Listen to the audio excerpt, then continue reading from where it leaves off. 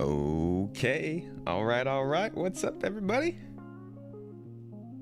How y'all doing today? How are you doing? I don't trust this thing, so I just gonna check and make sure that sound's actually coming through. What's up, everybody? You guys ready for a good old classic Star Citizen drama discussion? Because I am. I have brought you all here today to talk about that which makes us the most angry, but also that what makes us oh so happy. We're gonna talk about Star Citizen today. Yeah. Oh yeah, that big scam.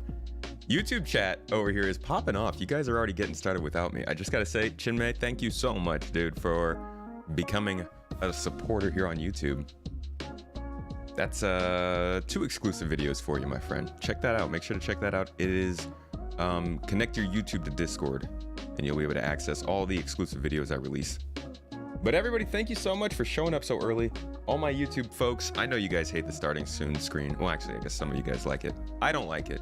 I like to skip it, but it helps me sync up. So we had to start out with that today, but I'm guessing most of you, if you're watching this afterward, just skip to this part anyways.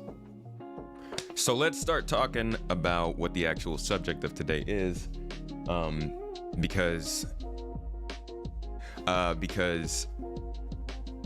it's gonna be a particular kind of discussion. I know this topic can get out of hand so quickly. So I want to lay some ground rules. All right. First off, today's discussion is about the roadmap.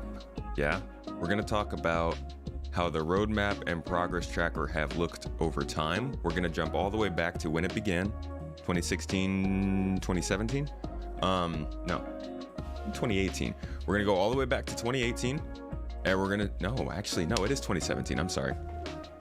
All the way back to the beginning, and we're gonna take some peeks into we're gonna take little slices of the roadmap out. We're gonna look at what CIG was saying was going on with the roadmap at that time. We're gonna look at what actually happened with the real roadmap in front of us.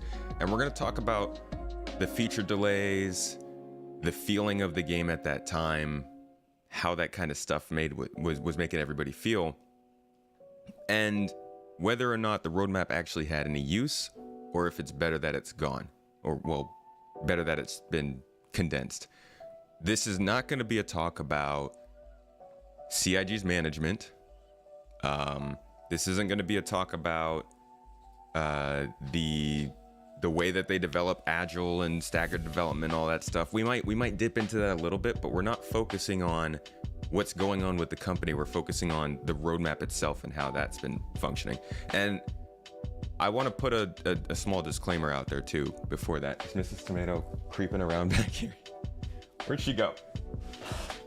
I want to put a small disclaimer out there too. This is well, never mind. We'll skip that. Let's go ahead and get started though. What's up? Oh. But everybody, thank you so much for coming through. I see the, of course, the expected names in chat. My regulars, my good folks, happy to have you here. Thank you so much. Let's see. Drazen resubscribed with Prime on Twitch. Thank you, my man. Appreciate the support. Toter resubbed for a month. Hey, appreciate you, man. And Psychotronic has followed on Twitch. Roadmap is built on management and their inability to complete their own goals. How can we not talk about that? I mean, we can talk about it, but like I said, that's not the topic. The topic is the roadmap itself. We'll use management as an anecdote if we need to, but if we start talking, like I want to focus on the roadmap itself and what it shows and what it has been moved. Sometimes that might lead towards the management, but I don't want to focus on CIG as a company and their management of the game. When the roadmap got canceled, Mom's basements everywhere got destroyed. But they are the same. All right, Tickle Wizard, I'll tell you what. We can talk about management when you would like to, but generally I will focus on the roadmap, and if management comes up, we'll talk about it. Honest but respectful. Perspective is everything. We all play SC for fun. When it's no longer fun, it's time to take a break. CIG could certainly work on their communication. They can. That'll likely come up. But let's get started. I'm sure many people are, and also thank you, by the way, Summer Yeti, for the 25. They could definitely work on their communication though. They are, yeah. Well, I mean, we already talked about that. with Dig That on the podcast. If you missed that, came out this morning. We had a good hour-long discussion, me and Dig That, best voice in Star Citizen. We talked a little bit about communication, what's happening with the roadmap and all that jazz, but this is going to be more in depth. So let's take a look at what we've got here. And so this is the roadmap. This is the current roadmap. And what we have here is this is the full thing, all the way back in the day, March 2018, which I remember a time when that was not back in the day. And first, before we get started going way back, because I got some resources here. My man, two people that I absolutely love on Reddit. If anybody is watching this on Reddit, if you guys are watching this on Reddit, shout out to you. You're both amazing. That is JK Farden, who has done patch reports for years. I just realized I'm just gonna move that over. He's been doing patch progress watches for years and just absolutely killing it. So we have this going all the way back to 2018. And then we have Odysseus Ithaca, who also has been doing release view roundup in picture format for years. And we've got these as well, all the way back to 2018. So we're going to be able to look at what the roadmap was actually trying to be back in the day versus what it was actually when it was released. But first, the roadmap that we got is, I think it's pretty indicative of how CIG kind of changed throughout the time. Like earlier on in the 3.x branches, they were doing so many mission givers, and kind of like foundational things. The mission givers was probably the biggest thing that died out. Like you can see here, we got mission giver, two mission givers, mission giver, and then immediately it stopped. Because they realized mission givers weren't working. And that's why I think we haven't gotten mission givers. But I think there are a lot of things on the roadmap that are like that. They're things that CIG tried to do or actually put some effort into, and then they realized, like, for the amount of content that's providing, for the amount that's actually doing for the game, it's not really worth it. So I think they took like 3 mission givers off the roadmap. It was around summer of 2019.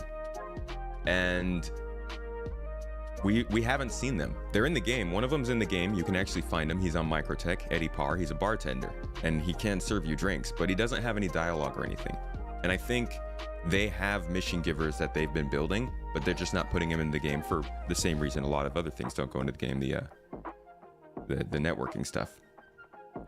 But there are other things on the roadmap that you generally would see in these earlier 3.x patches, and you notice that there's just like a lot of things. We were getting planets, we were getting cities, we were getting these like interesting degradation and transit, weird little things, you know, things that didn't matter all that much, but definitely were filling out the patches. And as time went on,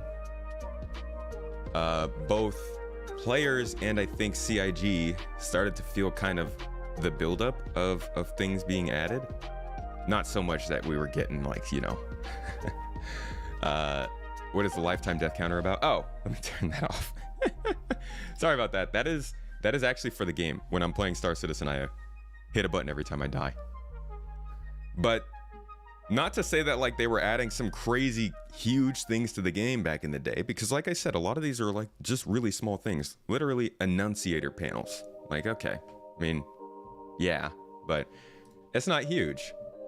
So, but regardless, these small things started to not matter so much. As you notice, CIG actually started to kind of not double down, but put their heads down and start to focus on some more substantial things like actual combat balancing, the reputation system, making sure that flight actually worked correctly, which was nice.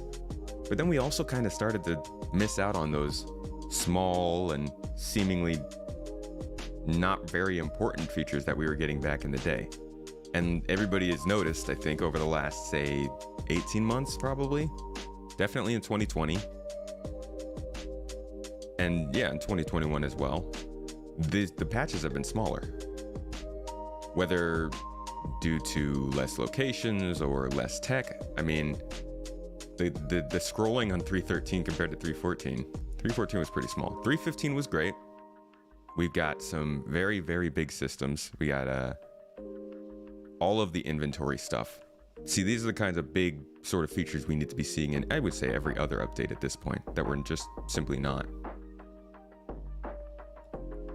And then we also got the medical system and loot. These are like 3 huge features. So don't get me wrong, there are still some good updates coming, but 316, I think, really woke everybody up to how kind of features have been, I don't want to say not coming in, because we're still getting plenty of stuff actually that doesn't even show up on the release view sometimes, but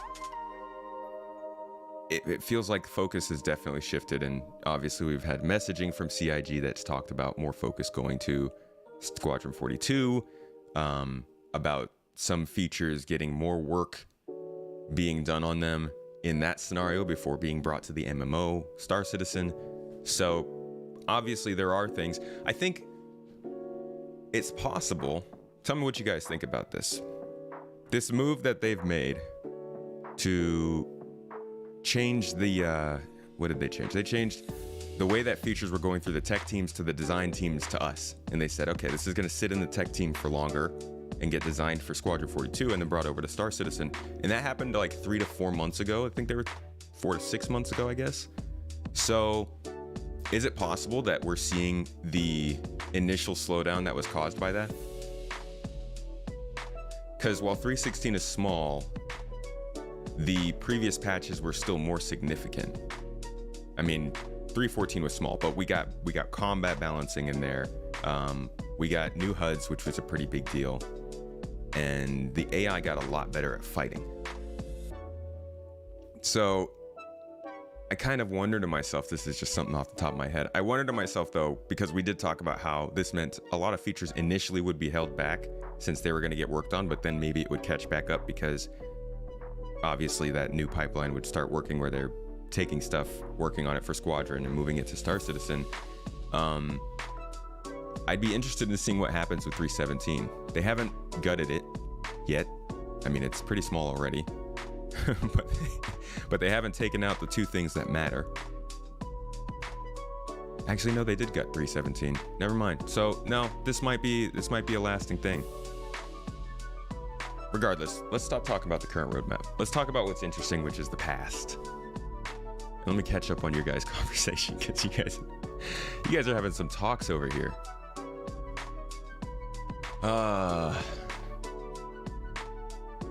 Pioneer-like development like this is almost always based guesstimates. You're doing educated guesses based on experience. They made a lot of guesses. To be honest, the roadmap pisses me off. I'll be quite frank with you guys up front. The roadmap pisses me off, but like I get it. I do. And I lean both ways. I think that they were not great with the way that they handled the roadmap.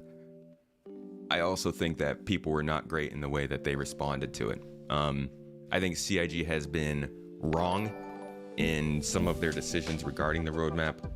I think that they've played it a little bit too loose with the roadmap at times. And I don't think that all of the problems with the roadmap come from the players. But I also think that players probably should try to always be taken as adults and not scream and gnash teeth too much. So I get it on both sides, but the roadmap has definitely pissed me off sometimes, and I'll show you why. Let's dive back. And I'm actually gonna go ahead and change my I am just not on the right account to be doing this. In fact, let's just log out. There we go. Okay.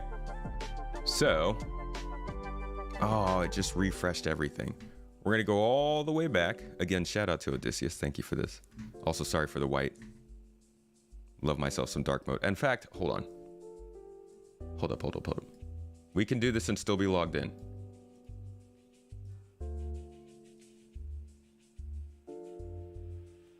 There we go. It's like my public profile, we'll say. Okay, so let's go back in time. Squadron 42 doesn't need server meshing, it doesn't need persistence, it doesn't need Cargo refactor. So aside from ship visuals, flight characteristics, and weapon balance, what could honestly come from Squadron 42 that would seriously advance the PU development? Gameplay? You just answered the question, my man. They don't need any of that stuff for Squadron. All they need is good gameplay. The fact that we don't have good gameplay in Star Citizen means that they don't have good gameplay in Squadron. The overly optimistic nature of the roadmap is a reflection of the culture at CIG, which seems to emphasize making Chris happy with your reports. It seems like it emphasizes never wanting to seem like anything is going wrong. Jim, thank you for the 20 euros, my friend. I appreciate that. You said, here's the thing, take salvage. This has been delayed for 4 years now. So obviously when something gets removed now, people think, oh, here's salvage all over again. People just don't forget. Yeah, like salvage is one of those things that just shouldn't be relied on. And that's a perfect example of both sides just like having a poor time of it. CIG, Paul made a great freaking point of this the other day in Inforunners. If you haven't watched the show, Inforunners this week, it's very good. Astropub and Execute had a good talk. And they made a great point that salvage should not have been on the roadmap 1.5 months before 3.16 was scheduled to drop. There's no possible way they thought that salvage was going to make it. And, you know, that might fall in line with what you were saying, that somebody was given way more optimistic views than there should have been. Now, none of us know actually what was happening, unfortunately, but that was definitely a big mistake on their part. And also, I feel like we should have just... People should have... no, I'm not... That's not on the players, in fact. Because that was so close to being on the roadmap, I don't think that's something that people should have really expected to be gone. And that's a pretty big deal on them, that they... I mean... If they're continuing to treat features like that, and they're also saying that they don't want to put features on the roadmap until they're for sure, that means we could possibly see roadmaps that are only maybe 1 month out, which is pretty short. Salvage still on for 3.18? Probably not. No, I believe it's just gone. Nope, it's on for 3.18. I don't know why. I don't know why they have it on here. Think you are confusing progress tracker and release view. That's to somebody else. All right, so let's take a look at this early roadmap. This is April 13th, 2018. This is gonna hurt, folks. This is gonna be painful, but it must be done. Now, let's look at just the hypothetical 3.2. At this point, what was the, this is 2018, 4.13. So this would be about 1.5 months before 3.2 would be dropping. So if we look back, I mean, we were getting a lot of really basic armors. There's a lot of stuff that you just don't even think about nowadays. Service beacon improvements, the group system, quantum travel improvements, which is due for an update, item kiosk shopping. These kinds of things are fairly, I mean, I don't remember what ended up happening with most of this stuff, but as you can see, we lost things like wear and tear. Flight suits and armor were getting pushed. There really wasn't too many bad delays at that point. At least this week, I guess. But this is where things start to get really just... And it also, I think, maybe... It's really hard to understand or think about what might have been going on. It's either a lie or they thought something was going to happen and then quickly realized that server meshing was needed for this stuff. But honestly, no, I don't really think that's the case, because this stuff kept getting put back onto the roadmap. The salvage and repair stuff, it just doesn't make sense. I'm sorry, I just hit my mic. It doesn't make sense to me. I don't know. But you can see here, this is 3.5 scheduled for Q3 of 2018. Salvage, refuel, repair bots, repair ships. Obviously, none of that stuff got in. Land claims, I don't know what the heck, what in the world they were thinking that land claims should be on the roadmap back then. But honestly, we all kind of forgot. Oh crap, I shouldn't have backspaced. Ah, there we go. We all, did you hear my terminology? I just said backspace, like I'm in the game. Greetings to Germany, how you doing? So, let's jump forward from here a little bit and see what happened in the months between, say, what is this, April of 2018 to August of 2018. Many of you should really look into legacy code and how volatile it is with any change, and how this can bug another that isn't associated anywhere near it. It's a good point, Antoine. Like there's good reason. I've heard from many people outside of the project, people who don't care about the project. I've heard a lot of times that there are good reasons for things to slip off of a roadmap within a couple quarters. I get that. I totally do. But if that were the case, CIG probably should have started off with what they're doing now and not showing such a far out projection. I get that. This was around the time that they were really worried. There was a lot of very volatile stuff going on for CIG from like 2015 to 2017. They were kind of in trouble. And they were going above and beyond, kind of out of their way to try and show players that they wanted to show more stuff and be more open. It's kind of like that grand gesture thing that people do. You know, they'll like go out of their way to do all this stuff and be like, look at how free and sharing I am. I'm such a free spirit. So they probably went a little overboard in doing the year out roadmap. I think it kind of screwed them over, because then they ended up with this. And it seems that the biggest problem that we have here all the time is that they consistently are putting stuff out that is just too far out for them to actually know. So let's jump actually to September, because it looks like there's some stuff that got kicked off here. Your wife says we should all go outside and get some fresh air. No. Tell your wife that I don't make money if we do that, Vagabond. All right. So 3.3. This was Q3 of 2018. The Q3 patch has always been supposed to be the biggest patch of the year. So this was obviously very disappointing to see all this stuff leaving that patch. Too cold. But if we look at it, what kind of stuff? Oh, this is a fun one. Scramble Races. Scramble Races are actually on the roadmap now, or they're on the progress tracker right now. Scramble Races were their attempt at making races be a thing in Star Citizen, and it very quickly became apparent that it just wasn't ready with the networking problems and all that kind of stuff. So that ended up getting into the game, but then it ended up getting taken out. Maybe another casualty of CIG trying to do too much too quickly to placate. We also, yeah, that's right. We lost a lot of this stuff. This patch was split into two, 3.3.0 and 3.3.5. This is when we got OCS. So this was actually the first, not the first. This was probably like the second or third piece of tech that was put into the game in anticipation of server meshing.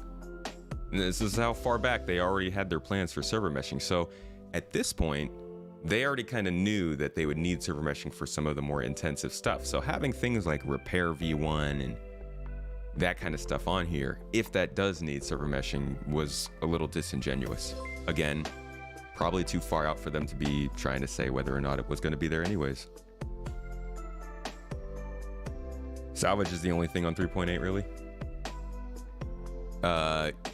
Yeah, I think. Salvage. I mean, the cargo system refactor is pretty big if that makes it. But I don't think this is what the patch is going to look like. For all we know, I think they're not even touching 318. I don't know why they didn't remove it, in fact. I guess they just didn't want to look worse. But 318 is going to look a lot different. They don't know what's going to be in it yet. So this is September, and we're still seeing some signs of things like repair, ship-to-ship refuel. Rough stuff. Here's the Constellation Taurus. You know, some things that we know for a fact were added more recently. Let's jump back out of here, though. They started talking about object containers way back in 2017. Yeah. Yeah, that's right. The great drought, we were hearing all about object containers. If they bump salvage again, they're going to be so roasted by the community. Yeah. Vagabond, I like your wife. The problem is that it's unclear what is completed versus what's going into production. Backers are paying to see the game develop, and if it's not transparent enough, it's hard. Yeah. I think, honestly, the point that they made that most people aren't looking at the roadmap is probably holds some water. It's probably pretty true. Most people who play this game probably don't watch the roadmap that often or that closely, and CIG could save themselves a lot of pain of focusing more on putting front and center what is actually coming versus what is being developed. You know what, Skirty, that got me thinking. That's a good point.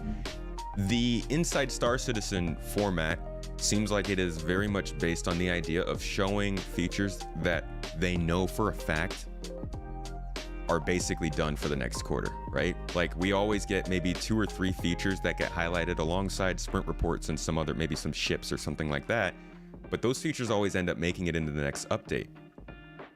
So by pulling some of the emphasis away from the roadmap, which is showing things that are being developed, maybe they're going to start to put more emphasis on things like, I don't know about monthly reports, but ISC, where they can push, hey, this is what's actually being completed, focus more on this. It's a lot easier for them, because then they only have to show one feature every couple of weeks. I don't know how it's going to play out, though. But it's a good point. It's interesting to think about. I gotta think about that. I gotta sit down with that for a while.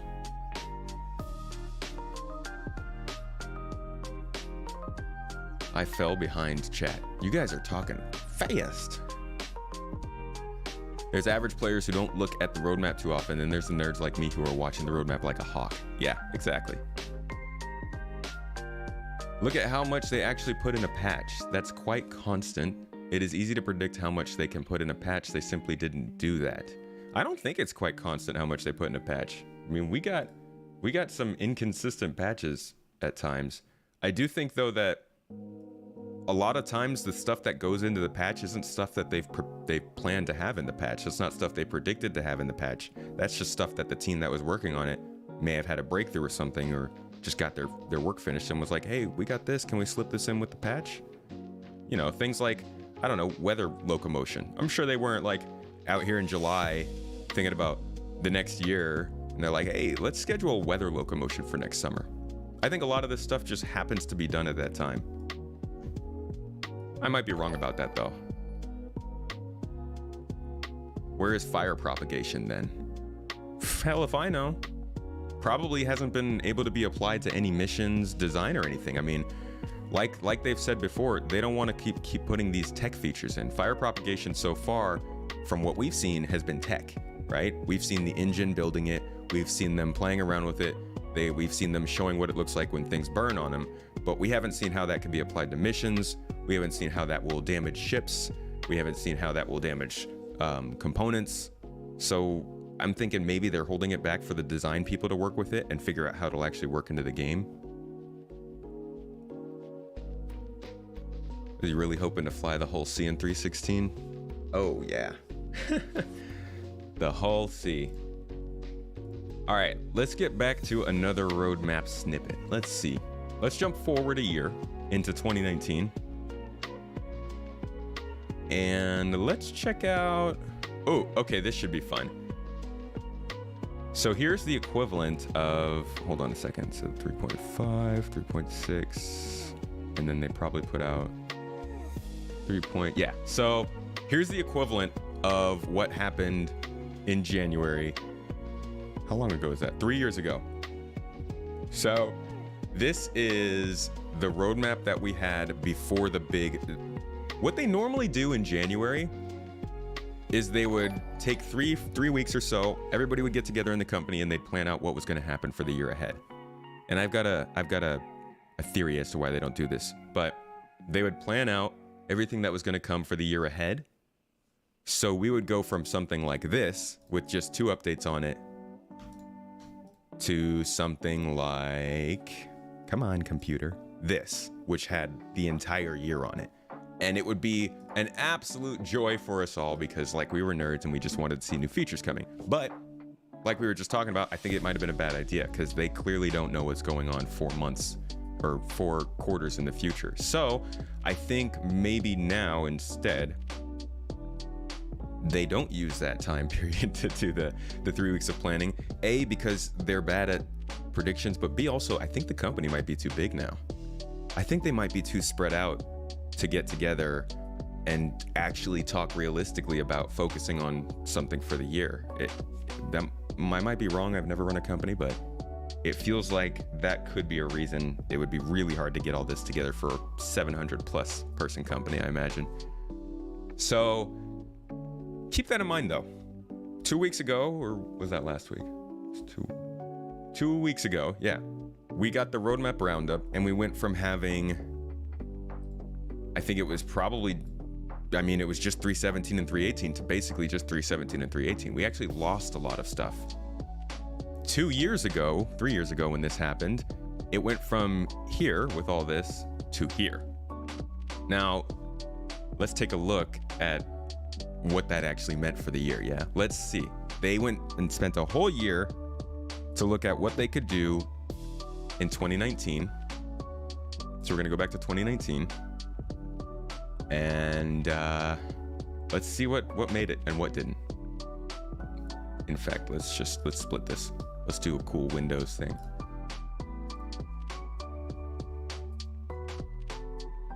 Okay, so we've got Tekia Pacheco, DNA faces, playable female characters. This took forever to get into the game. They still have plenty of problems with it too. R-Corp went in, yes. Collision avoidance went in, yes. Gunships. So the first quarter, it looks like most of the stuff went in, yeah? Ship AI combat, Star Marine maps. I guess that got added last second. Who doesn't like extra features, right? All right, so Star Marine maps, yes. System heat, yes. AI bounty hunting, yes. Vehicle scanning, AI distress beacon, vehicle radar, quantum travel, vehicle scanning, ship systems degradation, vehicle tech updates, group systems, FOIP, VOIP distortion, gimbal weapons. Bounty hunting did not make it on, but that was made clear 2 months ahead of time. Extended delivery missions, all the 300 series reworks. The Banu Defender did not make it in that patch. However, all the Reliance did, and they did seem to manage to slip in the, oh, that's the Rover Fortuna. Okay, they put in skins. And then as for weapons, it looks like, did he? Ah, okay, here we go. There's a little bit more here. So the Banu weapon did the ship not go on? That's weird. The Banu weapon went in, but not the ship. Gemini, the Cannon, the Tarantula, the Coda, OCS stuff, new flight model, projectile manager, hard surface shader, and performance optimization. So this was the initial patch of 2019, and 2 months beforehand, they basically named 100% of the things going into the patch, and that was a big patch, right? That was much bigger than the patches we get right now. So they're 1 for 1 for quarters. They're pretty good at predicting what goes into a quarter 1 quarter beforehand. So that is a point. That's a win in that department. Now let's see what happened with the second quarter. How much of this stuff ended up not making it in? So the yellow means this was actually added that week. So this is all stuff that in January they were actively saying, hey, this is definitely going to be moved to this patch instead. So we got rest stops, that definitely made it in, but glass, visor, and HUD improvements did not. So 2 quarters out, they already were adding things that had to be removed. Comms arrays and refineries weren't in, good call on them, wasn't there. Ship AI Pathfinding. This would have been, am I looking at the right, this is the right one, yeah, July. So the AI stuff completely got removed, all of this. bartenders, civilians. I mean, we're seeing this stuff added now. So something happened with AI that in 2019 caused them to stop. Look at that. It stopped right here. They put in the last mission giver. Oops. They put in the last mission giver here, and then all of their AI improvements didn't make it into the following patches. Let's look at the following. Nothing, nothing, nothing. And then in 2020, they finally started adding AI stuff. So something must have stopped them. Something must have put a huge hold on AI work in 2019. That could be a reason that the roadmap got shuffled at that time. Not sure though. Feels like nothing has happened at all. That is unfortunate, man. I gotta disagree with that. I mean, it does not feel like the game has made as much progress as it should have, in my opinion. But goddamn, if we were playing the same game that we were playing back in 2019, I would have quit. Someone please, I mean, we couldn't even send money to each other back then. Holy crap.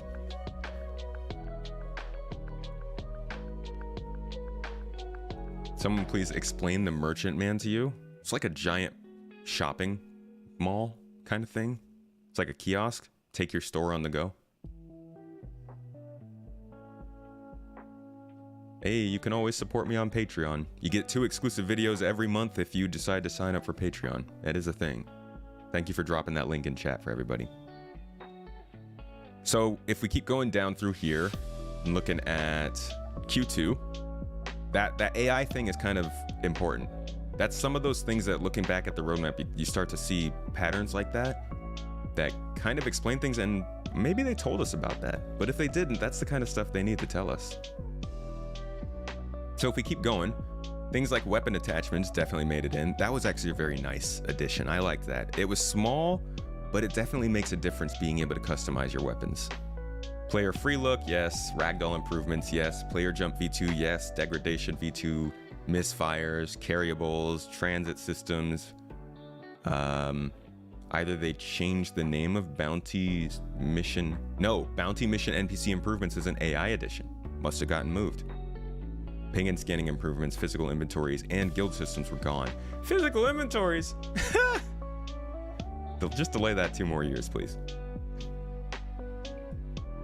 And going to, oh, right, yeah, of course, repair. We got most of the ships, it looks like. I did not know that we got the ballista this early. I didn't realize that all the way back in 2019. So it looks like that got added. The Vanguard was put out. The P-72 was put out. This is actually a rework. And the 890 jump was put out, and the P-52. We got a new pistol. We got the neutron repeaters. We did not get that missile launcher that they're talking about, but we did get a new SMG. And then there was a whole bunch of back-end stuff going on. This was some pretty useful stuff. This is all stuff that helped to make the game run a little bit better over time. And then we got harvestable entity spawning as well. So again, another quarter, 2 quarters out. They seem to know fairly well that it's gonna work. And I don't know what really happened that made them get worse at that, but it does seem like the 1 to 2 quarter range is pretty good for them. Let's see what happened with 3 quarters in. This is probably where it starts to get pretty bad. A lot of ships are missing their gameplay mechanics, and that really stops them from being worked on and released. Not as much anymore, Juice Bowl. About this time last year, there was a statement made on ISC that they were focusing on building ships and releasing them with their gameplay intact. Now, I personally have called them out on this already because I focus on these things, and that's what I tell backers when they're watching my videos, so I have to hold them accountable for that. But since then, they kind of did it. So they didn't put out any ships. They gave us the M2, which had its functionality, and the C2, but they did not put out the A2 until it actually had its functionality. The tank, the Cyclone MT, and the Rock DS all had their functionality. The Constellation Taurus had its functionality, and, well, the Ion, the A2, and the Redeemer had its functionality. Now, where they messed this up was with the 400i, because that's an exploration ship without exploration gameplay, and I feel like that was that basically ruined the whole statement. And then the Argo Raft, while it can do cargo, it doesn't have all of its functionality. That being said, I think the idea that they are releasing ships that you can't use in game is every quarter seems to be dying off. You think the roadmap we are going to be getting from here out will have very high accuracy? I do too. I think it will have very high accuracy. My worry though is how much is actually going to be on there. And all of that info that was on there, will it really be translated well to the progress tracker? This progress tracker kind of wishy-washy sometimes. Jim, thank you so much. I appreciate you with the €5. Thank you. Only because they focus on ships with what little gameplay we have, being combat, mining, and cargo. But that's a good thing, right? Like, we want them to do that. I don't want them to put out an Orion right now. I don't want them to put out a Genesis Starliner or an SRV, because, well, that would be them putting out useless ships. It would be interesting how much stuff was not on the roadmap, like the clouds, banking app, etc. Yeah, it would be interesting. I mean, as we can see, it doesn't happen too often. They don't really add big things to the roadmap that aren't on there already too much if it's less than a month. Sometimes they do though. I think the reality that we all have to face is that SC Dev is going to slow down as Squadron 42 push. Oh shoot, we got raided! Oh my god. Yeah, that's kind of annoying though that the Squadron 42 push is happening now. What's up, Sigelian? Yo, yo, yo. Welcome, welcome, my friends. It's been a little while. How you been? How you been, Seg? Everybody on YouTube, my man Sigelian on Twitch has just raided us with a good group of lovely people. You guys come in to talk about the roadmap with us? We're having a good old chat. I'm looking back at the history of the roadmap and how it's unfolded and how reliable it's been. You 100% believe at this point they should not sell anything that we don't have a good idea of what the gameplay is about. Let me process. Let me chew on that for a little bit.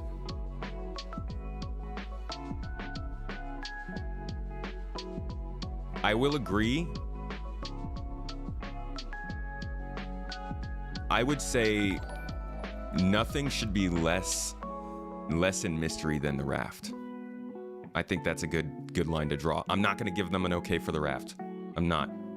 But anything less than the raft would be absolutely unacceptable, I think, in terms of clarity on gameplay. I personally think the raft even is a little bit too far. We should be able to see them working on that stuff in the engine so we know how it works. But, you know, take some. You give some. Madre Foca, you as well. Are we getting that shout out? Thank you for shouting out these people. We got double rated. What is up? You guys are awesome. We're just doing some roadmap talk here. We are looking back at the history of the roadmap, the reliability, how it's been going, what people think of it, if we can count on it anymore in the future. Ugh, drop my vape. So let's continue. Let me show you guys kind of how we've been doing this. By the way, if you want to, make sure when somebody subscribes on Twitch, !join will get you into the raffles that we do. You'll get some points from those raffles, and the points can be redeemed to win the game from our channel.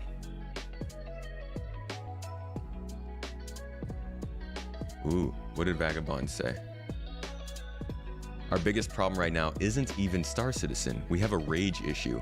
Rage over a game's development. Star Wars doesn't work for you, raged. Don't like the new Star Trek. Rage. Chill, folks. I mean, yeah, we do have a rage problem. That's like, that goes so far beyond Star Citizen too. Like you said, we just, our favorite emotion is anger these days. Also, people are super, I said this earlier, a couple weeks ago, people are really 0 or 100 on things, you know?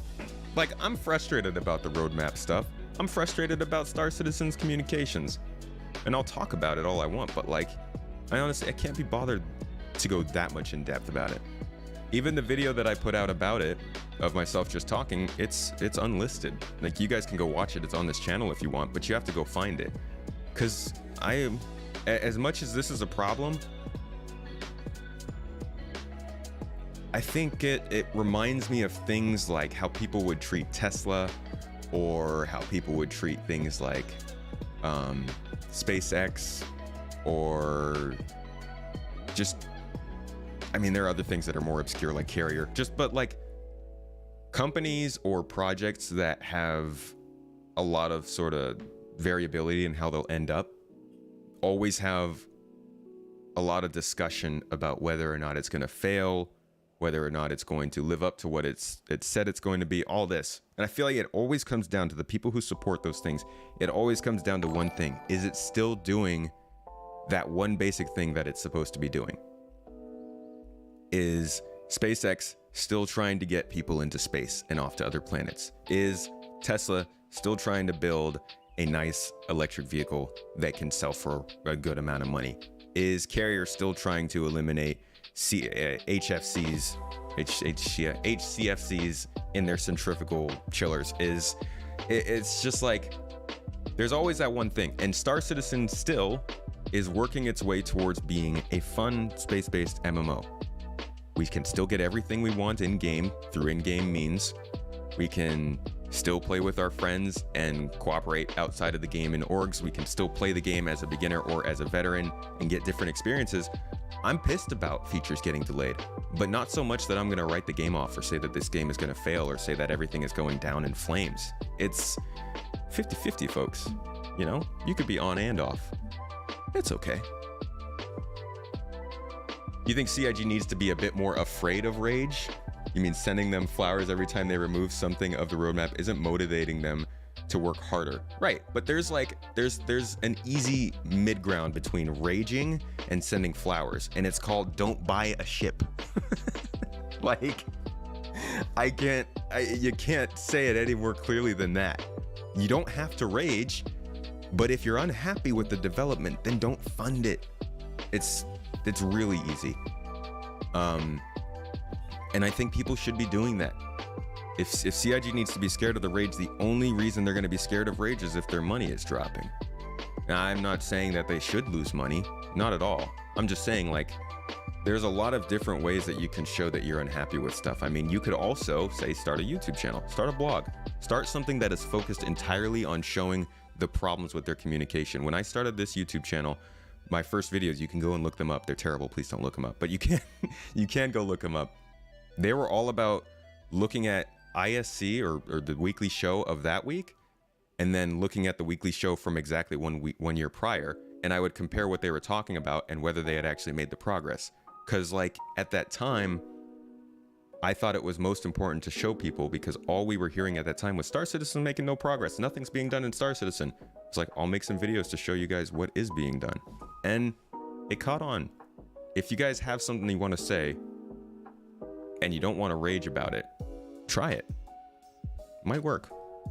But anyways, enough about me. Let's get back to the roadmap. So 3.7 was that was the quarter 3 update. That was the big one of the year, and it was 3 quarters out from this prediction, so it was probably pretty far off. This will most likely prove the point. Let's look what they were offering. Bounty Hunter armor, which I think you guys all remember. We saw Bounty Hunter armor on the roadmap like for years.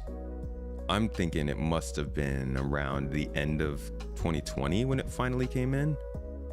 I don't know if they added it to the roadmap, but it was a while. True, but SpaceX had to be held accountable to NASA. CIG frankly don't have anyone to be accountable to, and that can be a problem. But that's us. Thank you, Altsway, by the way, for the €5. That's us. We're the ones who were supposed to hold them accountable. But the thing is, the only way that people hold them accountable is by raging as soon as something happens. That's why having a publisher is easier than having a bunch of freaking squirrel backers who just like shiny shit and cool features, because we'll hold them accountable, but only for like 2 days. If people want to make sure that they feel the pressure from the backers, and the backers have to be a little more consistent, and they're not. It's kind of a problem. But I agree with you, SpaceX and Tesla and Carrier and NASA and everybody who's worked on these major projects has... What is going on? Why am I getting notifications? Oh, are those follows? YouTube is really bad at telling me notifications. I appreciate your subscriptions though. Thank you guys. What was I saying? Oh, all of these projects, like, they have something holding them accountable, but it's still, I'm talking about it from a fan's perspective, like a supporter's perspective. People called things like Tesla, I wouldn't say they called it a scam, but like if you think back to say 2008, 2007, 2010-ish time, they got a lot of crap. Like, people did not think that they were going to be able to produce and produce at scale. I mean, that happened. They got a lot of crap for like the next decade after that, for some good reasons, but it's the same story, right? There were people who were in there paying attention to what Tesla were doing. And even as they knew that Tesla could fail, and Tesla was making some mistakes, and Tesla was kind of tipping on the edge, they also still saw that at the center of the whole project, it was still headed in a direction that they liked. Now, it's our job to see that CIG is going in the direction we like, but it's also our job to try and steer it. And it should be consistent, like I was saying. We just have, we jump back and forth between things very quickly. So 3.7, because I keep going back to it and we never make any progress on this. Oh, and I realize you guys can't see the whole, that was dumb of me. So 3.7 here. If you look at this, it just looks completely different than what they predicted at the beginning of the year. So we got Mac Flex Core Armor, which wasn't there. We got the second version of the character customizer, which wasn't there. We got a Star Marine map, which isn't there. We got caves in the game, which was pretty cool. They're still kind of crappy, but that wasn't there. Human AI Combat V2, not there. AI Dogfighting Combat. I mean, I'm pretty sure, unless it's down here. Nope, not there. So this patch is entirely different. Entirely different. Quantum Enforcement, not there. Glow Sticks, not there. FPS Mining, nope. Mission Sharing, nope. Personal Inventory. Physical inventories. Wait, what? Moved to 3.6. So that was actually moved up. Look at that. Where is it?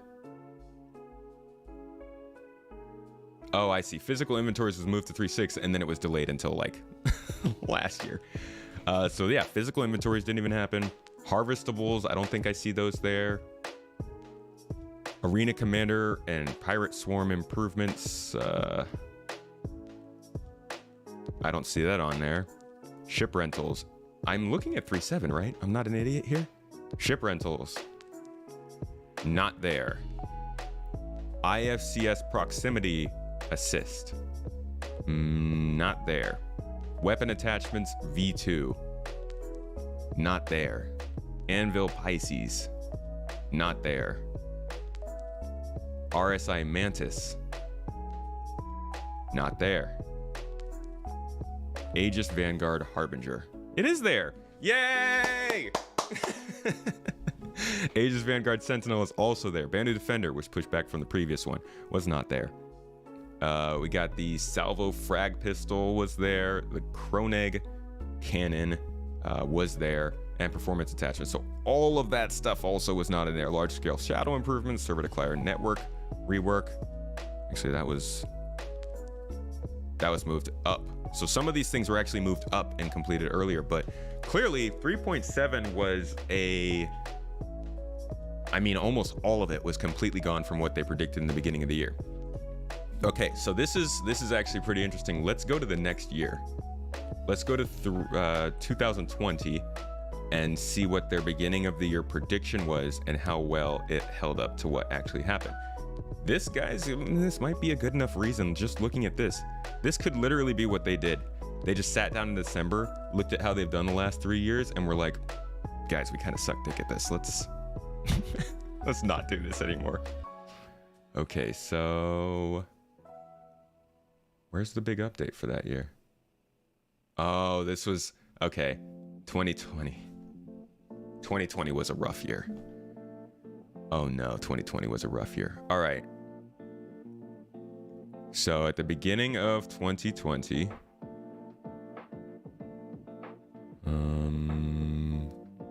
they were already talking about 4.0. Oh, sweet summer child. So this week in 2020 would be this roadmap.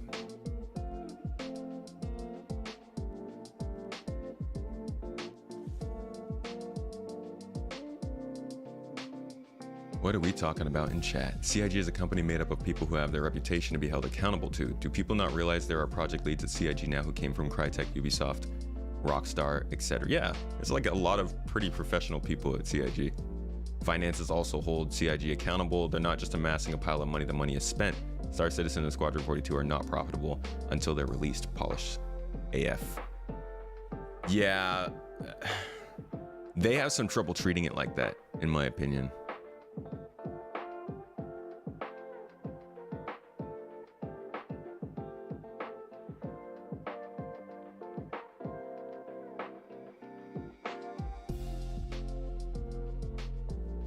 No, Kate, everybody should be seeing what you're saying if they're watching the stream. There's also finances holding them accountable. Oh, you already said that. The backers hold them accountable until their favorite ship or gameplay is on the roadmap. See, and that's probably a big part of the issue of being funded by a bunch of people who want to play your game. They all want to play for different reasons. So as long as like you do whatever makes the most people happy, you have the easiest amount of time. For them right now, that's server meshing. So like, make it happen. The other thing not being said enough is the devs probably aren't happy about these delays either. Oh, heck yeah. Most of the time that their stuff gets delayed, it's probably not their fault. And that's just annoying. Is the Mustang buggy? It is. All the talk about how some devs are treated as right, but it distracts from the problems the project has. It does. There are multiple conversations to be had about the project, which is why it's kind of annoying that this is the only time a lot of people are willing to jump in and start talking about it. Because there's plenty of, even when CIG and Star Citizen are at their best, there's still problems to be talked about. Like the crunch, the freaking ridiculous amount of work that they have to put in sometimes on weekends, on holidays, on that kind of stuff to meet these updates that then they get a lot of crap for not getting a perfect feature in. Like, can you imagine the mental stress? I mean, I put out videos on YouTube and sometimes I'll get one or two messages that are actually kind of personal about like me not doing something well or something like that, you know, not just criticism but more than that, and it sucks. And that's like so minimal compared to what happens with CIG devs. Oh my god. But that's a different conversation. Just never gets talked about. That guy talking about hoping to see Pyro in the Reddit comment, where I hope to see Pyro. Yeah, well they have 4.0 on here. Like, how can you blame them? Look at this, look at the roadmap. They said Q2 2020 4.0. Get off me, CIG. Get off me. Like they didn't, I don't know why they called it 4.0. I guess they were just saying, hey, Stanton is finished, that's the launch of 4.0. I don't know. But let's look at this, because this is, 2020 was not a great year. It's better than other years, but wasn't great. So 3.9 was planned to be the Q1 patch in 2020.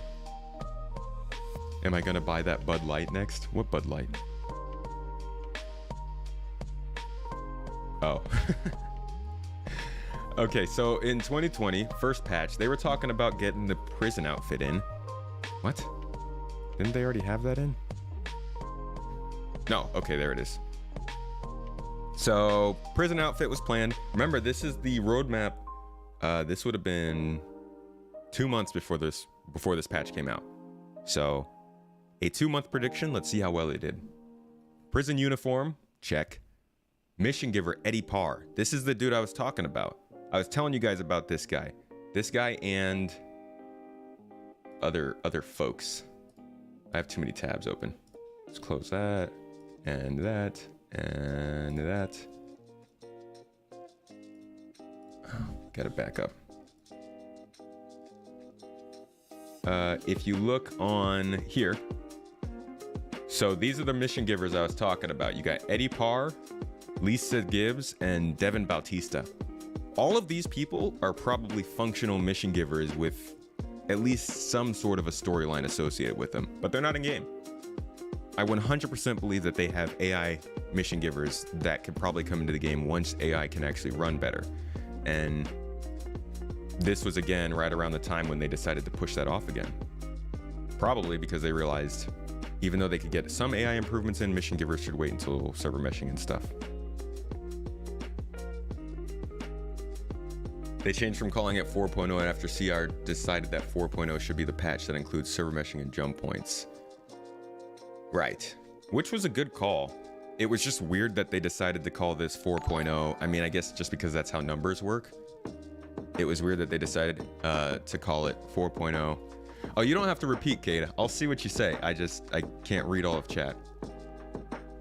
I feel like they should have just decided that from the get-go. Because like it's a new number. They should have been like, hey, you know, 4.0 should be something big. Maybe bigger than just Crusader. It's whatever. COVID probably hit them hard. They tried to say it didn't, but I don't know. It seems like it might have. I firmly believe CIG needs to be reminded that it is us, the backers, who have made this all possible. Don't buy ships or give them money until they show backers respect. I personally think that that's a very whiny baby take.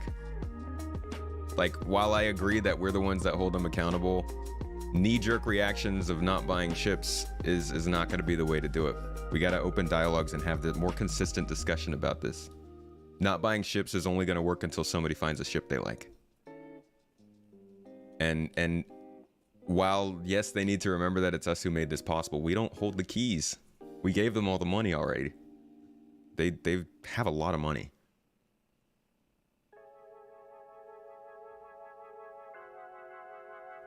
I'm just as pissed as the people who call it salt merchants as whoever wrote that disrespectful post, frankly. People who look at the roadmap and treat it as features that are guaranteed. When those features aren't delivered when planned, they make all manner of salty content about it. Fed. Well, thank you for the 5. Whiny baby is probably a little bit harsh. Not whiny baby, but I think it's a little like, I'm your boss. We're the funders, but we also aren't the boss. The biggest amount of drawback is server meshing. Once that's done, they can focus elsewhere. I hope so.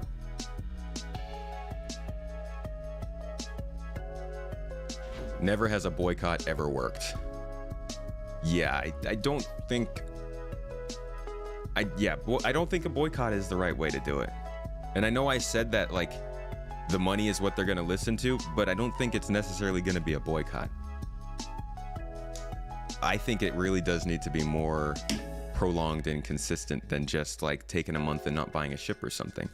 I think it needs to be people focusing on maybe only getting starter ships, you know? Only getting ships that have full functionality, that have a full working model, and don't depend on something else that's not in the game. Granted, starter ships kind of do that, but you know what I mean. They need to hurry up and finish the damn game. I'll agree with you on that, Michael. I'd love if they finish it, but it's not going to be a hurry. You're not buying any ships? Waits for Scorpius. Entitled is the proper word. That might be it, yeah. I think CIG marketing and public relations did a bad job for the devs. I do think that their PR has done a very poor job at setting the devs up, yeah.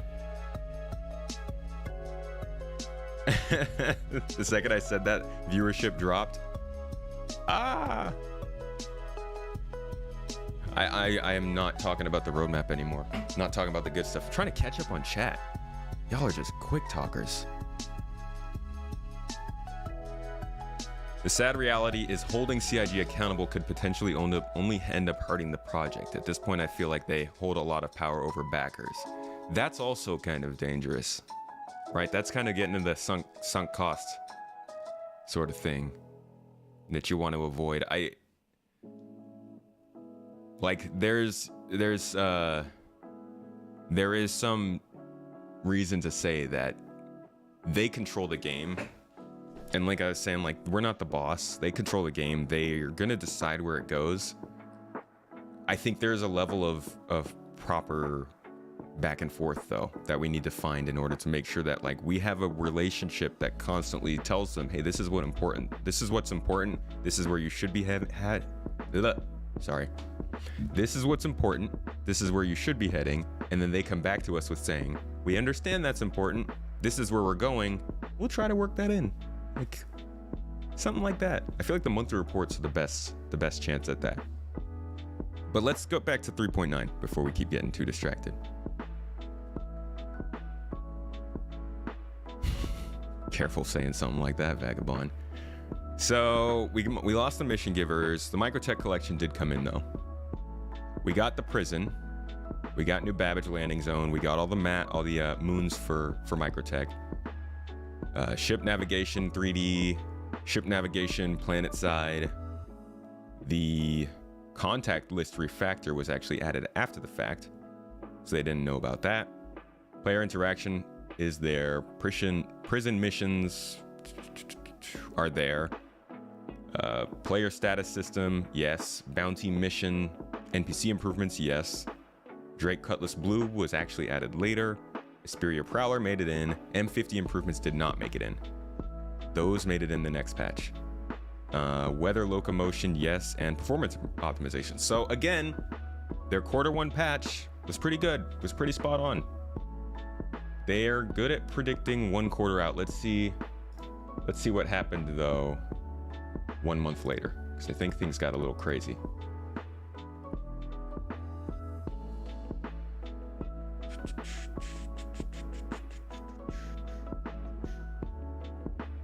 So we've got, I mean, just looking at this, it looks like the mission givers stayed on the roadmap for at least until, yeah, it wasn't until the next update was coming out that they realized that they couldn't do the mission givers. Okay, so that's 2020. Look at the roadmap. It just suffered that year. But this is kind of a predecessor, right? This is forewarning. They definitely in 2020 realized, it was probably because of COVID, they realized they could not make those predictions, so they shortened the roadmap. I feel maybe at that point was when they should have made this whole announcement. We got down to 1 patch at one point. Our Q3 patch was the only thing really that was on there with any sort of confidence. So keep going forward, and it wasn't until the 2021 update, I believe. Yeah, so it was the big planning update of 2021, just like this year, or the previous years that I talked about. That was when they finally added everything onto the roadmap to show us what was planned for 2021. They probably should have just said in 2021 what they said this year, I think.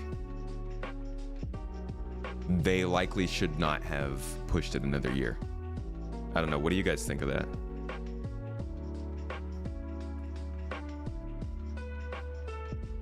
Just noticed I was live streaming. Hope I'm doing well. Nice to see that you're still doing your stuff. Thank you, Megadeth. Yeah, we're still going. We're still chugging along. It's been 10 years since TES 6 development began. Single player game, just a large map, not a star system or a galaxy. 10 years. Games take a while. Games be hard. But also, they are doing quite a bit on the side from that.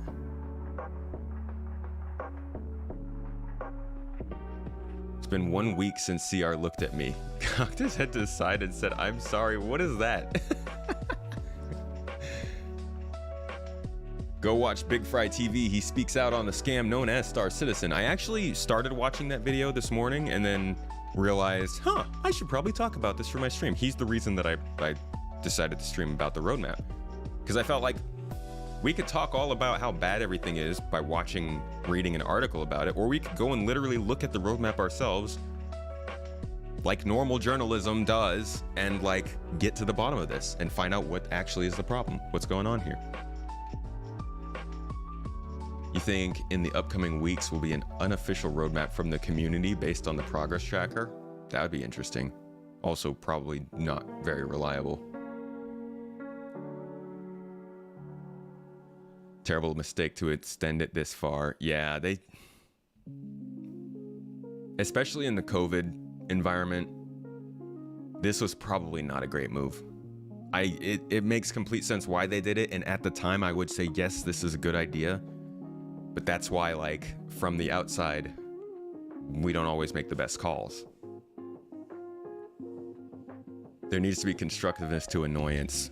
Dig into the problem is the best way. Good games that scale take time. If they just wanted to pump out scripted on-rails single-player game, they could have, but CR is building the space second life, according to his vision.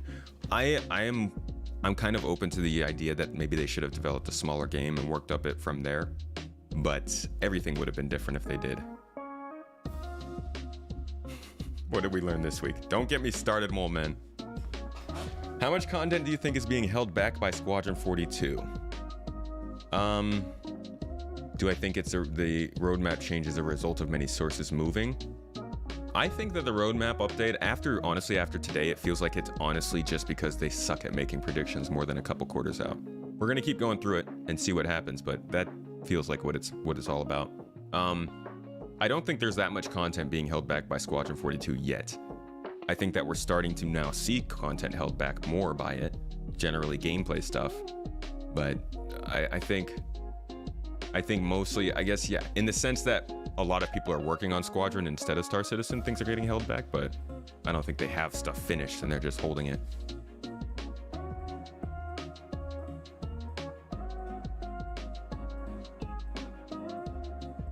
They try to keep everyone pleased, yeah.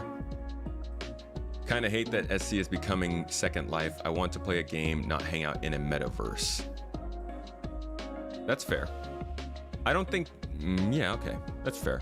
How do you think, what kind of stuff would you say has made it expand to a quote metaverse level versus the original pitch? Is Star Citizen the new Fire Festival? I mean, Fire Festival didn't even happen, right? Like, I guess for it to be the equivalent of Fire Festival, we would likely be just now getting access to the PU, I guess. If people know CIG, they should have already realized that CIG is bad at giving out dates on things. Most people don't know CIG. Anyone not being able to realize this is just blind or something else, I'm gonna tell you the big old something else. It's a secret. But most people don't actually know what the fuck CIG is doing. Most people are just playing a game and like occasionally might check a roadmap. Most people are just watching YouTube videos and getting this information though. Expecting this stuff, I don't think there's any reason to blame people for trusting what CIG has been saying. Us? Yeah. We're freaking nerds. We're weirdos. We're obsessed. But for the normal people, I don't blame them. They could pull the roadmap to get people talking about it just to bring the feature back in an attempt to bring more players on. Fair. Fair, fair, fair. Molly, thank you so much for resubbing up here on Twitch. I appreciate you 12 months on. Thank you for the support. Much love, my friend. On another note, what do you think people will think about the upcoming systems that will have hours-long QT travel? I don't think they'll have hours-long QT travel. God, I hope not. That'd be crazy. Your comment was a bare naked ladies reference. Oh, I missed that. Do I think CR will make a statement? Nah, I don't think it's important enough, to be honest. Do I think Idris will release when 42 comes out? I think if it hasn't already, it will. If people haven't played the game more than 15 hours in a month, you have absolutely no right to be speaking on the game. That is... wow. Wow. I won't, I'll let you have that one. Maybe I have some standards that I shouldn't apply to other people. Yeah, man, we are big old nerds. Since I backed in late 2017, I decided the roadmap was useful for insight into developer insight. Yeah. Kind of like the progress tracker is supposed to be. It's just good at knowing what they're working on. The roadmap, though, I like it. I do, but it's never been that reliable. Hey, Focal Axis. Good morning, lazy dog. Seeing people hang out at a bar in the game or a coffee shop is something I just don't understand. I suppose if that makes them happy, I don't mind. Yeah, but that's like, I mean, that is definitely a Star Citizen thing. Squadron's the game you pledged for. That makes more sense. Just think it's slowly transforming into a more of a hangout spot now that the loops have been in for a while. The loops have been in for a while. Sir, there are no loops. As far as I mean, I don't know. I feel like hanging out at a coffee shop or a bar seems like peak Star Citizen. Like, if you look up old Star Citizen content or concept art, you'll see things like people sitting in bars, sharing drinks and getting missions. And that was kind of like the freelancer sort of hype thing. You agree with the 15 hours comment? Okay. So you guys think that if somebody hasn't played this game for 15 hours in a month, they shouldn't be allowed to say anything about this game? Seems like really harsh. That seems incredibly harsh. I mean, like, yeah, I don't know. I can't agree with that. Even people who never played have a right to their opinion. Summer Yeti, that's what you're saying? I think folks who have never played are entitled to their opinion. 10 hours plus is good enough for you, Axis. CIG has a weird fetish with weird pool tables. I like those pool tables, man. You just have to honestly play the game just past launching it in an alpha. Look at alpha gameplay videos of AAA games. I'll laugh at you.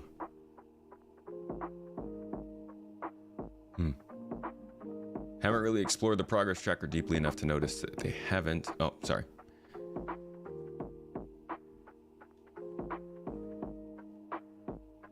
I don't think anyone who's the bench warmer has an opinion.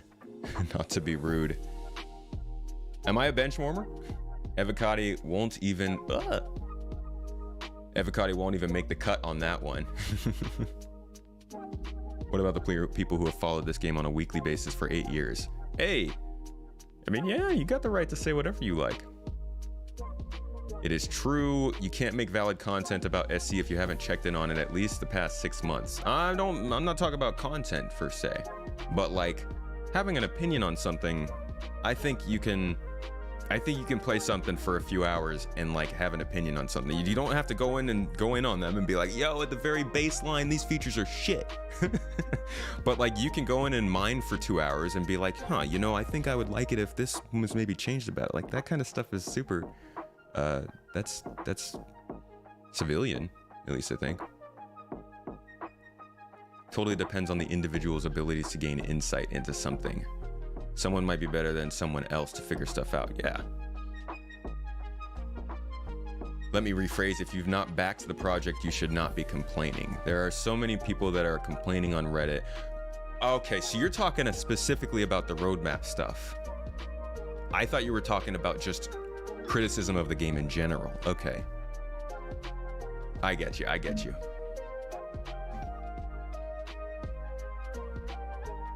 Just a few months ago, we had frequent 30Ks, now not so much. That's true. Totally off topic, have you considered being a sportscaster? No, I haven't. I have not. I do want to do voice acting, though. Cheers, lads. Gotta go. Hope to see some stuff from CIG. Catch you later, Monty. Catch you on Wednesday. What content overlap should exist between Squadron 42 and the PU? If there is no overlap, a lot of content is underused, but too much overlap, then Squadron 42 won't feel unique. Thanks for the 10, by the way, Deno. I appreciate you a ton. That's a good question. I think mostly what's going to come from Squadron will be the social stuff, the AI stuff, the combat stuff, and like the ships. I think Star Citizen is going to have to add on top a lot of the narrative, a lot of the story, tons and tons and tons of voice acting, mission content, different gameplay loops that you'll never see in Squadron, like farming, maybe a little bit more deeper exploration, salvage, that kind of stuff. I would think of Squadron as being like the narrative combat focused portion of Star Citizen. Let me change up the music. I think we've been listening to this for a while.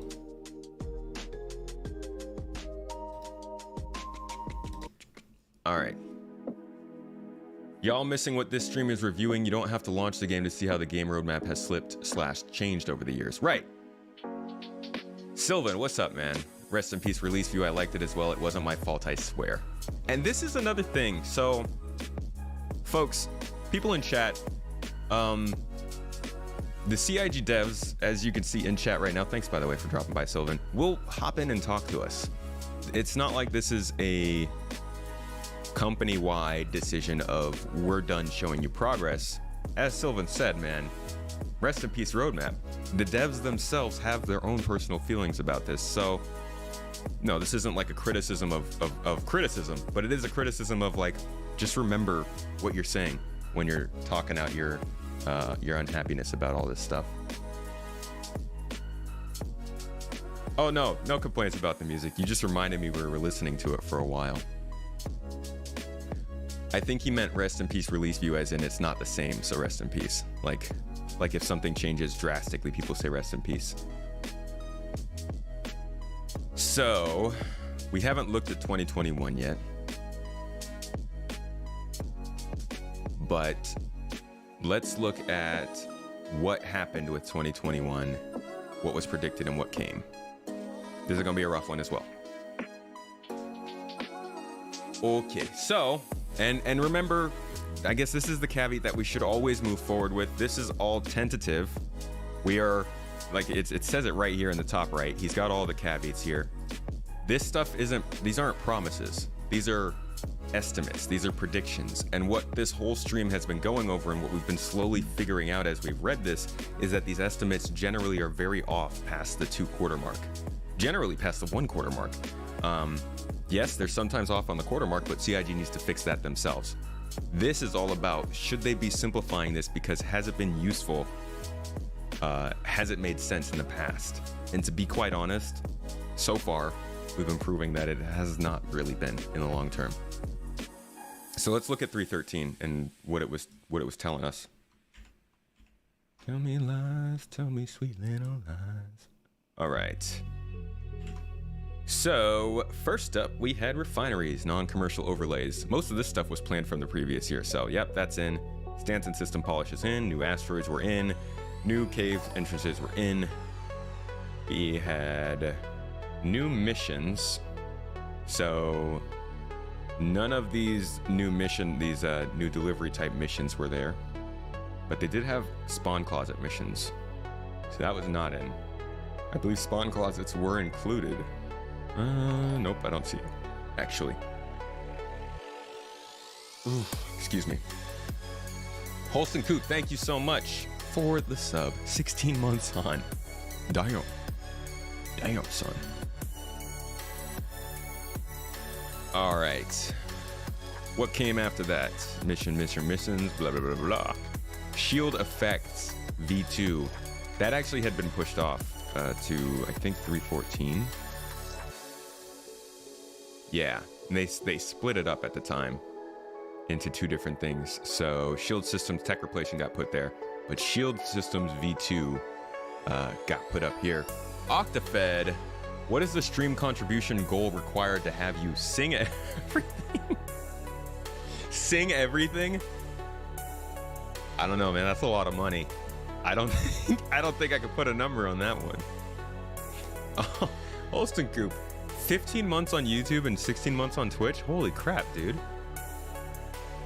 Wow. Holston Coop is an OG. Thank you, man. The music is very chill given the stressful times. I have even more chill music if you'd like. MGL has banned the word for each of, I can't say it, each of these for 5 minutes. Start the timer. Just previewed it with the sweet little lies blurb. It's just under the breath. Don't you think the backlash has been made by the numerous times CIG changes the way to present stuff and every time telling that it will result in less feature cuts, but still never managing to do that? Fuguro, I do. Yeah, 100%. 100%. That's a huge problem. Like, they have time and time again been like, okay, we're changing it up. Okay, we're doing the progress tracker. Okay, this is everything that we know we can do, and then they don't do it, right? So what we're seeing what we've seen over the years, I feel like you just kind of made that point very clear.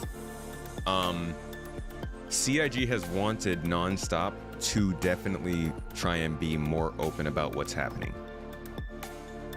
I feel like they've been very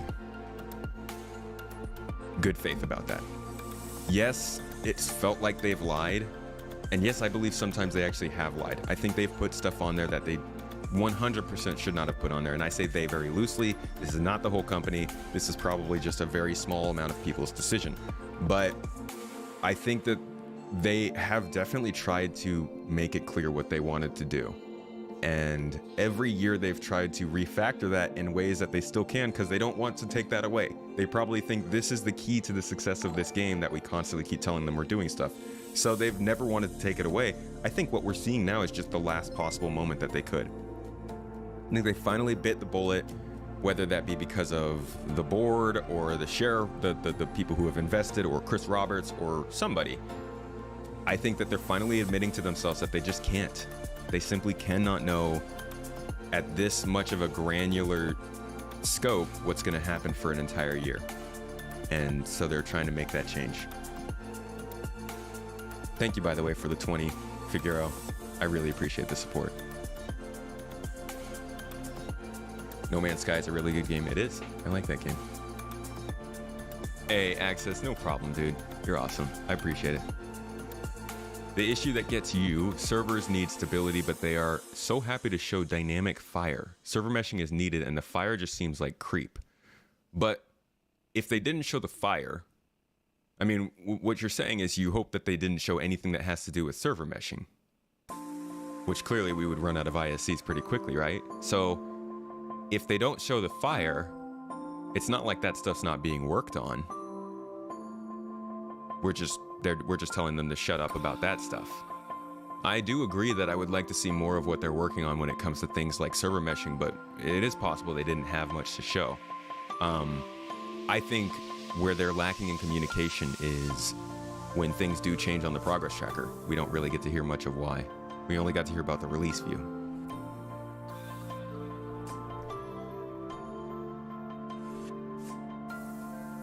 Yeah, different teams. While you did enjoy the release view, this is a change for the better in the long run. It probably is. It probably is. I don't like it. I really don't like it. I think the roadmap was a big deal. I loved the roadmap. And like I said, literally 2 weeks ago, I would have said, no, don't collapse the roadmap. But as is human nature, when you're forced into a position that is probably better for your health, you kind of, I don't know. There's like this weird argument that goes on in my head that's like, am I being led to accept this just because I have to? Or do I actually understand that this is better? I believe it's better. I don't want to. I wish it wasn't. But like, what we're proving right now is that their predictions just weren't great. And this could be 4D chess, right? They could be simply pretending to have bad predictions so that they could then use the excuse of dialing it back. Like, we could go deep. It's just, it's really hard to understand. It's a big mental game. And I think that probably what frustrates people so much. Octafed, thanks for hitting up that 20 for access, dude. You are awesome. Thank you so much. Just like backing up somebody else because they said it. Appreciate it. It's not better. They just really need to be better at planning. But Tickle, you can't like that. I mean, yeah, but police need to be better at stopping crime. What if they can't? Like, what if they simply cannot be better at planning? What if the nature of software development is just so crappy, especially at a time like this where they have COVID, where they are expanding like crazy, where they're in 5 different studios on 3 different continents? What if they simply can't plan that far ahead, no matter what they do? And it's just on them mostly, but also on us, that we just haven't accepted it. We could say they need to be better at planning all they want, but at which point do we just bite the bullet and say, okay, they suck at planning, let's fix it? You'd like to see a real talk, how each dev feels about the reality of the game's progress. Oh man. Well, that would be cool. I would like to see that about every single company in the world, to be honest. Like, I would love to know that about Sonos. I want to know what Sonos employees think of what they're doing, but you know. Hey, Summer Yeti, matching Octafed. You guys are fucking ballers, dude, sometimes. Thank you. I can really relate to CIG's problem, as a brother of mine has something similar to deal with. He's also bad at communicating with someone else about his problems. Yeah, I mean, I'm also bad at communicating about my problems. I freaking hate conflict. I'm very bad at it. Maybe not something I should be putting out publicly on YouTube. I don't really care though. I'm not great at conflict. I generally try to avoid it, and I try to make people feel better about situations. So yeah, I would not be great to be running the roadmap either. It seems like CIG kind of did that too. What you mean is that it seems like they are maybe biting off too much to chew. If they pull it off, that amazing, but more and more complexity doesn't help at the cost of the game's release. That's fair. Would you rather sacrifice complexity now? I guess I always think of it as, if they don't do it now, they're never going to do it. Like if they built the game more simplified, like I was saying earlier, they could have built a smaller game and built on it, but I don't think we'd get the game we were getting now. So that's another, I won't get us too distracted. That's another conversation though. How far is too far in terms of progress and effort and like just expanding? Because fire is scope creep. That's a good point. Very much. We didn't need fire. It's a cool hazard, but not necessary. Also, it's never been on the roadmap. But I keep getting distracted by chat. Y'all are too much fun to talk to. Let's get back to the roadmap here. 3.13, we had gotten to shield effects. Mining subcomponents were added later. UI reputation was added later. So they did not do well on this first quarter call.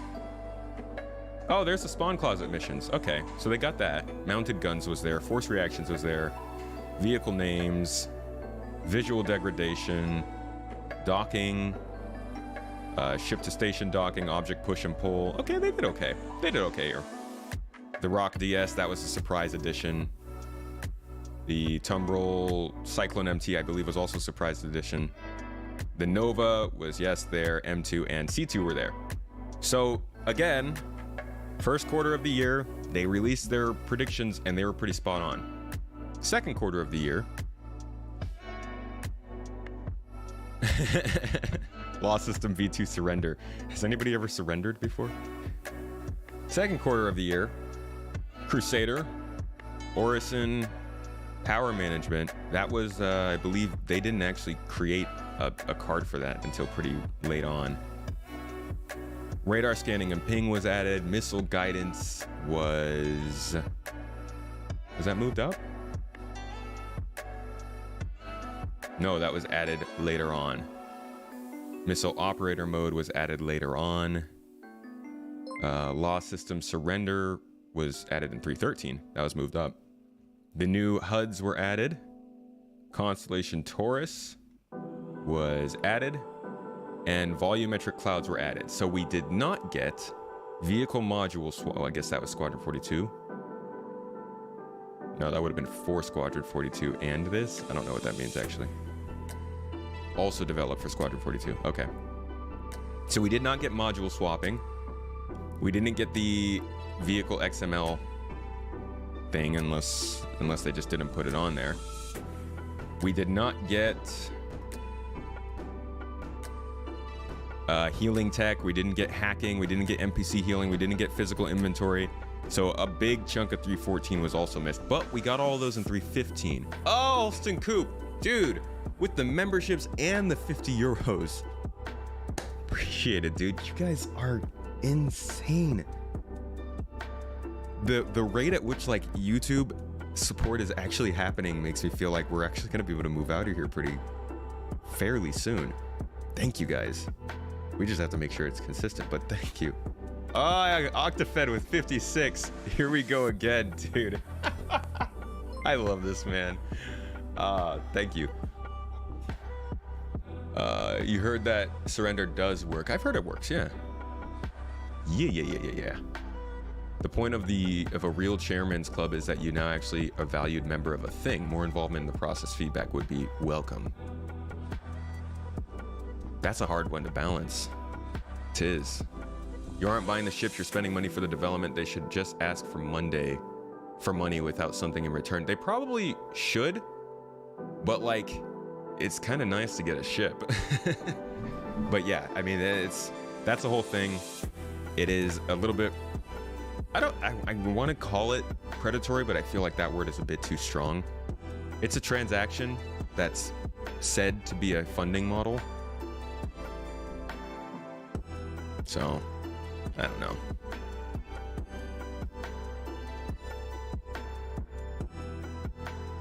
I don't know about everyone, but I want the game we are getting now. I don't like it when CIG dangles the crack in front of me in the form of a feature, but then pulls it over and over without really giving me a clear reason why it was removed. They should provide clear reasons. It's a good point. I understand things will be pushed, but please, if you are not sure it will make the patch, I would rather not know about it. And it seems like that's what they're doing, Fox. I mean, look at, like, this is Q2 of last year. We have complained about the roadmap for such a long time, and there was either two options to fix it. You guys get better at predicting things more than a quarter out, or you get rid of those quarters. To be honest, I'm gonna have a poll. I'm gonna have a huge poll. I'm gonna try and get to the whole community to try and get feedback on this, because that's what it comes down to. Would you rather know more clearly what's gonna be on the roadmap, or would you rather have more visibility? I personally would rather have more visibility, but it does feel like, as a whole, for the project, that's not really gonna work.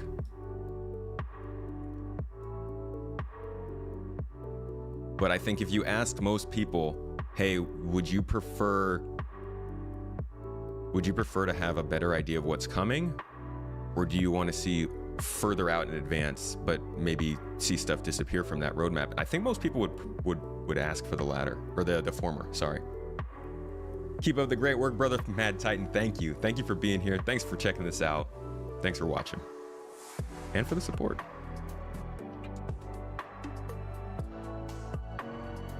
Most likely I'm in the US this year. Yo, I will definitely buy you a beer, Holston. You better come out to Cali, man. I better see you out here.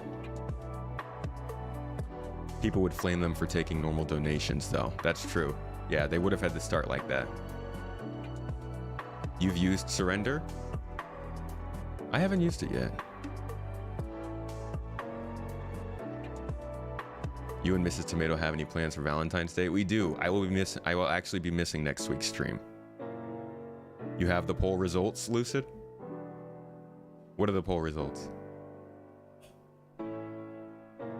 Keep the roadmap but add tags when they feel super confident. That's kind of what they were doing.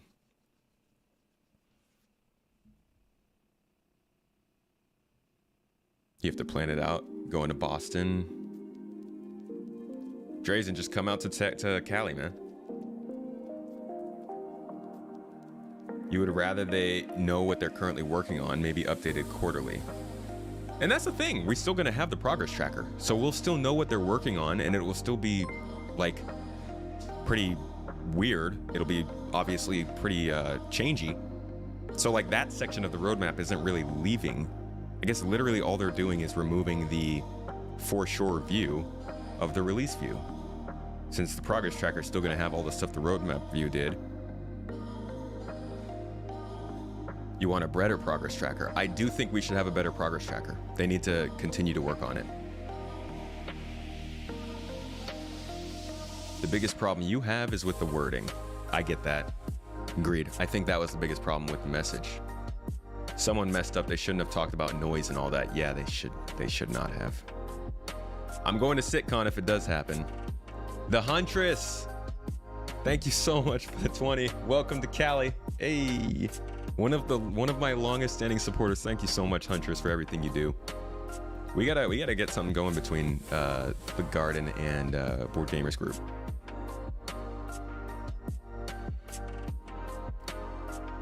.99% would say a broader release view versus the 1 would say reliable release view. Where did you get that from, Lucid? Also, how about this? Tell me about this poll. How many people would like a for sure short release view and a long-term progress tracker that takes the place of the old release view versus having a for sure long release view that gets changed and then a progress tracker that shows the same as the long release view? What does that poll say? Sit-a-row. What up, man? Sylvan agrees, better progress tracker. I bet. Sylvan, I want to see your daily tasks on the progress tracker. Like, I want to know what you're doing at 2 p.m. in the afternoon. What did he just click? Which button did he just add?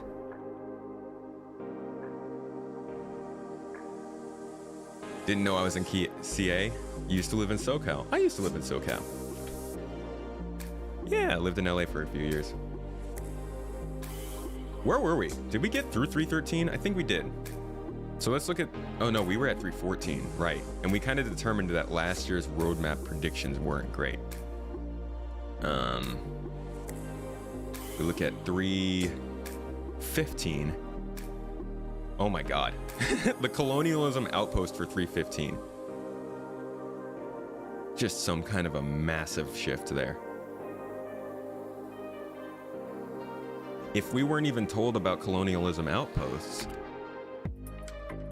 I mean, think about it. If the colonialism outposts weren't put on the roadmap, all we would have known about them was what we saw in ISC.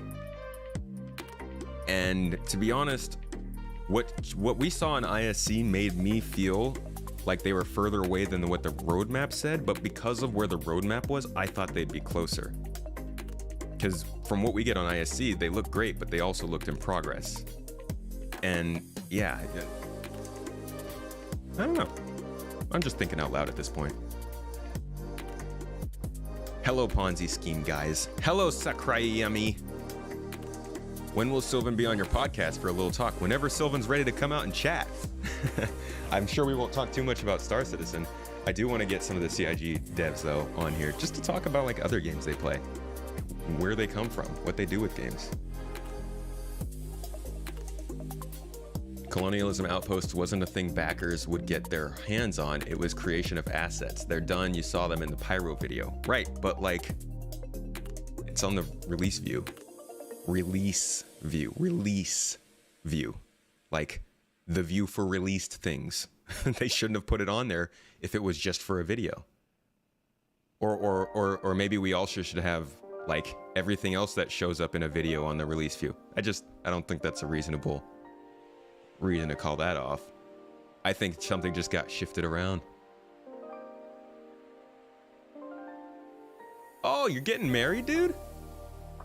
Hey, congratulations, man. Sylvan, how can I get in touch with you to actually have you on here? I'd love to have a talk with you.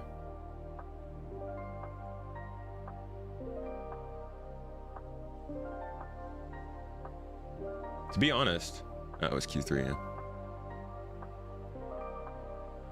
Noise and distraction were euphemisms for toxicity and verbal abuse. If anything, they weren't direct enough about that.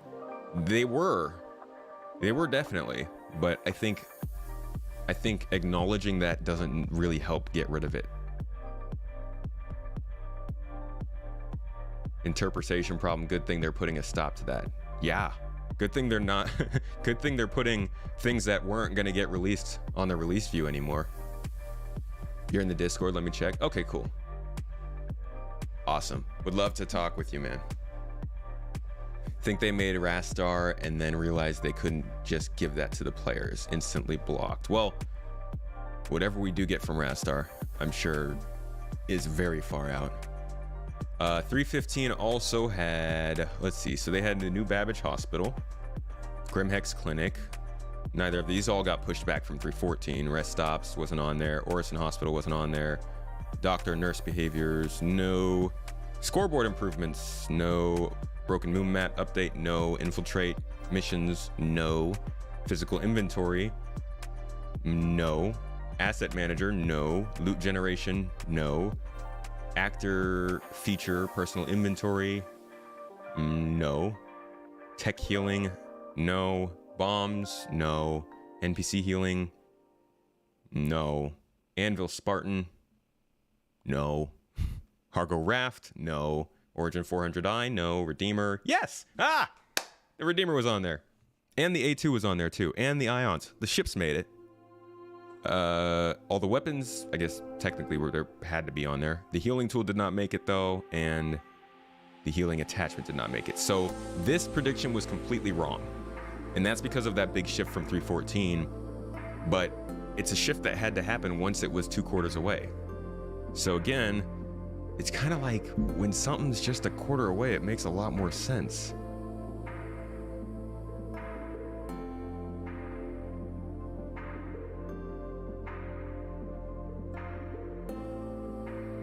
Our invites must have gotten lost in the... Sylvan, I'm happy for you though. Very happy for you. Doesn't matter who they meant, just don't talk to any customer like that. Yeah, it's not a good idea. I think by now they've decided to release the outposts with Pyro, even though they seem basically ready. That, yeah, I mean, they even changed the name to make it Frontier Colonialism kind of stuff. And yeah, I think they're coming with Pyro.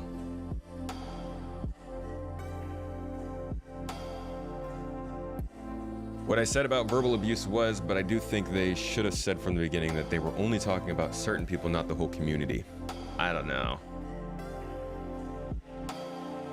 The ships made it? Pattern emerging? Not really. No. The ships made it, but so if you look at all of the updates, ships making it isn't really a big thing. If you notice, actually, I think this was the first patch that I pointed that out. I did think that somebody was gonna take that chance though. These ships making it isn't necessarily that surprising. Most of these this is a variant of a ship that was already done earlier in the year. I don't know about the Crusader Ares, but the Aegis Redeemer was also being worked on for a long time. Oh, I'm sorry. Bombs did make it in. I missed that. My bad. Everything else was not in there. And then 316, well, we know what happened there. Orison V2 actually went in early, so it wasn't in 316. Area 18 Hospital was in there. That wasn't predicted. Derelict spaceships were not predicted. They were in there. Dying Star map rework wasn't in there. Gravlev rework wasn't in there. Jumptown 2. Basically everything that was here was not predicted. So those 2 later patches, once again, not doing great.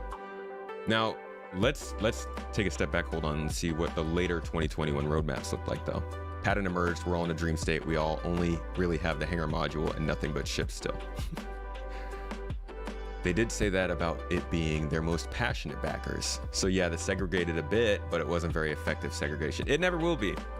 Because here's the thing, how many people actually read it versus how many people just hear what other people say about it? We are all adults and can determine CIG didn't mean those of us who are not toxic. Unfortunately, Jack Tyler, we're not all adults. I mean, we are. But sometimes we don't react like that. So let's jump ahead now to, let's say the roadmap roundups that were coming out around the same time as that 3rd update. Because this would be,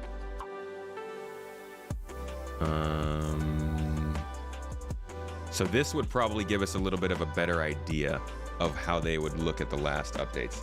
I will say this, they still did pretty bad with 316. So were they more accurate as they got closer? Well, 314 was already in PTU. All this stuff was locked in.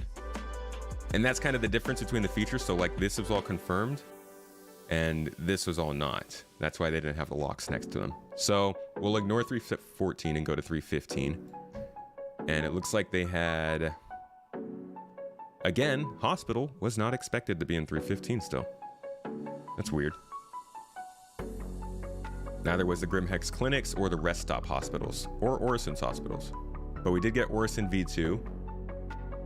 We got doctor and nurse AI behaviors. Is that up here? No. So that wasn't predicted. This is a full quarter in advance, remember, so this should be the point at which they're pretty accurate. Scoreboard improvements, nope. Updates to a map, nope. Infiltrate and defend missions, nope. Physical inventory system, no. Asset manager, no. Loot generation, no. Actor feature, personal inventory, there it is. Tech healing T2 is there, bombs are there. Wait, what? Oh, never mind. We're looking at this again. NPC healing is there.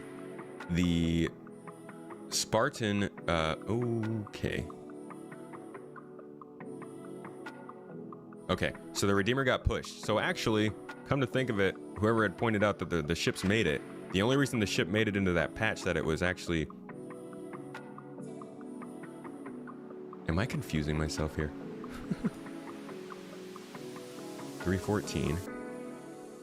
315 had the Redeemer. But the Redeemer wasn't was it released in 315? Okay, it was. God, I was confusing the crap out of myself there.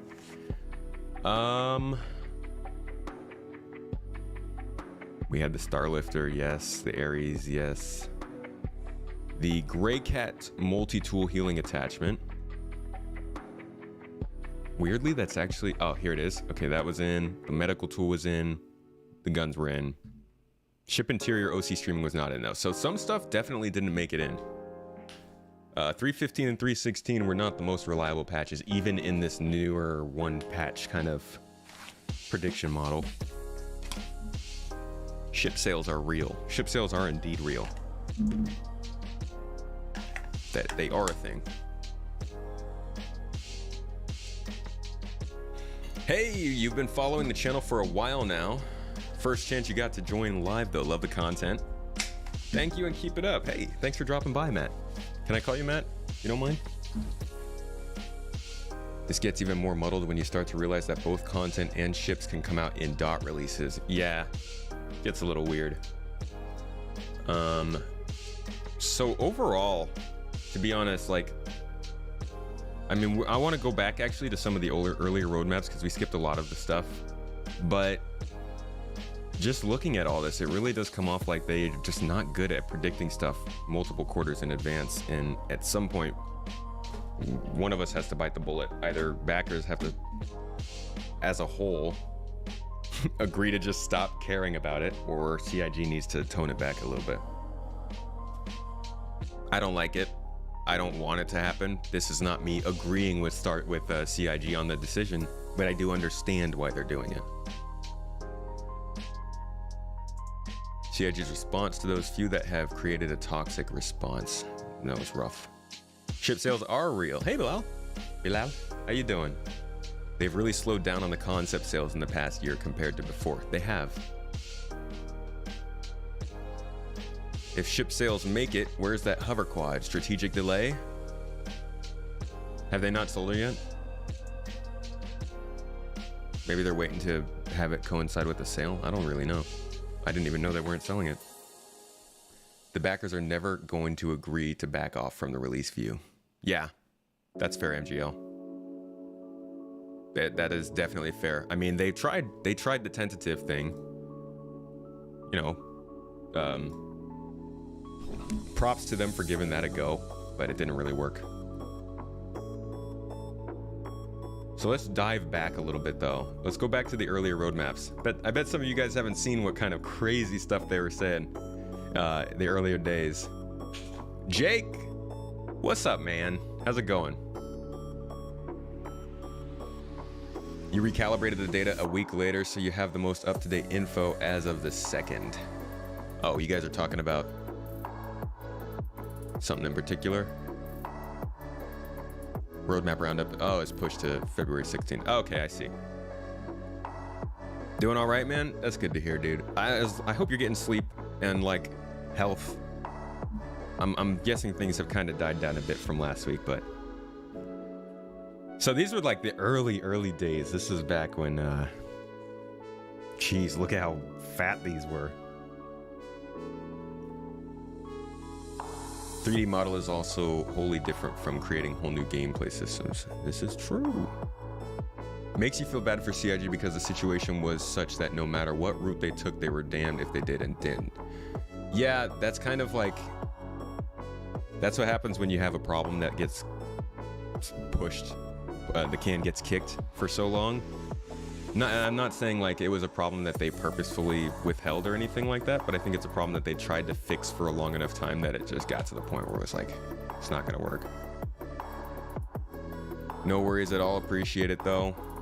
I feel you, dude. I'm sure you have some experience.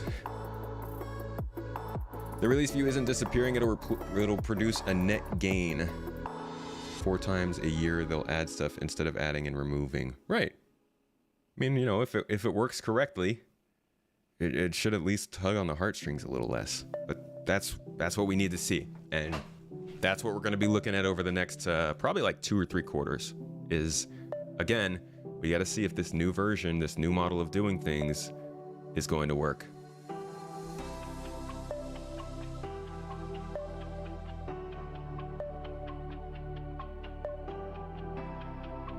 Net game in perception, of course.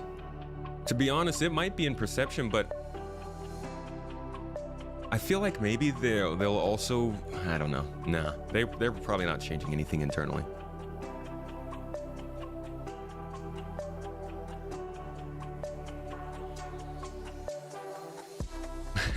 See how long you stay to your word. Just want to say you really enjoyed the show with Dig. You guys are some of my favorite SC creators. Well, thanks for watching. It just came out. If you guys want more discussion on this topic, me and Dig That, another creator from Star Citizen and Elite Dangerous, we talked a little bit about this on the podcast this week. So 3.2, back in 2018, who was around for all that? You guys remember good old the early 3.x patches? It was like from 3.0 to 3.3 was awful. The performance-wise, like people think that the performance was bad last year when we didn't have the 30K fixed and you drop out and stuff like that. No. Oh my gosh. It was before we got object container streaming. It was just not great. I remember getting on average like 15 frames per second, 12 to 15 frames per second. That was miserable. Thank you, Mole Man. You like Dig's approach? She doesn't approach that. Yeah, Dig is very nonchalant about it. During our talk, that was kind of, the vibe that you get. Like, he's there to play. Something else you wanted to add, Jake? This is far from the first iteration of our roadmap, and we'll continue to iterate on it and make it better and better. A lot of processes changed behind the roadmap as well, so we'll see how the next few cycles go and adjust from there. Do we get to hear anything about...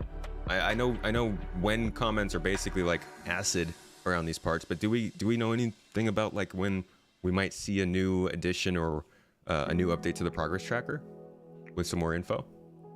Not like more info like what features are coming, but like more info visibility. I mean, 3.0 wasn't yet quarterly releases. 3.0 was the first quarterly release though, yeah? It released in, I think it was December or January of 2018.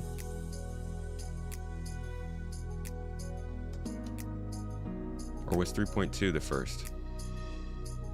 I thought it was 3.0 or 3.1. 3.0 must have come out, yeah, December, and 3.1 was March. Progress tracker doesn't give any indication of when anything is incoming. We know they are working on it, but I think it would be communicated why something isn't out yet would be helpful.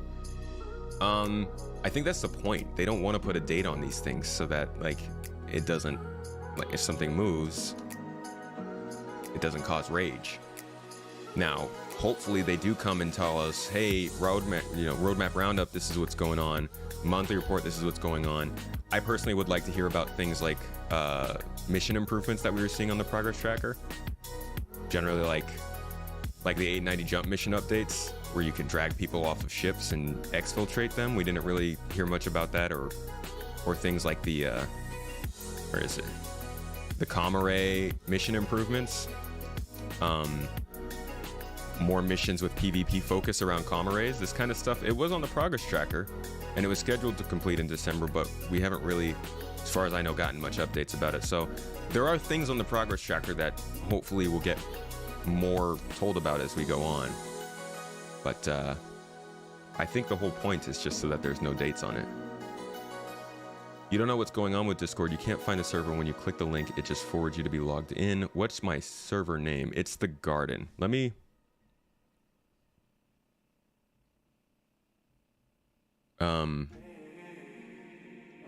let's see. How can I... Let me send you the invite link and see if that helps. You said you were already clicking the link, though, and it wasn't working?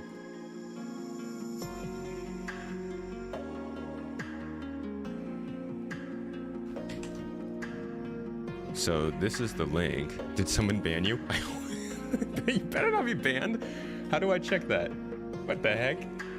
Were you trolling, man? Did you come in here and start? No, you're not banned.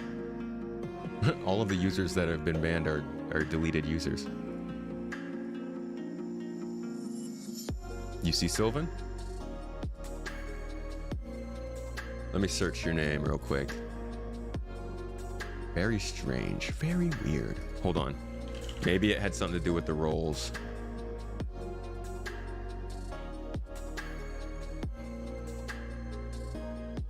No, actually, I don't see Sylvan on there. That's weird.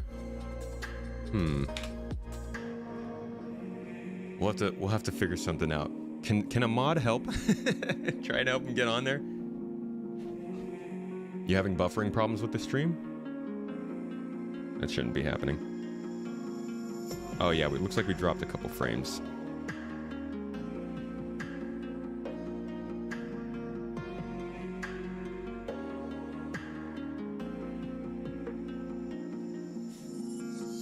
The years all blur together, but it was fun.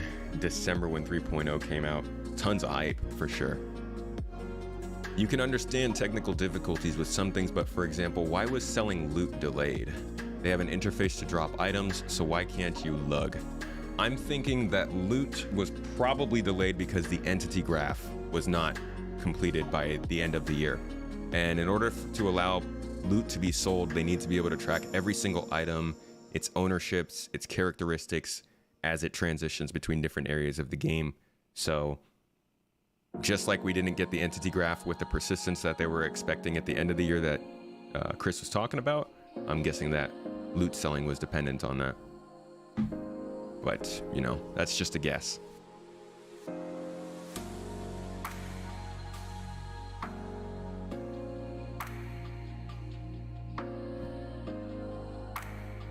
I think that person was just saying it would be nice to know blockers even without dates. Oh, okay. Well, I do agree with that.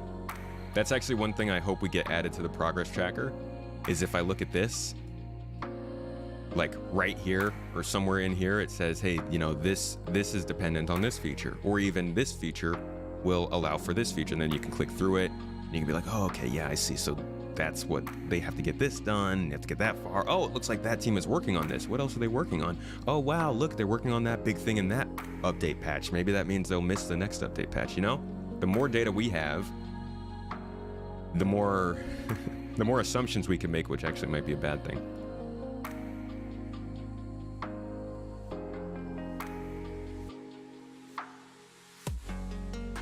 You think having more info on why something isn't out because it is waiting this tech, for example. Yeah, I get you, Anthony. Agreed. Sylvan was the first dev to explain clearly the client performance bottleneck. Something that I think still is not very widely known. It's almost like the progress tracker isn't going to do what CIG thinks it will. Why do you say that, Eagle? Yeah, Jake, they were talking about selling. You can sell. So you can sell, that's right, you can sell minables and stuff, right? Just not everything.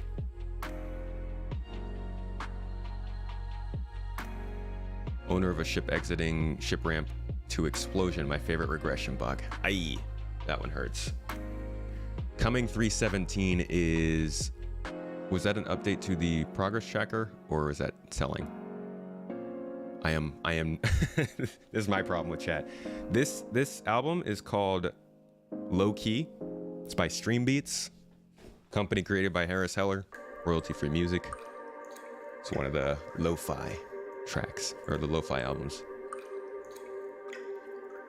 Nailed it on the assumption bit. Part of the reason why we haven't done loot selling is the other part is the immense amount of time it would take to create a true dependency map. Oh, I'm sorry. No, that's not about selling. That's about the progress tracker. I see. I got blocked by CIG. They won't take my calls.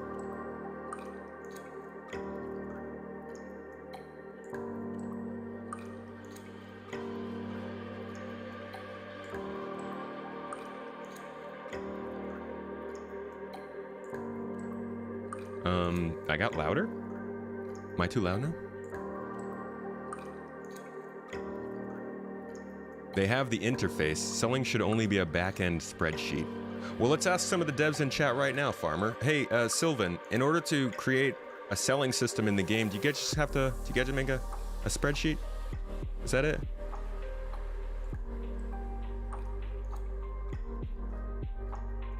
I mean, it can't be that easy, right? Spreadsheets, even a spreadsheet of all of the items in game and all their prices and what they should sell for, doesn't really sound that easy. Wasn't there meant to be ramp updates at some point fixing the issues? There was, yeah. Yeah, the ramps were supposed to procedurally align with the terrain. That got taken off the roadmap a while back, last summer, I think. Do I need to turn myself down? Sylvan is graphics. Yeah, Sylvan won't know. I mean, Sylvan will know probably to some extent, but like, probably won't have the exact answer to that. A dependency map is the holy grail. That's what I want to see, and I think it would be great for CIG to have. That would be nice. Since it seems that Sylvan didn't have this problem before, this is something that hadn't happened to other Discords.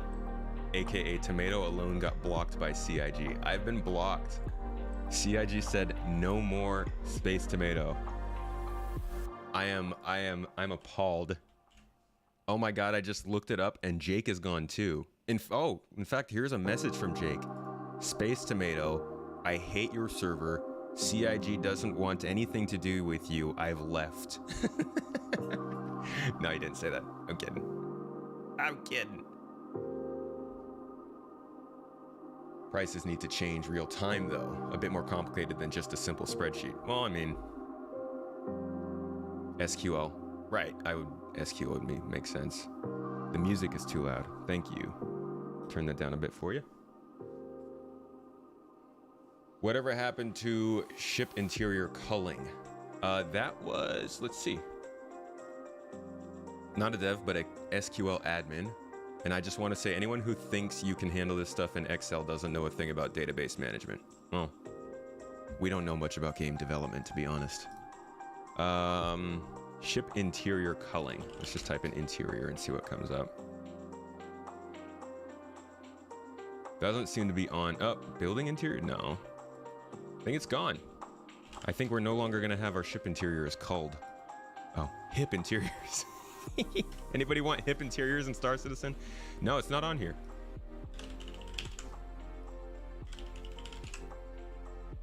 So I couldn't tell you. I guess it was removed until later. Permabanned. Does this mean that if we join the GII, then we're joining a rebel faction against CIG? Yeah, actually, here in the garden, we're starting a competitor to Star Citizen, so that's probably why they all left. They heard about my backup plan.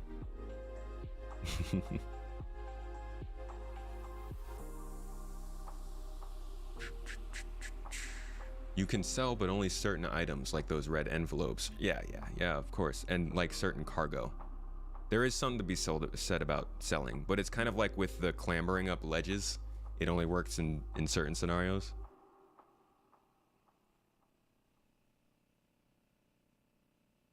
Profile pic changed, but maybe I'm wrong. My profile pic? Magical performance, ship interior Jesus patch removed. Eagle, who said that was a magic Jesus patch ship interior? update. Just curious. Because I think a lot of times those Jesus patches getting removed ends up being a bigger deal because people call it as just Jesus patch when it's not. Hey, Sylvan just saying community drama will rise and fall, as I'm sure you know, but just remember that the game is awesome. We really love you guys. Oh yeah. I'm sure Sylvan gets a lot of uplifting things sent. I mean, I hope so. I can understand difficulties building the interface, but once that is there, by the way, I have 20 years experience as Oracle database design and administration. That is the type of job I was expecting to complete within a month. I mean, I don't know what to tell you, man. Either we have to say, all right, so the people who are building this selling system have no clue what they're doing, or something's stopping it from going along quickly.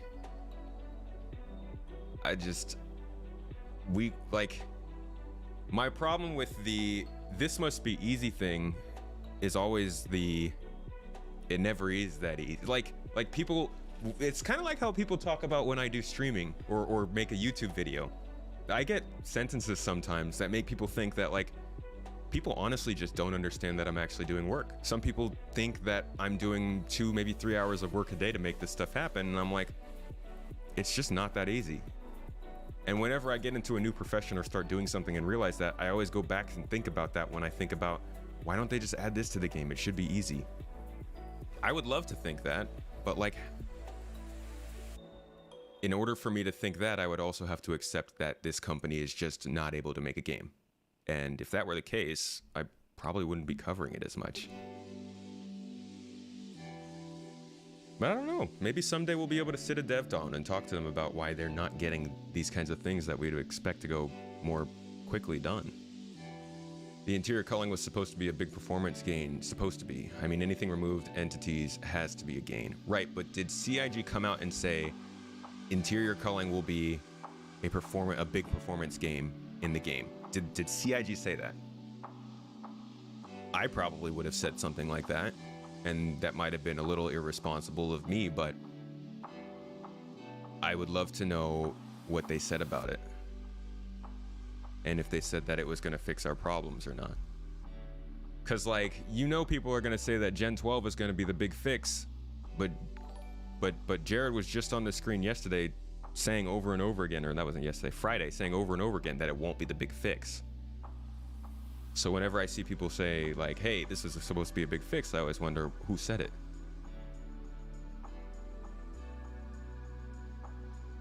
CIG is also using a semi-structured data and graph database. That sounds too complicated for me. The selling system is being built to also work in tandem with the economic simulation. It's way more complex than you'd think, especially since it's being built to handle prices being updated in real time based upon supply, demand, and the socioeconomic status of the verse as a whole. So, because the selling system ties into the economy, it's possible that the economy taking longer is forcing the selling feature to be delayed. In that case, one could say that they probably shouldn't have been saying that the selling feature was going to come in as early as 3.16 since the economy wasn't. But that's all assumption. That is all, you know, I'm taking just one paragraph from one person and stringing it along to come up with my own solution. So that's not exactly what happened, but I guess that is a possible conclusion. About an hour per minute of end product for video, and that's if nothing goes wrong. Yeah, everything goes wrong, Vagabond. Thought the item sales were dependent on the big quantum simulation. Yeah, Jeff, I think you're right. Sounds like that's what Jake was implying. Todd Pappy just admitted he thought OCS and SOCS would give much better performance, and was obviously sad about it, if not a bit broken. Holston Coop dropping 1,000 bits. Bitty boys, thank you for the support, man. Much appreciated, Holston.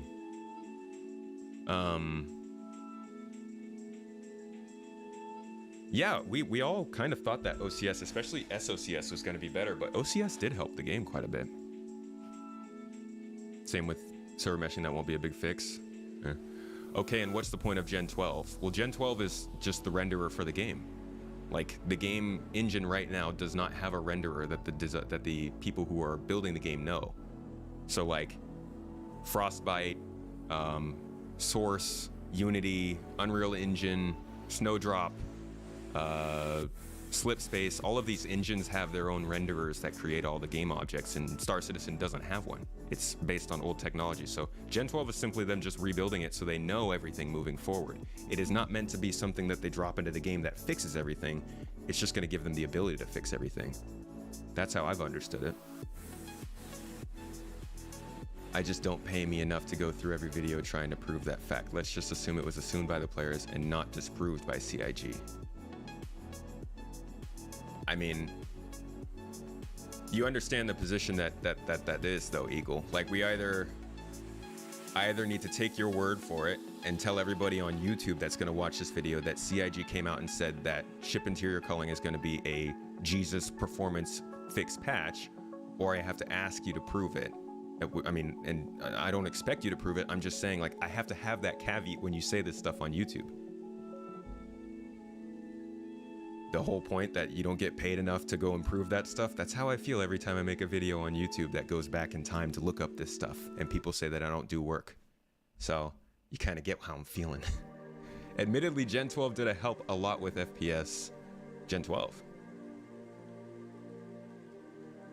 Something did improve in 3.14. I think 3.14 was when they put in the new particle light system, or the new particle effect system.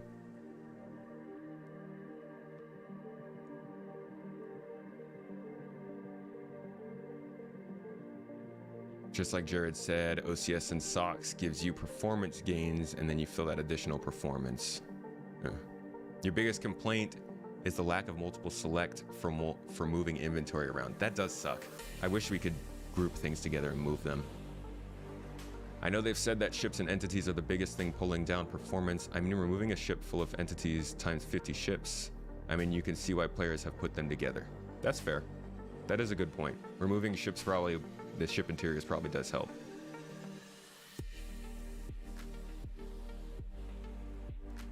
Are we roadmap watchers or only dancers?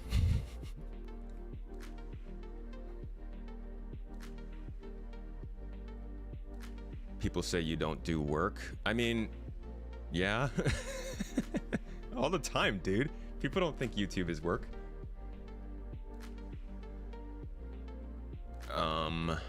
Let's see. Where was I? Oh, we're looking at the wrong thing. Benefits of Gen 12 will be very dependent on your hardware, though. All the work that Gen 12 seems to do, or rather the Vulkan API stuff seems to do, is help to alleviate some load on our CPUs. So I guess if you have a bad GPU, it won't help as much. You just think that the tracker needs to show what other tech is required before tech is complete. Dependencies. That would be a lot of help. We're working right now. This is work, baby. So 3.2. Oh my gosh. Actually, let's not even look at 3.2. Let's look at like what they were saying 3.4 was going to be in 3.18. That's just gonna, this is gonna knock some socks off. Okay, so let's expand all these real quick.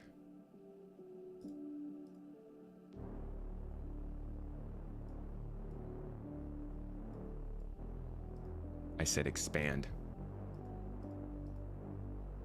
Ah, do I really have to do all of these manually? Ugh. Hey Jake, can we get a button for this? I know nobody is ever gonna use it, but hey, stop doing that. Stop it.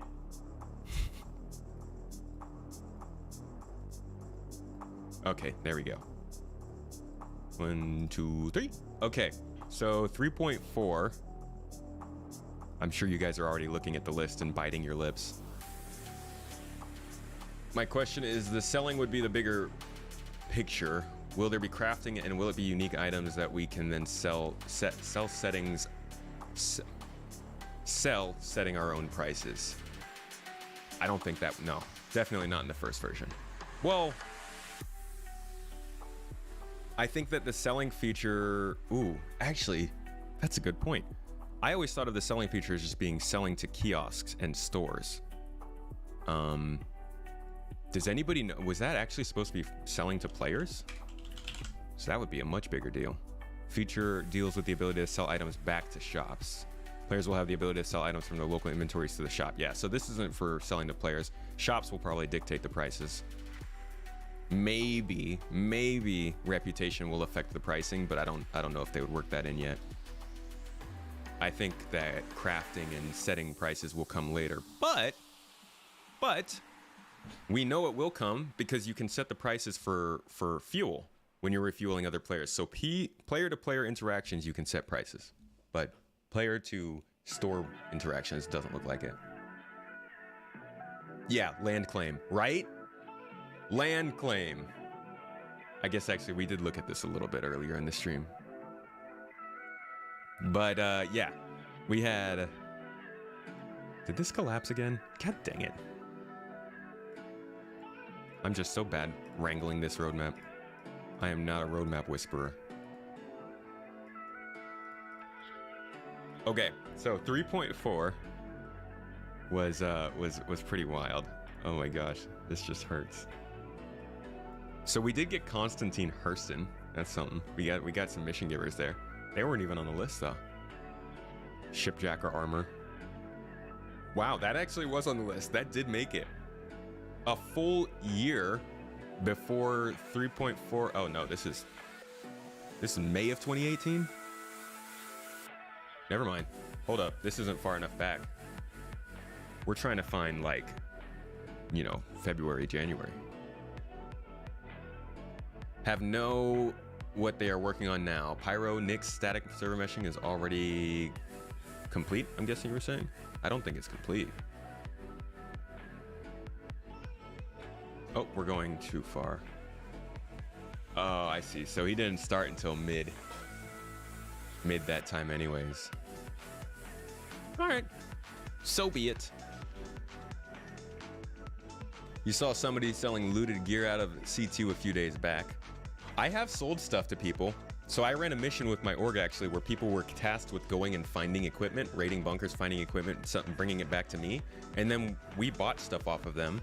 So they would sell equipment to me for doing their work and I would pay them however much for each thing. So you can do it. It's just like the systems aren't there.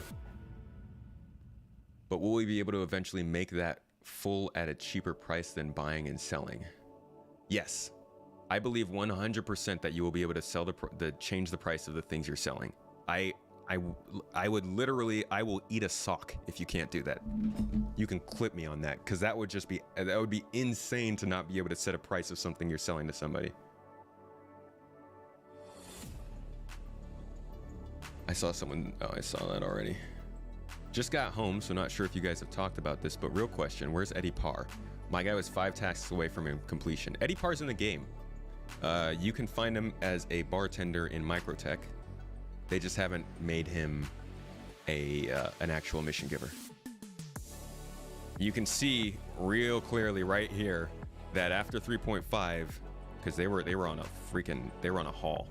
I mean, 3.3 we got 1, 3.5 we got another, 3.4 we got 2, 3.5 we got 1, 3.6 they just cut them off. I think they added 1 more maybe somewhere. No, I don't think they added anybody after that. Eddie Parr was supposed to come in here, I think. Yeah, I just don't think that mission givers are working. They have done it with fuel, so I think we will. Yeah, that's why I'm so sure of it. Like, they've already showed us that you can change the price at least. It's clipped.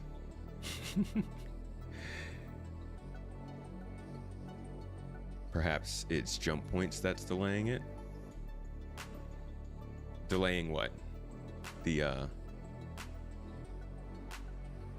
missions? Selling? Douglas, I agree. I think it'll be fixed prices at kiosks. No, I mean, we could manufacture a fuel, then sell it cheaper than shop bought fuel because that is an economy and a reason to make it yourself. Yeah, we can do that. In fact, let me hit you up. Hey, look, It's me. I'm live. What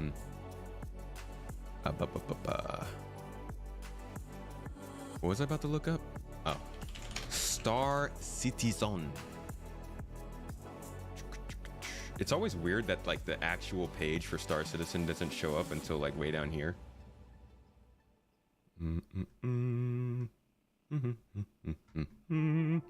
Make up for the music when it's, you know, when it goes off.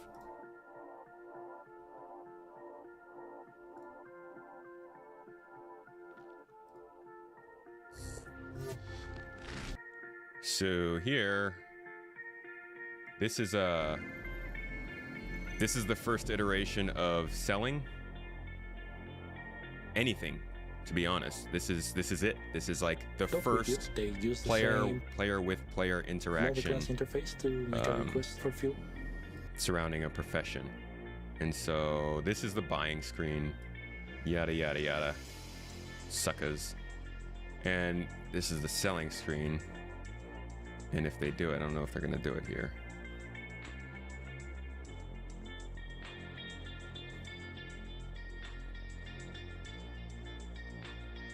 Oh, I think it's closer to the beginning, maybe.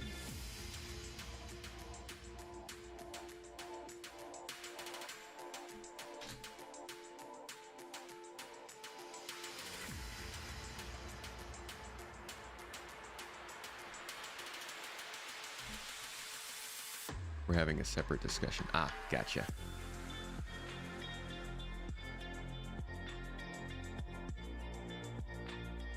Just want to see an animated GIF of some AI taking a dump on an image of the roadmap.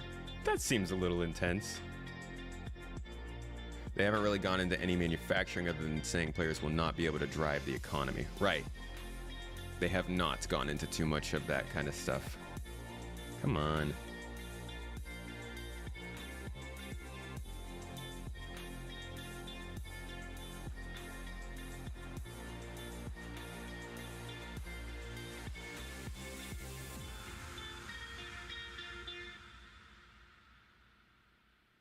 You know what? I guess they don't show that. They don't show the person actually changing the price.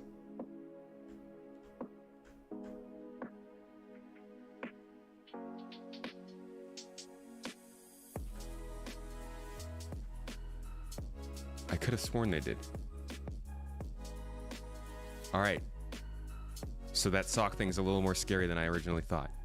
I could have sworn we saw them changing the price somewhere. No?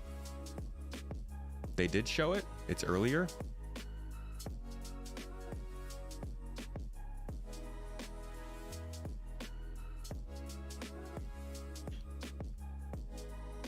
I keep missing it. Where is it? Which is it? Is it here?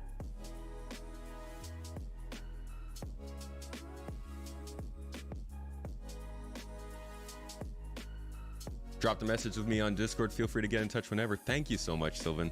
That's awesome. I can't wait to be able to talk with you about this stuff. Is this it? This is just changing the amount bought.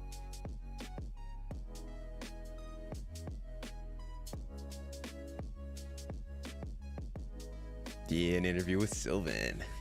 Yeah. Let it play. Oh, there it is. Yeah, okay.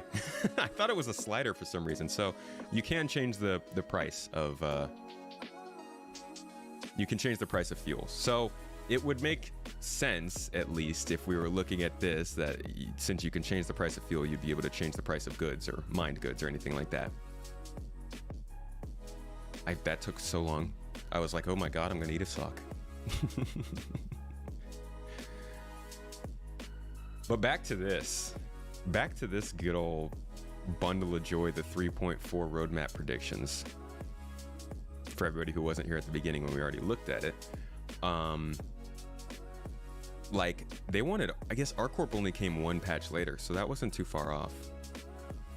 And we did get mining. Actually, no, mining wasn't even on there at the time. You'd like to see a fee for responding to a call in addition to the fuel, though. A fee?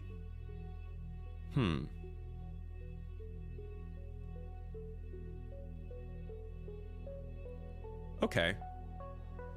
What about a deposit? Like maybe you do a deposit and you get it back when you're done? Yeah, it makes a lot of sense to not have to charge people if you're giving them fuel. Like a medical response fee. I guess that makes sense. And you could maybe say, what if you only got fees when you were within calm distance? So it was like if you're in civilized space and you want to work as a fuel person, you have to register all of your fuel jobs and that causes a fee. But if you're like out in the frontier, you know, it's not regulated, you can do whatever the heck you want with your prices. That'd be cool. And then they work that into all the professions. You know, if you're mining somewhere and you've got a mining claim, yeah, you have to register it, you have to pay for that.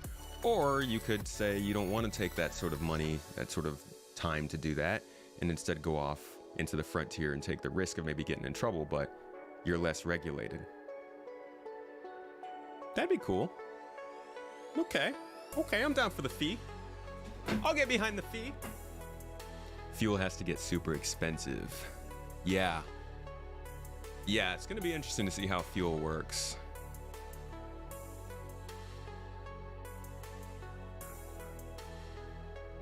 Traveling a long time to fill up a small ship will cost a bit more. Yeah. You would charge work members double. Of course you would, though. You're just a dick. Don't want to do a new world. Money sinks come after plenty of ways to make money. What do you mean?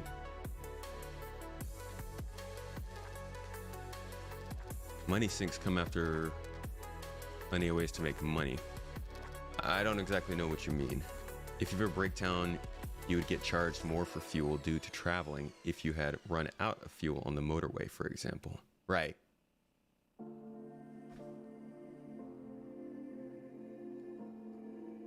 Yeah, you only pay for the fuel you get, right?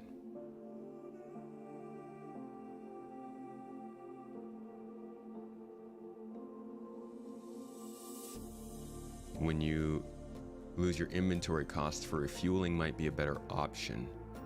Maybe. Before they added Hurston in 3.5 and tanked the OCS. They added OrCorp in 3.5. I think Hurston was 3.35. Hurston came in with OCS, I think, right? Came in like right before it. Or is that what you meant? 3.3.5?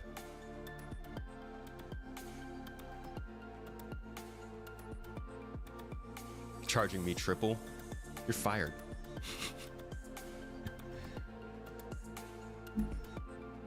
Oh, you meant... No, Matt's Drazen. Oh, you meant the game New World. Okay.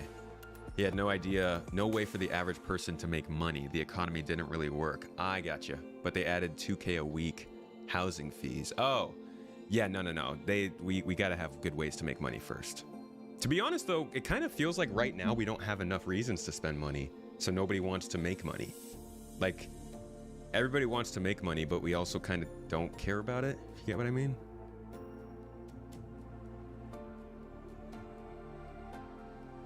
Wait till we see the fees you're gonna charge us for docking the Kraken. Wait till you see the fee I charge you for owning a Kraken, buddy boy. New World's not doing well. That's a bummer. So land claims are probably the worst thing here, I would say. That, I don't know what in the world, I don't know who hit their head that week, but land claims in 3.4? I'm guessing maybe they were just thinking there would be land claims like you would buy a patch of land and then you could, I don't know, race around on it?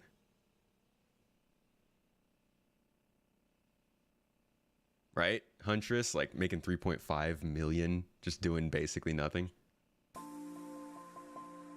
If you're in the Stanton system, eventually you won't make much money there versus the places where fuel is in more demand. That's true. For fueling, Stanton might not be the best place. Stanton's super highly populated too. Stanton is incredibly highly populated. That makes it a little bit of a, what is the word? Stag haul, stalwart, I don't know.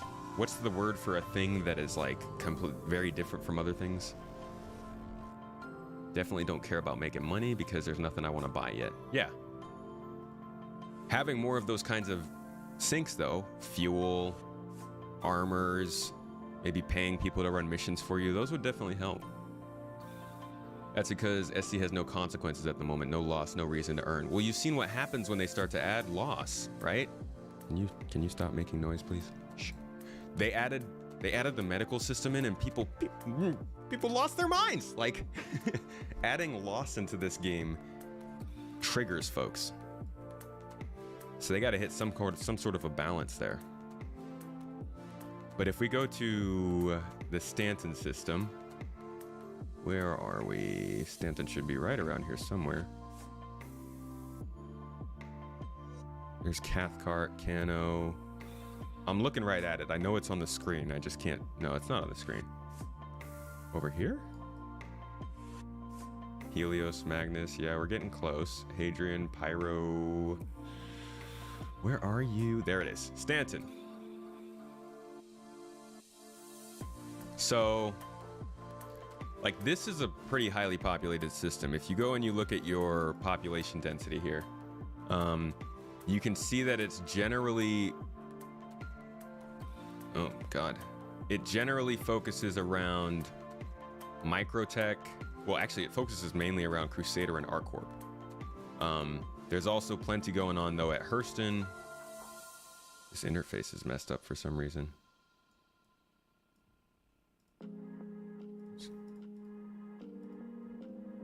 Yeah, I don't know why. But it's definitely around those two planets. But there's a lot of people. And, like, this is a small system. This is like 5 AU, I think. So take this into account and then back out. And, like, I won't even go crazy. I won't go to some random system off somewhere. Let's go to Pyro, the system that we will most likely get within the next year or so. Now, this is massive. Like, look at how big that is. And if you use the population map, there's basically nobody here. So we've got a jump point from Stanton, right? All the way out here. We don't know if it'll actually be there, but that's a far jump from the rest of the system. Then you got all this empty space where there could be points of interest and things for you to go do. Refueling at Pyro is going to be completely different. Pyro and Nyx are 11 AU and 10 AU. I thought it was bigger than that. But yeah, there's going to be a decent amount of variety in the way that we earn money when it comes to other systems compared to what we're at right now. What is this map? This is the Arc Star map. It's available on the RSI website. You can basically explore and see more of, like, the details of each of the systems in the game and what they offer. And, well, not in the game. Each of the systems in the game's lore and what they offer and what they're all about. Thought they were 15 and 39. That does sound a little more expected. I thought they were pretty big.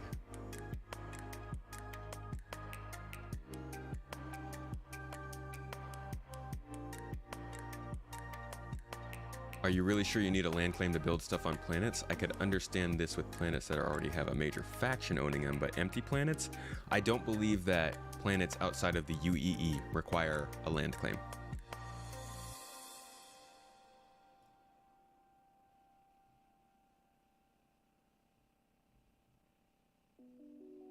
A lot of people knew nothing about Death of a Spaceman because it wasn't officially discussed for years.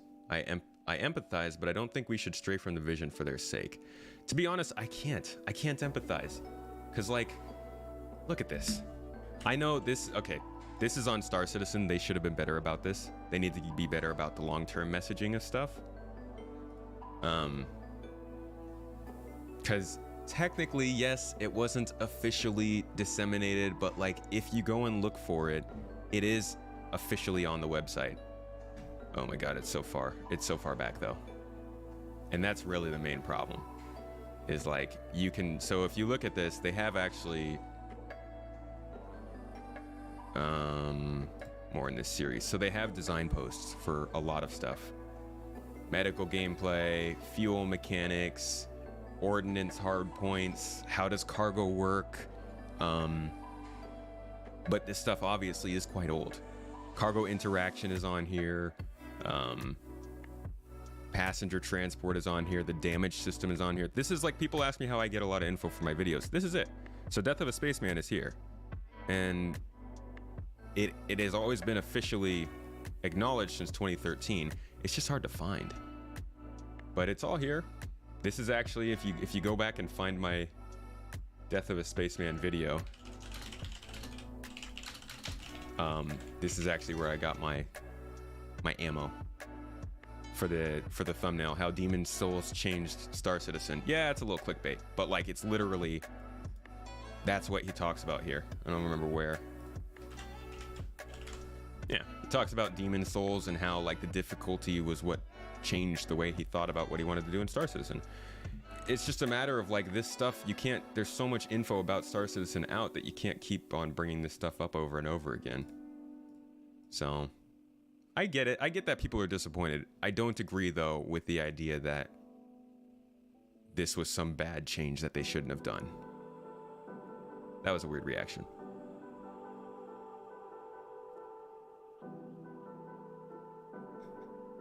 That's fair, Octafed. The bigger systems will have a long time. I hope it's not ours, though. Should not be ours, God. Yeah, Hordekai, I'm on Twitch. Been on Twitch for a cool minute. How are you doing? A lot of this depends on a working, fluctuating supply and demand economy. A consistently stable economy doesn't offer in the way of player trading because there's no scarcity. The economy is important. Yeah. Prosthetic gameplay. Does the medic play a MIDI game to install? Does the player? Is it instant, or will there be just a timer like jail? Heck if they already know. Definitely did seek out all the design docs when you joined in 2017 because you're a nerd. Yeah, we'll do it, but the website doesn't have the information presented. The website, like, they updated the website, but they only updated part of it. And what this is, the front page of this website, is just not good. To be honest, I don't think that the latest developer activity should be anywhere near this close to being up here. I think that besides the latest posts, they should also have a permanent thing, like a permanent text review or retrospective of each patch when it's out so people can see what's happening at the latest. They should probably have a link to the roadmap for the next patch, and they should probably have a link to all of the important design documents and stuff. After that, yeah, I can't really speak towards what else there should be, but the front page does not do a good job for new people coming in. Not at all. You're getting an ad for Twitch while being on Twitch? They're advertising on their own website?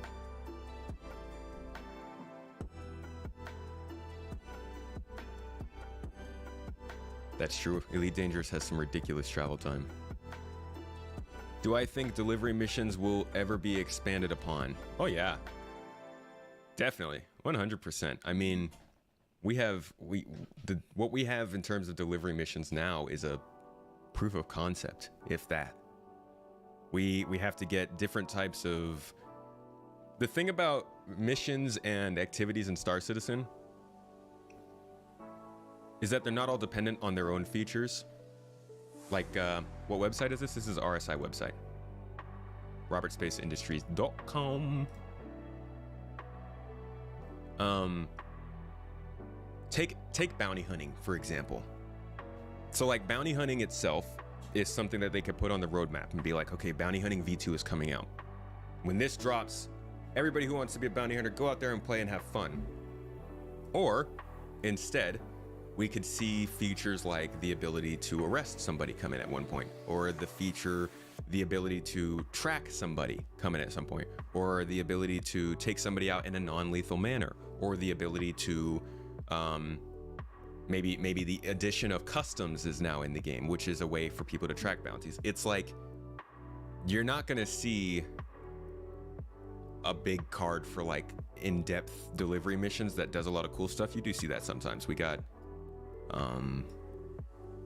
those delivery missions somewhere around here. These.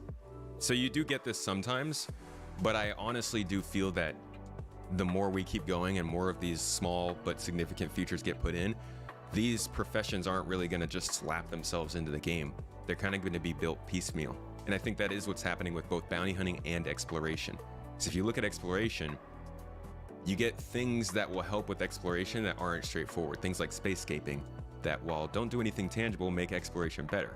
Or things like radar scanning and ping, which, yeah, is exploration, but doesn't exactly unlock exploration gameplay, right?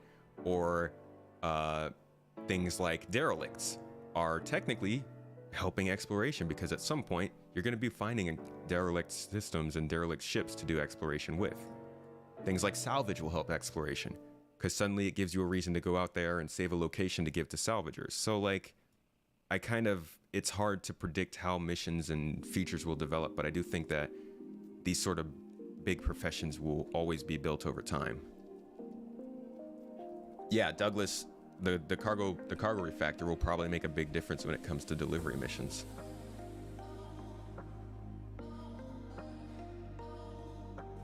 You want delivery guides to pay you to tweet about how great employment opportunities they are? Delivery missions seem more oriented to starter level, if you ask me. They do right now. I think at some point, though, we'll get mass delivery missions. We'll get delivery missions that have to do with drugs, illegal things, people, probably. We'll get delivery missions for artifacts and high-value small assets and stuff like that. So I think it will expand. If customs is in, we need a new animation to vault over the little scanning booths. Oh my god. Little bespoke customs evasion animations. Refueling, as they've shown, is temporary. The Starfarer cannot make the fuel it transfers, making its main feature still missing. Fuel scooping and refining. All exploration is really missing mechanically is data management and transfer. Absolutely, Lucid. Agreed. I would put Rex behind a scanning mechanic that only exploration ships can do. Once you have the location, you can sell or swap ships. The way that it sounds like they're going to do it is that all scanners have some sort of base level performance, but there are specialized scanners for things like consumables or things like derelict ships or things like ground locations. So like for instance, the Mercury Star Runner has a scanner that is specified for data, tracking data, receiving data, stuff like that. Whereas the Terrapin has a scanner that's more specified for locating objects and stuff, like you said. Thanks for doing this. A good look back stream to see where we were and where we are going. Yeah, 3.5 back then was also not great with 3.4. I mean, we've kind of already determined that far out predictions back in 2017 to 2020 were not great. But I mean, we were supposed to get, well, we got a new mission giver actually in 3.5, but DNA face customization, playable female characters, the Arcorp planet, FPS collision avoidance, basic gunship behaviors, AI flight model, combat behaviors. Oh, they do have some combat style stuff going on. Star Marine map, the heat. So we went through this already, but we went through it with an earlier roadmap. There's a lot of stuff that's on here that wasn't on the prediction, and a lot of stuff that was on the prediction that's not on there. And I guess we've kind of gone over this like 6 times by now, but very clearly, not only did they miss stuff, let's make a statement about that here. Yes, they took stuff off the roadmap way more often than adding stuff. But their predictions were wrong back then and now, not just about what was supposed to be on there, but also about what wasn't on there. Everybody focuses a lot on the stuff that's taken off. And again, like I said, there was more taken off than was added. But the bottom line here is that their predictions were off no matter which way you look at it. They were adding good things onto the roadmap later on, and they were taking away things, and it hasn't been working out. Maybe lockpicking added? Lockpicking in 29, 50, 52. I feel like that's just going to be a laser. You know, little cutting gadget.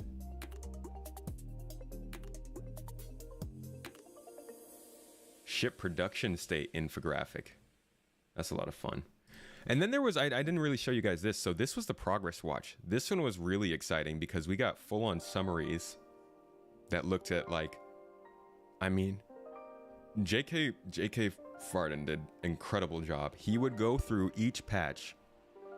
This is the kind of person who I feel like should be talking about the roadmap changes and all that. In fact, I should get in touch with them and get them on the podcast. That's what I should do. Because he would go through and he would type out all of the stuff that happened. This was before the roadmap roundup came out. And he let people know what he saw, what was changing, what was going on, and just super helpful.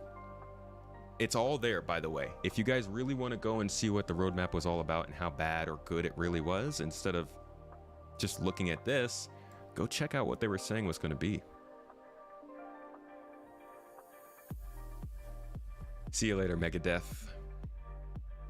Think we will ever move away from laser/beam gameplay, or is that an SC staple? I think laser and beam gameplay is misinterpreted as being the primary form of gameplay for these professions. I don't think we will ever move away from it. I think there always needs to be laser and like that sort of gameplay, because there always has to be a one button press way to do things for people. And I think that the laser/multi-tool/ kind of way of doing things is just the most basic, most standard level that anybody can pick up and do very quickly. Whereas taking medical as an example, right? As a medic, you're probably not going to spend very much time actually using that laser. Most of your time is going to be used trying to figure out how to heal people, or trying to be next to people, or trying to solve situations in the right way. I think that the laser style is an afterthought almost for these gameplay styles. I do think that cutting and salvaging will also require some form of a laser, because again, that's the most basic way to do it. But I think that in the future, you're going to also be required to open up components, take out subcomponents, figure out the best way to salvage something, figure out where you should store it so that it can be salvaged, like, you know, like the other things that go along with it.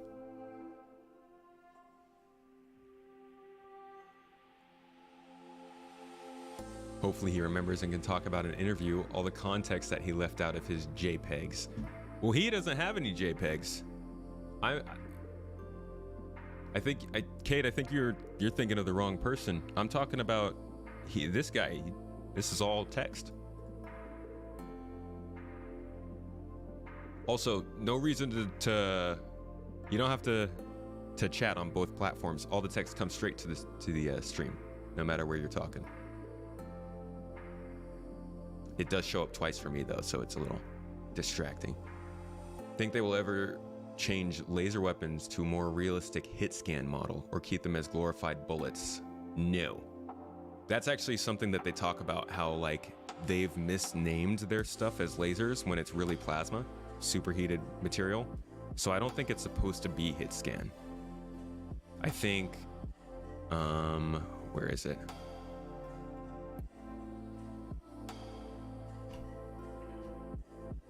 As soon as I can find it.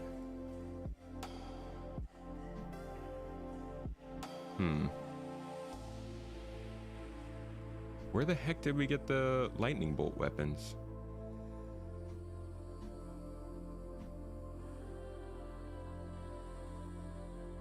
I don't know. I think that there will be hit scan weapons, but I don't think that we have them yet.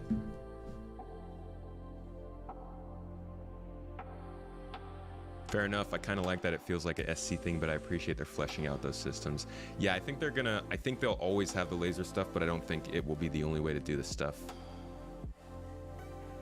Also easier to animate. That's true. You're going to suck up a whole ship into a small canister with salvaging. Just vacuum seal it in there. Thought I was talking about the dude who made all the color guided JPEGs. Nah. Just, I was talking about the roadmap, the progress watch. You can't read the text in the video as well. Is it too small? I can actually make that larger, I think, if you guys can't read that. Give me 1 second.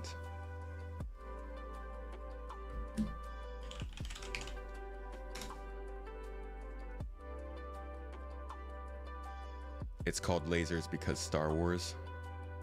That is the easiest, even though it's plasma, right? The Bandu Tachyon Singe cannon was hit scan and got removed. Did they remove it because of that?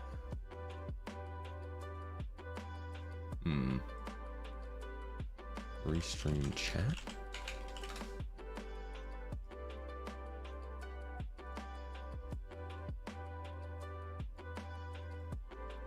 Ah, settings. Here we go. Appearance. Whoop. Scale it up a little bit. Oh, I think that scales it up for me. Scale this part up for you guys. Okay.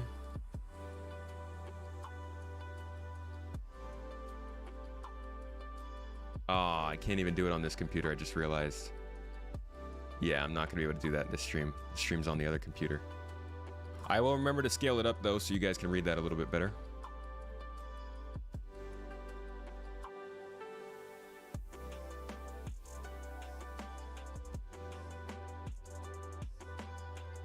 I'm doing well, Big Dave. How are you doing?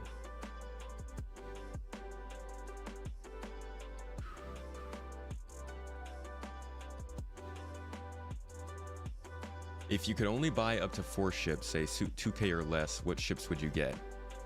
Buy with real money? Just like own? Terrapin, MSR, Corsair, Endeavor? Not the Endeavor. Terrapin, MSR, Corsair. Maybe a Vulcan? I really like small ships. It's not legible, but it is just a little more difficult to read than text chat. Not legible, eh? Please tell me I don't have it installed on here. Yeah, I can't change the text size, unfortunately, right now. Maybe I can stretch it? I didn't realize it was so small. Somebody should have told me. Yeah, I can only really have it at that size. I'll have to change that later.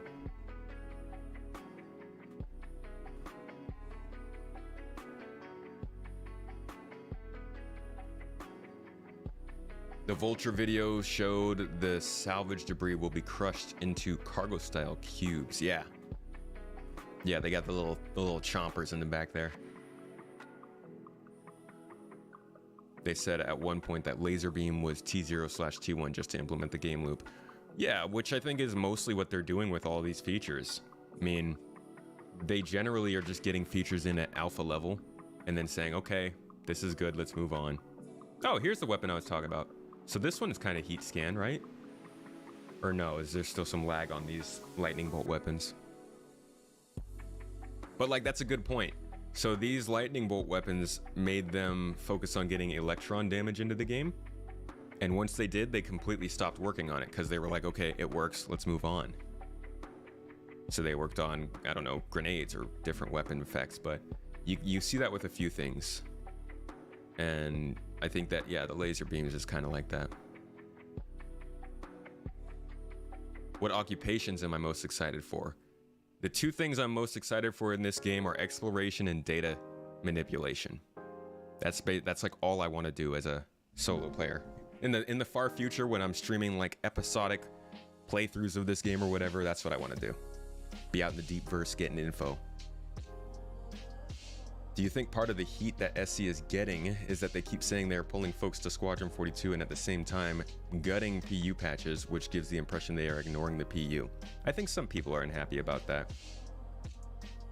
I wouldn't necessarily say that's where the anger comes from, but I do think that that causes what causes the anger, which is a perceived lack of progress. You know? The more they pull people onto Squadron 42, the less we might see openly about Star Citizens. Then Star Citizen feels like it's moving more slowly, so people are less happy about that. They did say they're working on different ammo types. They did say that, yeah, last year. Yep, stun gun damage. They talked about flak ammo. I mean, yeah, they're expanding ammo for sure. They kind of do that too. Like, the alpha implementation is one thing, but then they sometimes they'll come back. That's what they did with derelicts. This is the second version. I think this is T1. And this is kind of the step up from the alpha version. I'm actually doing a long video on this for all supporters. Anybody who is here and is enjoying this talk, I do exclusive streams for my supporters. I also do 2 exclusive videos on YouTube every month. The next one I'm doing is going to be an entire historical look at the development of derelicts, starting in 2016, all the way up until this year, and then we take a little look at what it's going to look like in the future. So if you like videos like that, consider signing up. You can either become a YouTube channel member here on the channel or head over to Patreon and get a couple more perks. Whatever you do decide to do, thank you so much. I appreciate the support. It means more than you know. I'll catch you later, Summer Yeti. Thanks for modding, man.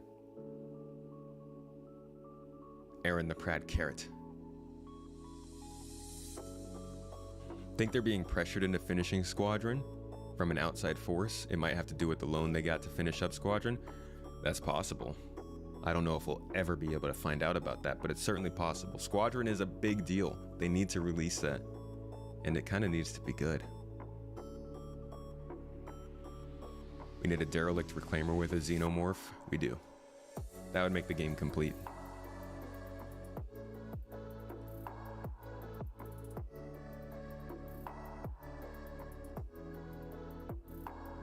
It's still 2018.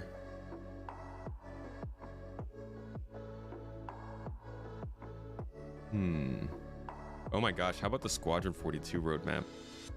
You guys enjoy that? All chapters wrapping up by March. Probably look at why the progress tracker doesn't tell us anything really. Oh my god, that would be crazy. The Squadron, the progress tracker is for Squadron 42. They've already said though, those are all considered, what are they called?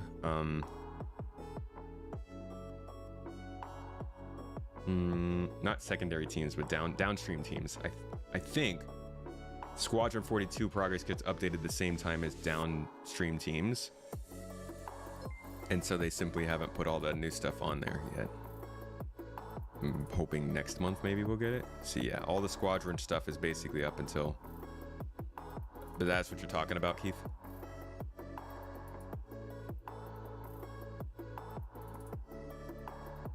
Pretty sure seeing they have a lot of big money backers, not to mention they will get quite a boost in revenue. Yeah. Also, there's always the chance they could port it to console. That'd be really big. Roses are red, violets are blue. Will you be part of my team in Squadron 42? Octafed, of course. Thank you for the 5, by the way, man. Gladly, I'll join you. What do you think will make it to live? I'm desensitized to the whole overpromise / strip and repeat yearly cycle. What will make it to live in 317, Mordecai? They want to double the workforce in the next 2 years. That requires a lot of money. Yeah, it does. And that, I think, was the biggest sign that we should be expecting some pretty big shakeups going on. That's why I'm keeping a close eye on what they're doing in terms of ship sales. If they release 42 and it's good, yeah, that's going to skyrocket their reputation for sure. What do I think is going to go live this year? Oh, man, that's a lot. That's a lot, dude. I couldn't give you a good list of that, to be honest. I mean, big ticket items, I think we'll at least get the cargo refactor, the planetary nav mesh. I think we'll probably get a better idea of how Quantum is working with selling and stuff like that. Probably some more missions, more dynamic events. But I can't, I mean, this, I don't know. I can't tell you. We could look at the progress tracker. I could probably look at this and tell you like what I believe is going to be there, but that's a lot. This is what we are getting live: coffee, and then next patch we will get soda, then subs, and then pizza. Do we not already have pizza?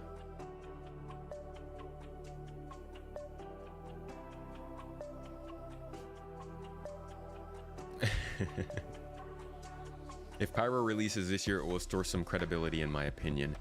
I wouldn't bank on it. 42 really has to knock it out of the park, but if it's anything less, then everyone will roast it over a fire. Oh, it'll get roasted, no doubt. But yeah, it does need to be good. I think it needs to be at least as good. On a campaign level, I think it needs to be in the same ballpark as like Halo Infinite, to be honest, to really be taken well. I know that's setting a pretty good bar, well, depending on who you are, but I think they kind of got to nail that polish. I don't think they will. First, like, how is their first campaign going to be as good as 343's, right? Oh yeah, we already had coffee. You're right. We have non-functional pizza shops. Boo.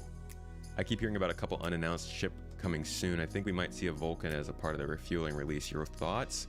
They do always have unannounced ships on the progress tracker. Never know really what to expect though. Vulcan would be cool. I like the ship. Squadron 42 will be released in chapters actually, Aaron. 3 chapters. They've already split it into 3 parts. They're all really big parts though, so I guess they could split each chapter into more chapters. Little pages. Squadron 42, page 1.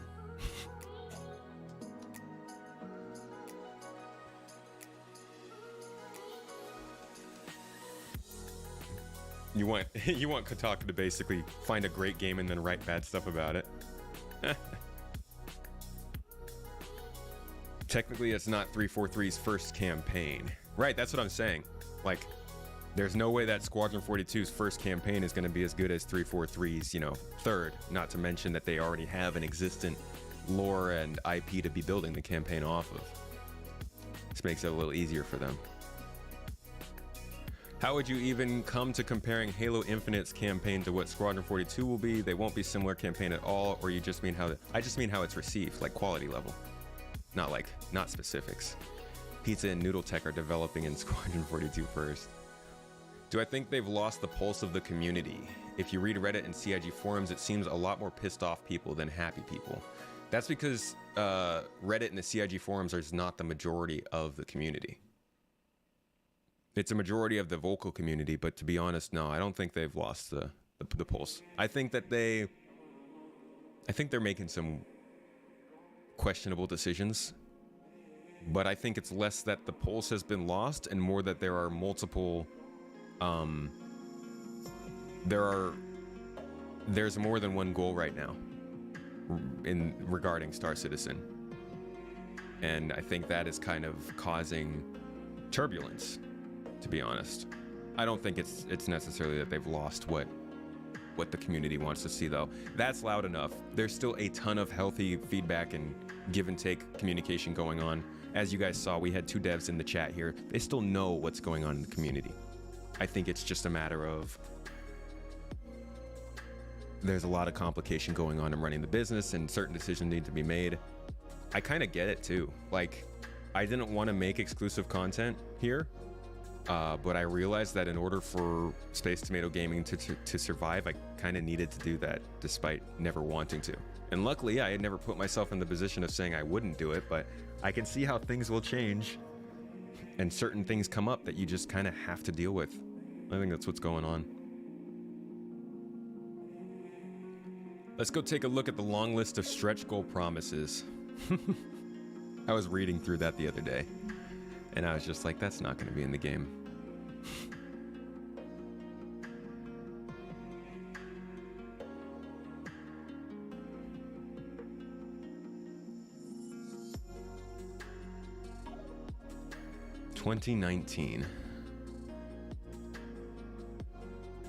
...2019 was the year I actually really thought Star Citizen was going to start taking off. Silly me.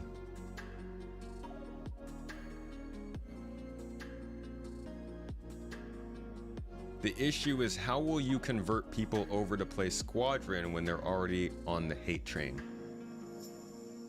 Just show them a good game. People will so quickly forget the hate train when they see a good game. They'll try it and they'll play it and they'll be like, okay, sure. Mass Effect also suffered a lot from hate and bad press from creators, but was actually pretty good. I mean, it was okay. I don't think it was as bad as people said, but meh.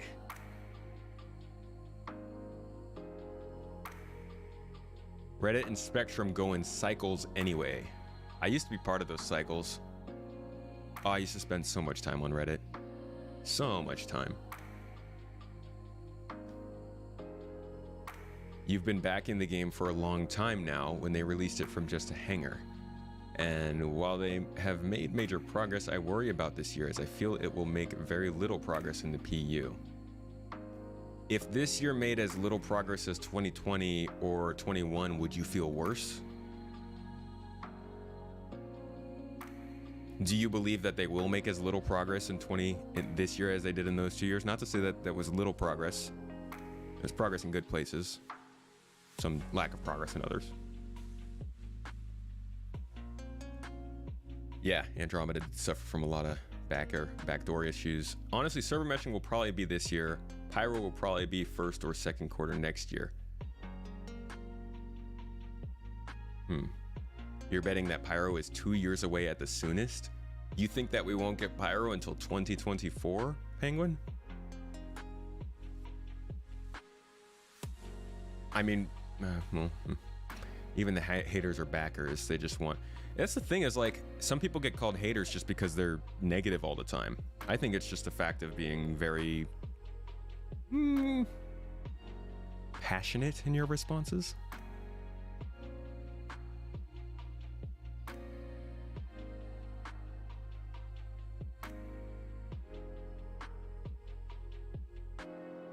You're hoping for Salvage and Pyro this year. I think we could very seriously see Salvage as long as we get persistence in. I think Salvage has a good chance of being in. A big reason for that is I know Salvage is always on the roadmap. They always lie about Salvage. It constantly gets put on the roadmap and then it never gets talked about again, and it gets moved and they're lying, and I know all that. But bear with me, yeah? This is a pretty big deal. R&D for Salvage went down in November and December, and the graphics team is already working on building Salvage in with the damage map. Now, that's not much. And actually, now that I think of it, let me double check. I don't think I checked January, but we should be sure about that too. Okay, yeah, so they also finished the concept for a backpack intended to work with the upcoming salvage mechanics. So a backpack for salvage is being worked on in the art, and VFX for the salvage tool are being worked on. So we've never had salvage pop up in a monthly report. That on its own is already a really big sign that salvage is further along than it ever has been before. I'm not going to say depend on the roadmap for it, but the monthly report is always the best place to be able to tell what's really going on in the company and what's being worked on. I mean, like, it tells the story.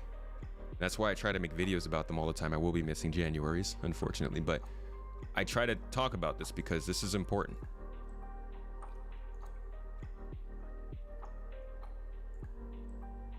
Laughing out loud at passionate.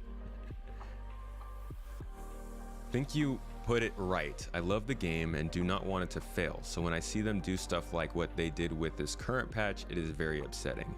It is upsetting, and I think that's why they're really trying to get away from that, because they know that there are people who want this to go through, and they know that people are really excited about whether or not it happens or not, and I think they just kind of want to get away from building up the expectations that, to be quite honest, they have kind of built up in places, so that there's less of that disappointment.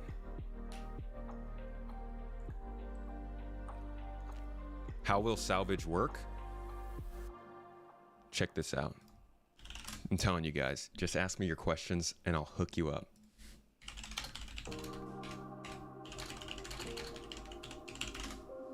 So here is a video that they put out in 2020 with a 18-minute asking questions to the developers about how salvage would work.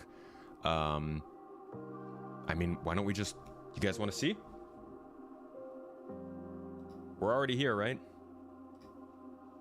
So this is the answer to the question, literal question, how do we see salvage working in the PU? I'll go ahead and give you a preamble here. It's probably going to consist of cutting and removing components at first, but let's see what they say. Overall, how do we see salvage working in the persistent universe? We really break it down into 4 different types. So there's hull scraping, which would be actually removing hull, or basically the paint off of the hull. Then there's components, basically salvaging, taking out the components that are placed actually within the objects, so coolers, power plants, computers, so on and so forth. Then there's the maw, which would be actually crunching up the ships and disposing of them that way. And then there's actually siphoning of different oxygen or fuel, data, that kind of stuff. Gotcha. We've talked about some. So it seems like, I mean, basically you're going to have to find different ways to get all the different things. Siphon out fuel, get components, scrape off the top of the hull. It's a matter of what's coming first and what's not. I think that's mostly going to be the component stuff and maybe scraping the hull. Let's listen to some more.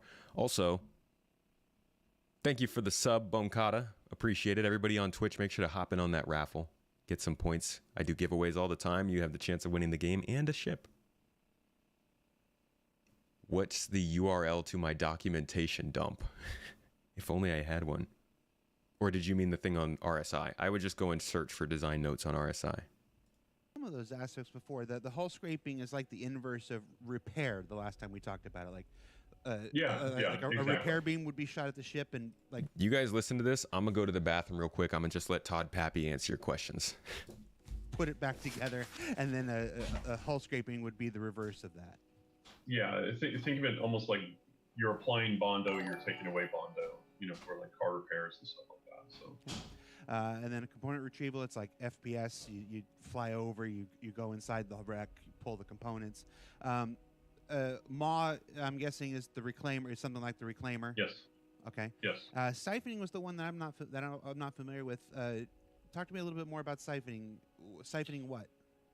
Well, I mean, for example, we have tanks, so like quantum fuel tanks, hydrogen fuel tanks.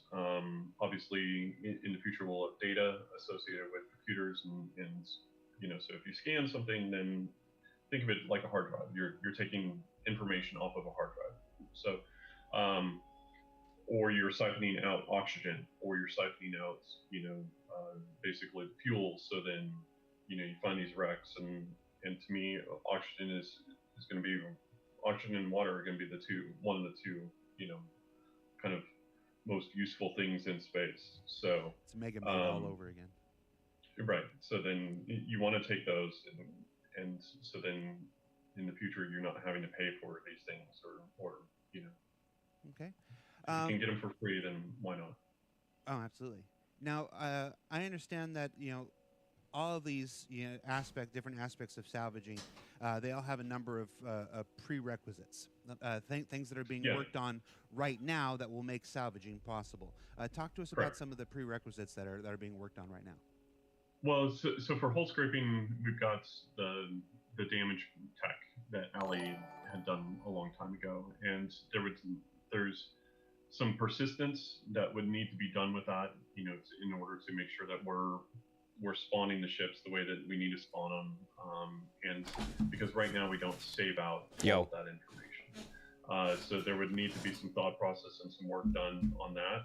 For the hull scraping, obviously we need to create the weapons or items that you can use to actually scrape. And then for component retrieval, it's actually getting the items in, getting them placed within ships, getting power running, getting pipes working the way that we need it to work, so that you can take it out of ships, but at the same time, when you're actually in the ship, you have the multi-proof gameplay of actually removing those items or switching them out on the fly. So that's kind of what I was talking about, how like salvage is one thing, but it'll also be built up through different features. So like physicalized components being able to move, is a feature that we would see on the roadmap that wouldn't be called salvage, but it would be used in salvage as like a main gameplay aspect. The pipe system, or where's the roadmap? Oh my god, what did I do with the roadmap? I closed it. All is lost. But like the pipe system, the heat system, the damage map, these are all features that would normally show up on a release view, but wouldn't really actually tell us that like it's salvage. You feel me? Where is it? Here. Nope, that's not it. But you can see some of it here. So like systems degradation, this got put in the game such a long time ago. That's technically part of salvage. It just doesn't really matter on its own. The heat system, this is technically also part of salvage because it affects the components and stuff. Again, doesn't really matter that much on its own. This happens a lot, and I think this is probably why it's always felt like Star Citizen hasn't moved along that much, because all these features they put on are like just pieces of the puzzle. And during the alpha, for whatever reason, it seems like the puzzle is coming together rather slowly. But if you wanna watch that whole video, let me drop it in the chat for you guys. I think there was another one that came up too. There's another, a more recent talk that they might have had with salvage. Oh, look at that. One of these days I almost made as many views as the Star Citizen channel. LOL. Clearly they get a lot of views. Let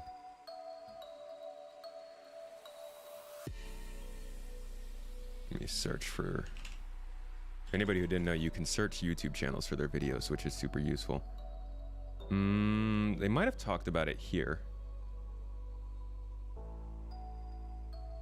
But I guess no, they haven't talked about salvage much recently.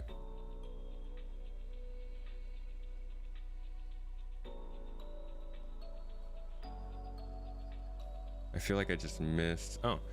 You've seen someone put it in perspective. Boss goes to dev, says make this item to do this. The dev says, okay, 2 weeks I need to do it, but finishes it in 3 hours. Boss goes to dev and says, okay, now code in order... Oh, that link, it did go to Twitch. Now code in order to do this. I lost my spot. Now make this to do this. Dev says, okay, 2 weeks, then looks at the code, and in order to do this, he has to change Xcode, which makes him change Xcode, which pushes it out to 3 months. Something like that, yeah. It seems that a lot of times it's...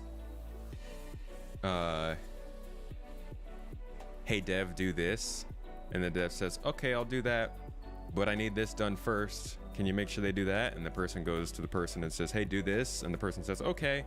So they come back to the original dev and says, yeah, they got it, they'll be fine. And then the other dev doesn't have it. That's at least how I imagine it. That's how work works. That's why, like, it took freaking forever for me to do certain things that I did with Space Tomato. But overall, to be honest, I kind of agree with what they've done with the roadmap. I didn't before this stream, before going back and actually looking at the roadmap and looking at how bad it's been, because I know it's been bad. Like, I was here for the whole thing. We've all been here. We know that they were kind of not doing a great job with long-term predictions on the roadmap. And I gotta say, if they're not gonna fix their predictions, then we need to stop getting them so far out. I don't like that. Like I said, I'm not a fan of that, but I get it and I'm along with it, and I think it makes more sense, especially considering that they simply can't seem to get a handle on longer term predictions. Every single problem it feels like we have with this game, maybe I'm wrong, somebody correct me if I'm wrong, but it feels like at least 90% of the problems we have with this game are because of incorrect predictions. Whether that's on a major scale, like the game is going to come out in 2016, or on like a really low-key scale, like, hey, the roadmap's gonna get updated this day. Oh, sorry, we pushed it back. No, not those. Long-term predictions, anything more than like a couple quarters, but that's always been the problems. Server meshing, the launch of Pyro, the freaking 2016 roadmap. It's always just been problems with figuring out what can reliably be done in a certain amount of time. Props if I was a dev. I was not. If that was to me specifically. Never been a dev before. I wanted to.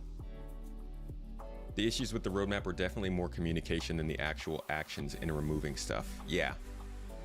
Also, the communications with the roadmap as a medium. It's like they said, they put too much stuff on there. Seems to you like they hired too many artists and not enough logic/programmers. Why do you say that?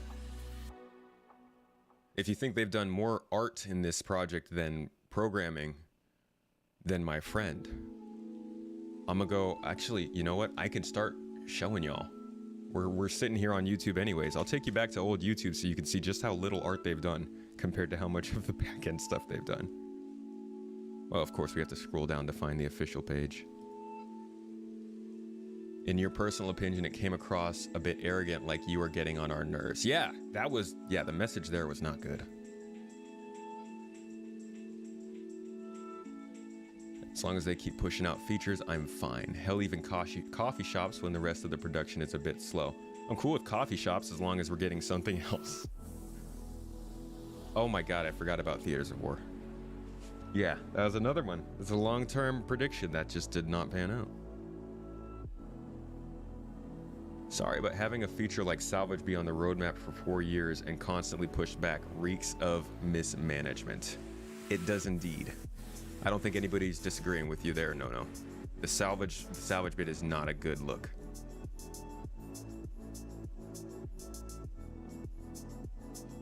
Doing an SC roadmap is like creating an actual map. It only shows where we have been. Anything ahead of us is unknown. Well, that's not much of a roadmap. Pretty appalled by their process. CIG comes across arrogant the way they communicate stuff lately. Also, no letter of our chairman for 400 million. What else has come off arrogant besides the roadmap update? From what Jake has stated in other non-Spectrum forums, it appears the issue also stems from the fact that it's a one-man show arranging the entire roadmap. Really? He doesn't have any help? Oy. Freaking take backer money and put it towards that. My sister works for a major social media marketing firm. They just fired a major client because their toxic attitude made the social media managers' lives hell. I think CIG was doing something similar. But firing is kind of different. Like, you could fire somebody, but if you're gonna talk down to them, you better be ready to fire them. Has anyone bothered to look at what other companies' roadmaps look like in comparison? They're nowhere near as good. I've never seen a roadmap like CIG's. It's unfortunate that they get so much crap for it, because besides the missed stuff, it is very good. My wallet is closed. I am not amused. As it should be. You should be able to make those decisions for yourself. Yeah, Hater's in here. Forgot to say hi, by the way. How you doing, Hater? Oh, it's on the Twitch side. Yeah, give that man a shout out. What I think CIG should have said recently, we've been getting certain individuals who've been harassing our devs. This will not be tolerated. Should this continue, we will be forced to take action. Didn't they say that? Or they should have, yeah, a while ago. Sneak pictures of the hover bike was bad. Why would that be a gift? Yeah, that was a dumb gift. That was a pretty dumb gift. That's for sure.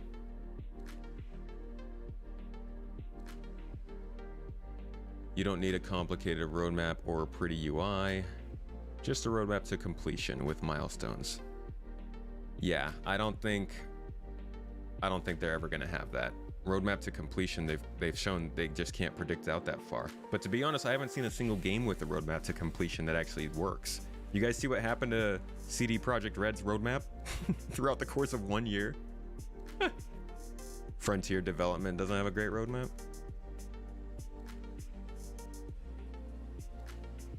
And communicate blockers and prioritization shifts. Yeah, that stuff would be fantastic.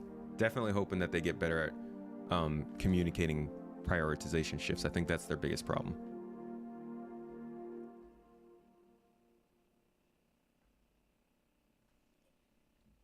Probably was a good call to hold back Theaters of War. Would have been a better call to never say anything about it. Yeah, MGL, you said Frontier. Who were you talking about?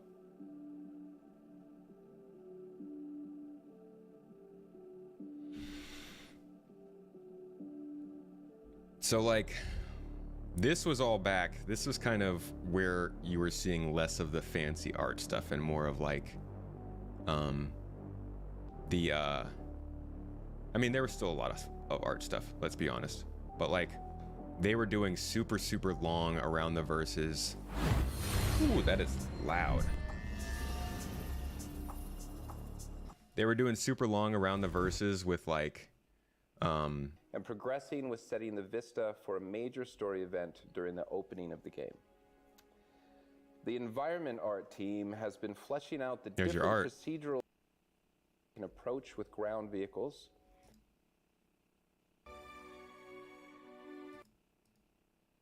Planetary surface via airlocks, as well as serve as a place for a future possible air rail to outline land. Team this month did some R&D work regarding. You meant Unknown Worlds.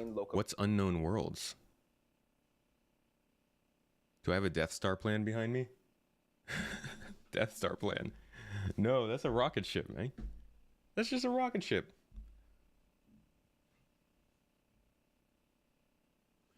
Missed much of the stream, so gotta rewatch later. But any light bulb moments during this deep dive into the roadmap history?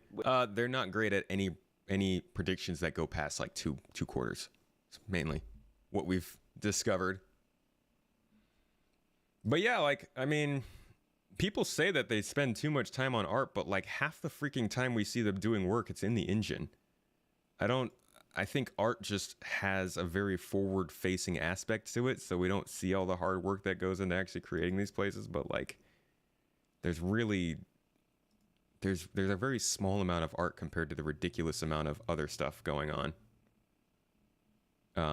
And I'm guessing if you went and looked at the LinkedIn profiles for all their employees, you'd probably find that there aren't, like, the amount of artists they've hired might not actually be that much compared to other studios. But I don't know. I don't actually know. Unknown Worlds made Subnautica. They had a really good roadmap, though it was actually more of a progress tracker. Huh. Subnautica is pretty cool from what I've seen.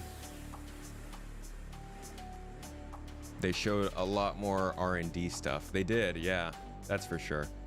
You're getting a lot more kind of far out stuff back then. And that's why it felt like you were seeing stuff and then it just disappeared for a long time. They also had devs talking a lot more back then. It was these Around the Verse episodes were pretty gnarly. Ah, their team's way smaller. I see. Is any dev team good at that though? Good at what? The roadmap stuff?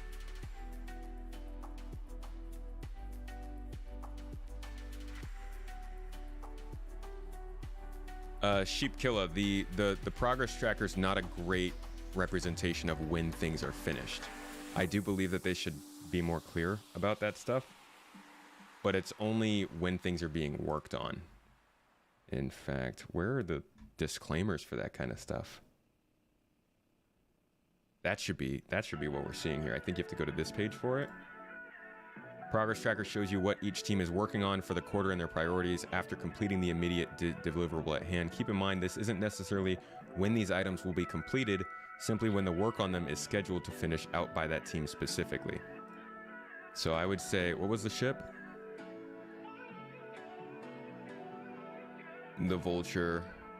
Right, yeah. So the Vulture won't come even if the Vulture is being completed. That doesn't mean it'll be released because they still have to finish salvage. And since salvage isn't technically part of the team making the Vulture, it wouldn't be listed on there. But this would be a great time for them to have some sort of a deliverable that says, hey, oh wait, no, they do have the salvage stuff that needs to be on here. Vehicle content team.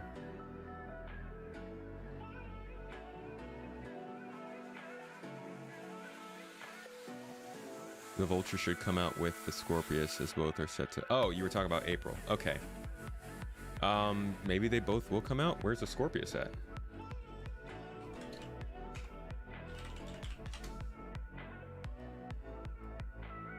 Yeah, maybe they both will come.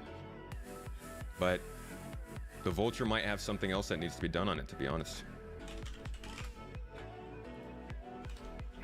But that's I think what people are looking for when it comes to the progress tracker is, yeah, show us what work is being done, but like also tell me why this is scheduled for here, what needs to be done afterward, something, anything. Because there could be something else on here somewhere that like has to have some work done and we just don't know.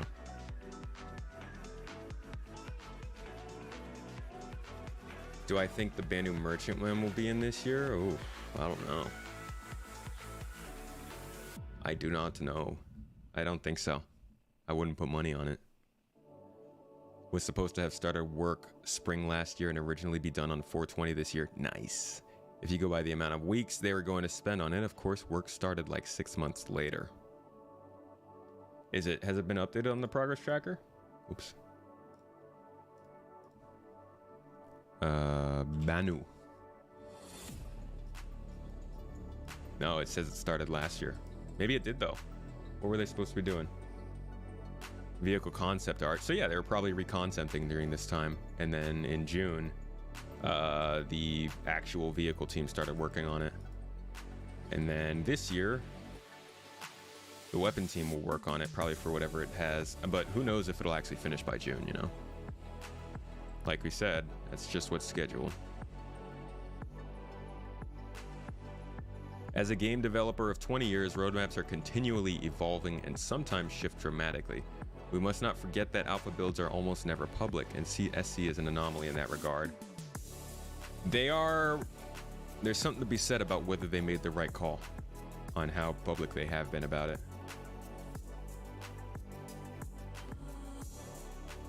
People just want the best damn space game. Hear, hear.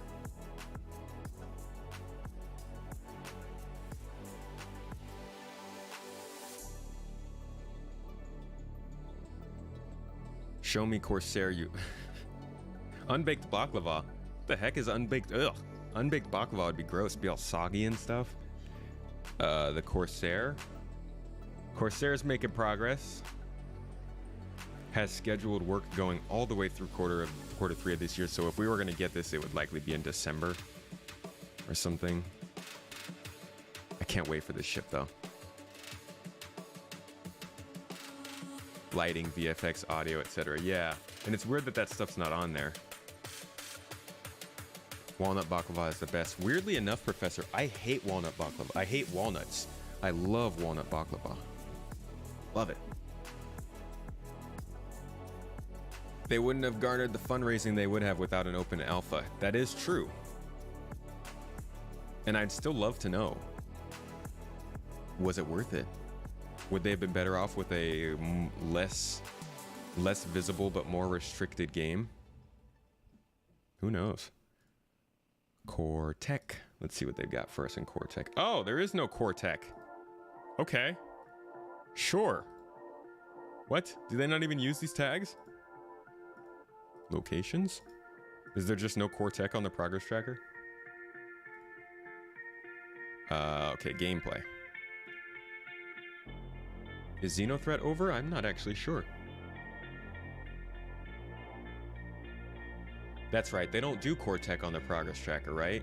Is that I'm guessing it's like when they say Core Tech, they mean like the big packages like server meshing in Gen 12.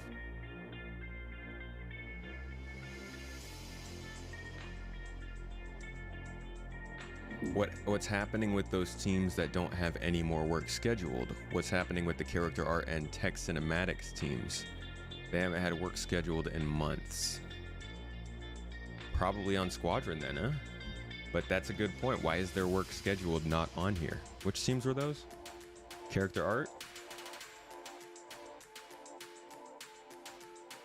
Yeah, their stuff hasn't been updated. Let's see, is any of this stuff actually not in the game? This isn't in the game. They're always working on backpacks. I don't know if, because we're getting a new backpack for every piece of armor, but who knows if we're getting armor. Well, we should, right? Maybe they've joined the character tech art team?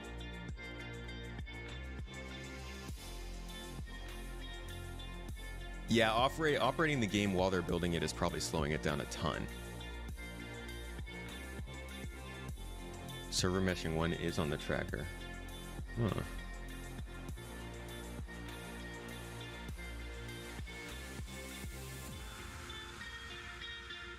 It's not on the team section, but it is on the deliverables. Yeah, I don't know why it doesn't pop up. That's really weird. The strangest.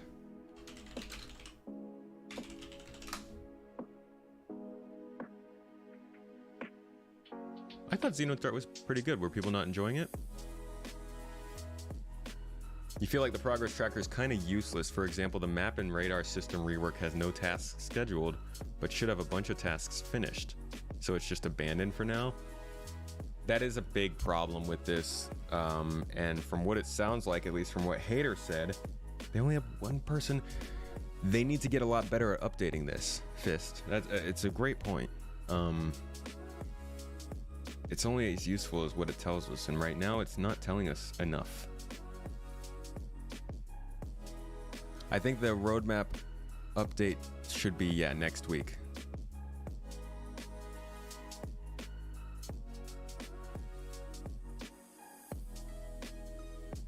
Heard they don't do long distance updates to the roadmaps anymore. Not to the release view roadmap, but we still get them all in the progress tracker. Gen 12 is there, which should have work finished for T0. Yeah, they have work finished for the Gen 12 stuff. Let's go to the graphics department and see if that's. Yeah, so they have a lot of work behind them on this. It's at least as far as the progress tracker would tell us. It would make sense if they migrated the character tech art, but they never told us about this. There's so much happening in the progress tracker, which we can only draw assumptions about. Right. Now, here's another question. Do we hold them accountable to making sure that every addition gets added to this? And if so, how many people can they put towards that? Like, how many should we expect them to put towards that? Would you rather them maybe scale back a little bit so it doesn't require as much work? Or do you think they should put more money into making sure this is better updated?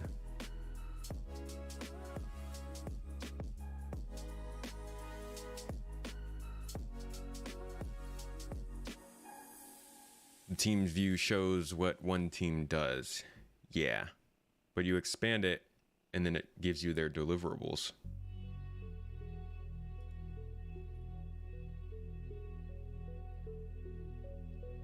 Jumptown worked so well because it was just a box mission. Fair. The deliverables view shows what teams work on what items. Right. You don't like that?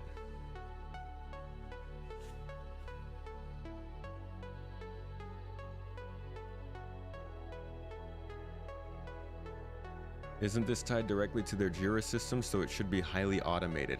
That's what I was thinking, Pomper. That's why I cut myself off when I was saying it should be more updated. Do we have a confirmation that it's tied to the Jira system? Progress tracker.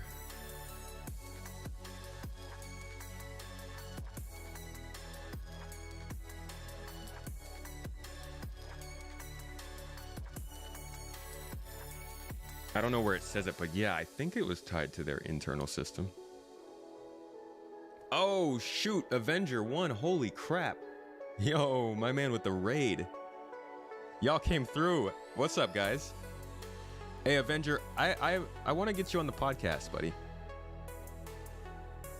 I want to reach out to you or something, but if you have a chance, shoot me a message on Discord or something. Thank you for the raid, buddy. Did you get a shout out? Appreciate you, man. I hope you had a good time today. Playing some Star Citizen. I like it. I like it. Was that 5 minutes? Hey, it was only 2 minutes. Come on now. Only 2. I have a lot of chats to keep up with. I'm not doing very good at it. Howdy, y'all. How you guys doing?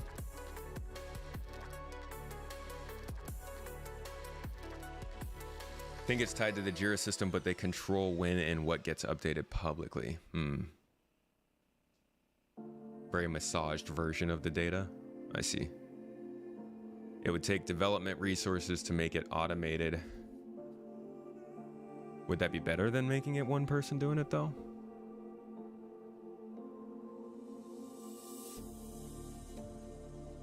What were you guys up to in Star Citizen? How you doing?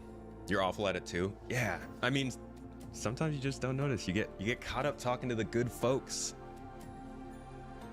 You sent a DM of the exact quote from Jake. Thank you, hater. You have so many problems with the progress tracker, which made the changes to release view more disappointing. I thought that 70% reliability for tentative worked fine. Now there's nothing there, though. Does it? So what's the disappointing part, though? I think the main thing that I've been focused on, or that I've realized during this stream, is that I can't care. I think the release view for me was psychological. I think I liked that I was able to see pictures of features that were coming up. I think that makes a huge deal to me. When something has a picture, it feels a little bit more real, especially when it's a picture that we don't know about, like I don't know, like a thing. So losing that sort of sucks for me, but I think it is probably going to be better for myself, because now I'm just going to be able to read about these things and not put that emphasis on it, if you know what I mean. I'm doing well, Gabbies. Thank you so much. I hope you're doing well as well. Well as well. Well also. Well also as well. Not the roadmap again. Don't distract the devs. Hey man, I'm talking to you guys. I'm not getting the devs on this.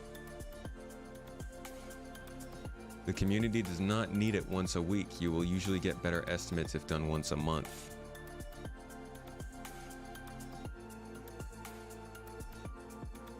We wouldn't have lost the release view if some groups could keep their shit together. Progress tracker contains no info on what work will finish an item, and I would like to know if they intend to release something sometime in the future. That's different than working on it to you. Do you feel like the release view told you that they planned on releasing something in the future? Because the folks that are angry are making the point that the things that were on the release view never did tell them that they were actually releasing. It always just told them they were being worked on. And it feels like what CIG is saying is like, oh, you guys are right. We are doing that. We're going to stop. We will instead put them on the progress tracker since we're not actually sure if they're going to release. And so I'm wondering if, I think it, I don't know. I've worked through that whole process throughout this stream. And I feel a little bit better about it. You're doing well. Were you also streaming? Did I miss? Gabbies, did you raid? Oh, you just hopped in here. Just hopped into the garden. Oh, you came with Avenger, huh? Y'all mobbing around. It was a dopamine boost. People get upset when their dopamine boosts are interrupted. I will admit that it definitely, the pictures make it cooler for me. More certain. Hey, VR Planeswalker, how you doing, 07s, buddy? Hey, Board Gamer! That's Star Citizen royalty right there. What's up, dude? I'm doing well, man. I'm doing well. Just chatting, just talking, coming to some late stage realizations about my own feelings of the roadmap, and we actually looked a lot about the history of it and how it went. We were hopping into these. You guys remember these? Anybody who came in here a little bit later, remember these? I mean, they're still here. The roadmaps from Odysseus. So we were kind of just going through here and we're comparing what was on here versus what actually showed up in these release views, and coming to some conclusions about that. And I think honestly this helped me clear my own thought process about the roadmap this stream. So like I don't really care if it helped you guys, it helped me. No, I'm kidding. I'm kidding. You get pictures under the progress tracker when hitting the double down arrow. Yeah, but that's not as fun, you know? I go to the progress tracker and look at all these bars. It's like bars and text. Woohoo! Look at this. This is not immediate satisfaction. This is delayed response satisfaction. I have to click all the way into this, and then I'm not even guaranteed a picture. This just doesn't do it for me the same way, right? This is probably a good thing. Hey, Big Black, thank you for the 500 bits, my friend.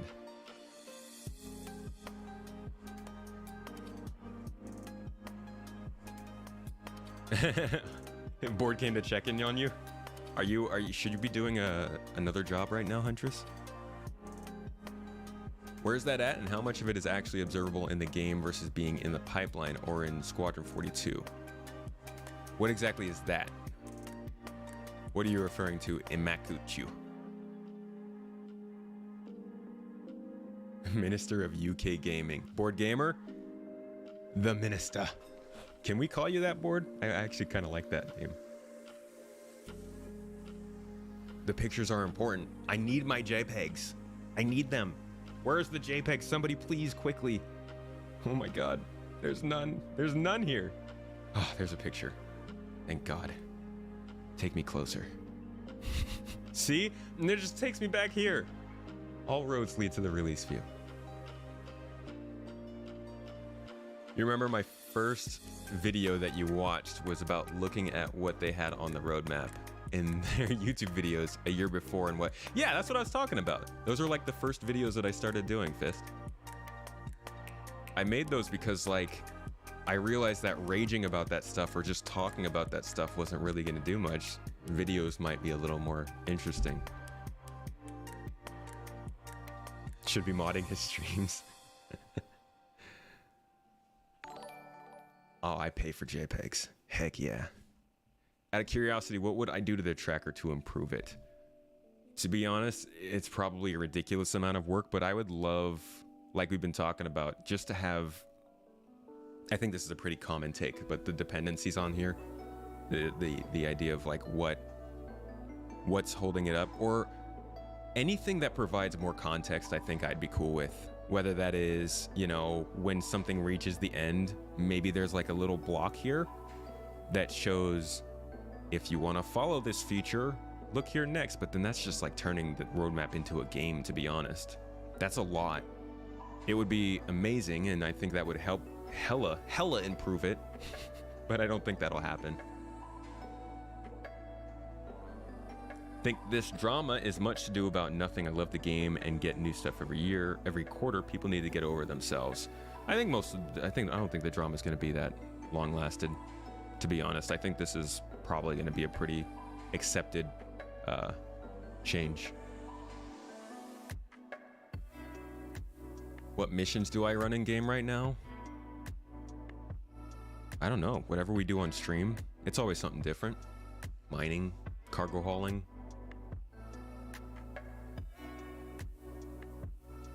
They should hire concept artists for the progress tracker. I mean, it looks pretty good. It already looks good. Zin says hi. Hey, tell Zin I said hi. I love you. I love the work you guys do. I haven't gotten to watch your latest. I think you guys are talking about the roadmap actually. But I like your little back and forths. You want to see my guide to agile production? I don't even know how that crap works.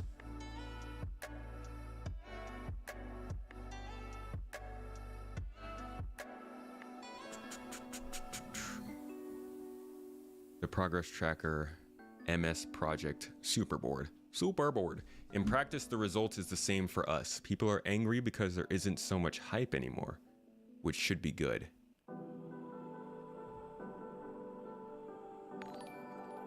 Interesting. I mean, it is the pictures that hyped me up. You're right. Calling me out, man. I feel attacked. Not like we have a choice but to accept it. Right. Yeah. We don't have a choice. I mean, we do. Technically, you could stop following or stop looking at the project, but it's basically decided, yeah.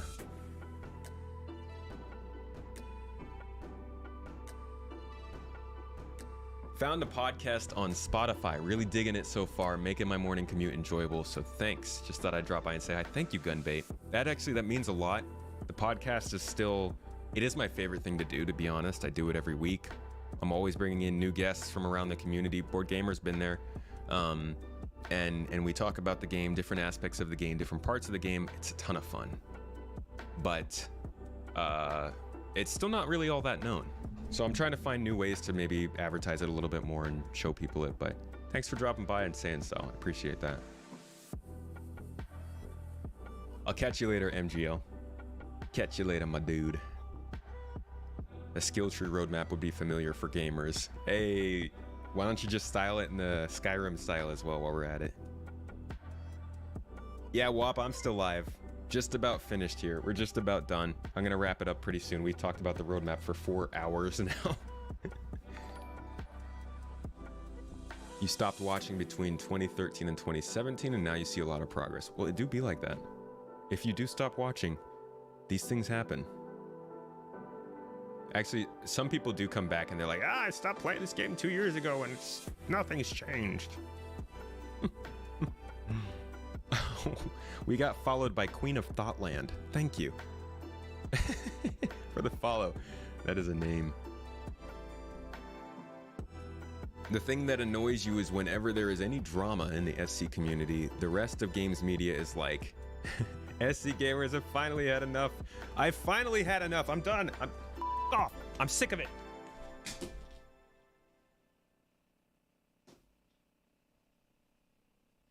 No, I had enough. I was just checking to make sure you were watching. No, okay, I haven't actually had enough. I'm back. I'm sorry. Have we had enough? I don't like. That is kind of a funny assumption that they've had enough, because to be honest, as long as there's still a space game getting built, I would probably end up just following it anyways.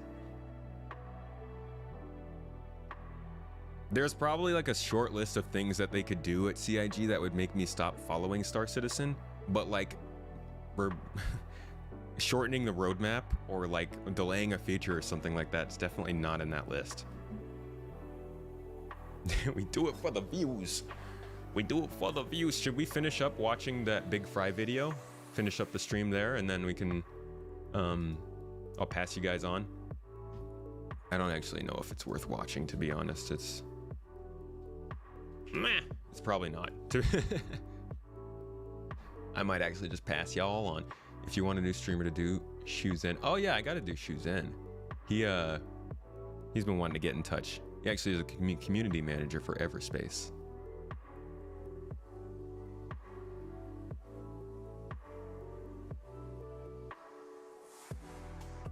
Sci-Fi nerd here, so I don't mind following it. Yeah, right?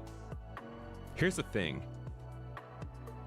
I think this probably puts it into perspective enough. If Star Citizen was not a game, if this was literally just like a lore project and all they were doing was building all the lore around it, I would still be following it. I think people sometimes misunderstand why people are so excited for this game. It's not just because it's a game, it's because it's freaking the epitome of what we love about science fiction. Living in space, working in space, finding people in space. It's really not that complicated. The fact that it's a 400 million plus project of 700 plus employees all over the world developing cool features and professions, that's just a big old bonus, you know? Like, Jay Fish. Jay Fish gone and raided me, dude. You were on my raid list, man. How you doing, buddy? Can we get that shout out for Jay? What's up, man? You playing some Star Citizen? I mean, the game helps. Game helps when Star Atlas. What do you mean, hater?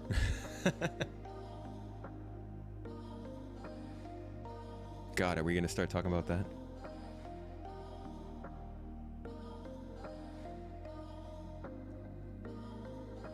What were you doing in game, J-Fish? You did a lot of cargo and then Xeno and then prison. You always gotta finish it with prison, dude. How was Xeno running? Was it smooth? Will Star Citizen be the metaverse? I mean, some people, I think for some people it will be. And that really depends on what you mean by metaverse. I think looking at it from the most pedestrian perspective, Star Citizen will be a place where people go to live a life and enjoy themselves and meet friends and do things in the same way that, you know, Warcraft will be that, and Final Fantasy will be that, and maybe even New World will be that. I do think Star Citizen will be that place for some people. The fire rises. You talking about like in your loins? Like you had a spicy meal? Because I feel that, you know? My mom made some spicy chili a couple weeks ago. Let's not talk about that game, that thing that's actually the scam, but some people think Star Citizen is. Star Citizen's gonna get grouped with that game so often. You did Xeno for like 10 minutes till it gave your gunner a CS3. Ah. Okay, so you like dabbled in Xenothreat a little bit. You've already met so many people through the game. Same here. I've made some really good friends in this game. Like, I will say this, like Matt or Drazen is like, I would put him in my best friends group. Like, we talk all the time. We both know what's going on in each other's life. That kind of stuff. I feel like that's basically the whole point of the metaverse, besides, you know, companies selling stuff. So yeah, I think that'll be the truth for some people in Star Citizen, but there's no real knowing at this point how close it's going to get to what it's set out to do. It's so up in the air. I think right now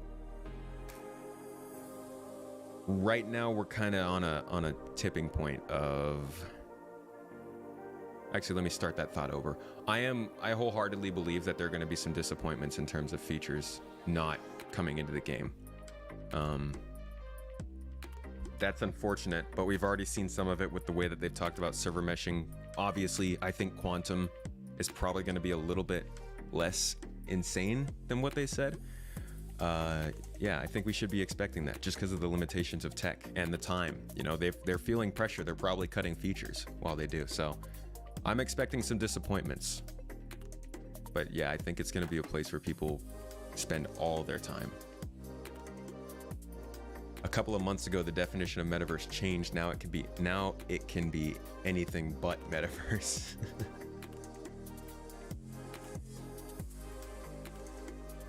You could make some really good friends joining a sports club. Yeah.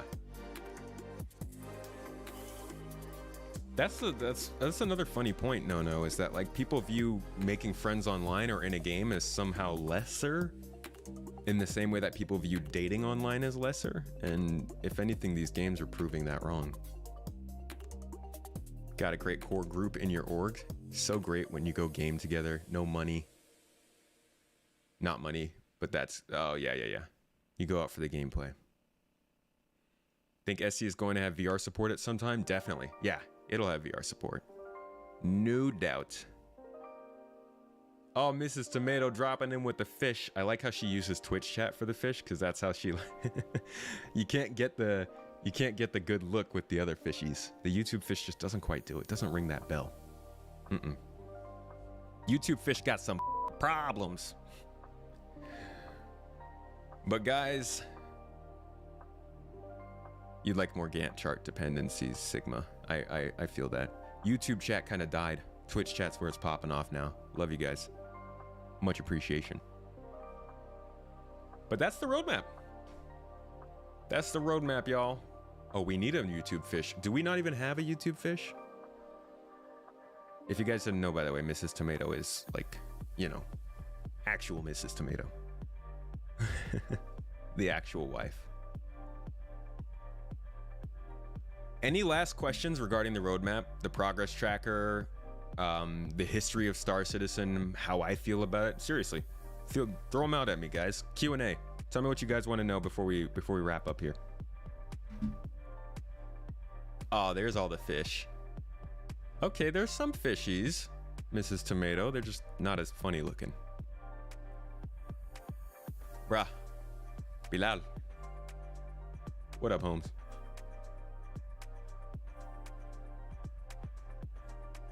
Pyro win. You asking questions I can't answer for you. Pyro whenever we get server meshing. How about that? Think they realize they are taking on way too much.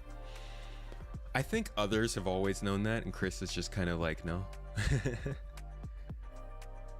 I think they're definitely pushing the boundaries to see how much they can take on before people try and dial them back. I won't say definitely, but maybe.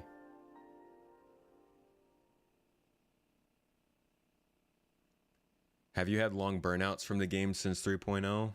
Believe it or not, I haven't. I think the longest burnout I've had on this game, and I'm not talking about playing, I'm talking about just following it, was no longer than a week. Must have been.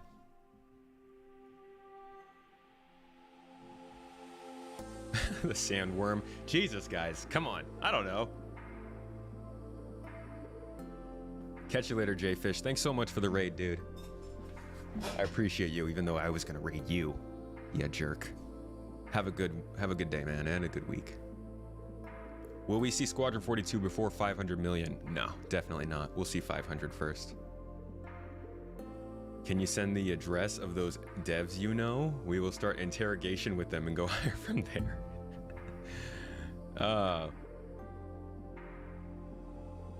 We will not see Nyx before Pyro. I don't think so, no. What's my opinion on the Cutlass Steel? I think that was a waste of a ship. I have no idea why they released it. It's a really dumb ship. I think that's the first I've even said about it. That's how little it matters to me. Do you think the proper percentage of funding is going towards Squadron 42 compared to the PU? I think that depends on who you are, what you want. For CIG, yeah. I think CIG, for them, it is most important for them to finish Squadron 42. I know we love Star Citizen, and we want it to finish, but like Squadron's gonna make way more money up front. And it's also much easier to complete, probably. We will see a publisher step in someday? No, I don't think so. I think they'll stay self-published. I think if anything, they might go the Bungie route and partner up with somebody, but I don't think they'll have another publisher.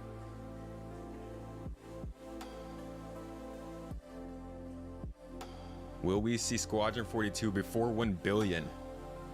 Oh my god. You know, I don't know about that one. You guys might want to go ask a YouTuber Board Gamer. Knows a lot more than me, to be honest. I certainly hope so, man. For 1 billion. I would hope Squadron would get us to 1 billion. If that was going to be reached, it'd be cool if Squadron did it. Damn, they'd have to sell so many copies.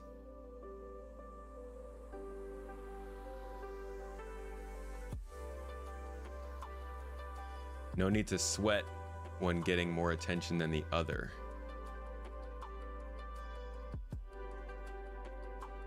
I think they need to worry about selling, though. They do feed each other, you're right. But I think that Squadron 42 is more important to complete. I guess technically, like, Star Citizen makes the money as an incomplete product, so they can focus more on Squadron. We talked a little about theaters, yeah, Skippy. Interstellar space travel. We'll actually figure out time machines first, and we'll just use a time machine to jump forward in time, go get Star Citizen, and then bring it back here. That's what Chris is working on. That's the theory. That's it. That is it. That's my theory. They're working on a time machine in there. They're not working on the game. They're working on a time machine so they can jump forward in time, grab the game, bring it back, and then convince us they've made it. Oh, how did we not see this? It's all a scam. Wait, is it a scam? So what happened first? Did they finish the game first, or did somebody go forward in time to get it first? Oh my god, this is a movie. I have to quit. Space Tomato has to die. I have to quit. I have to write this as a limited series. Oh my god, does anybody have Netflix's number? This is great. I should be a screenwriter. With their increase in staff, they will need around 100 million per year. I have a feeling they need at least 5 more years, so 1 billion seems very likely to me. Jesus, I mean, I hope it doesn't take 5 years to finish Squadron.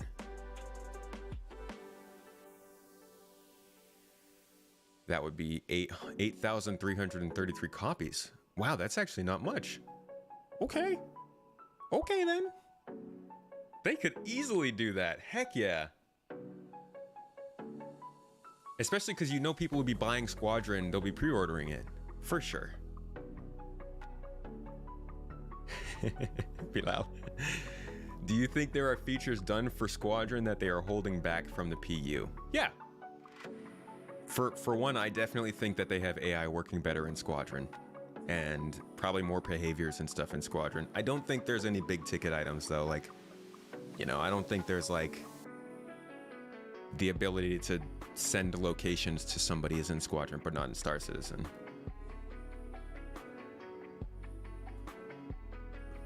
I'd be happy to see Squadron completed in 23. That would be cool. I'm really hoping for an end of 23. But yeah, X for doubt. What came first, the chicken or the time machine? I think the chicken made the time machine. A Star Citizen Netflix series would be actually pretty cool. I would love to see Star Citizen become a permanent fixture of fiction, like an IP that sticks around, that they could develop other projects on in the next 20-30 years. That'd be cool. I have no estimate whatsoever about players and instances. I would know nothing about that. Considering there is no game like this in what you can do, I think once it's out, if it is even a decent game, they will sell a lot. I think you're right. While this game gets a lot of crap and it's got a pretty high bar to meet, I think that all Star Citizen really needs to do is be adequate with the systems that they're working on, just because, like you said, there's nothing else really like it.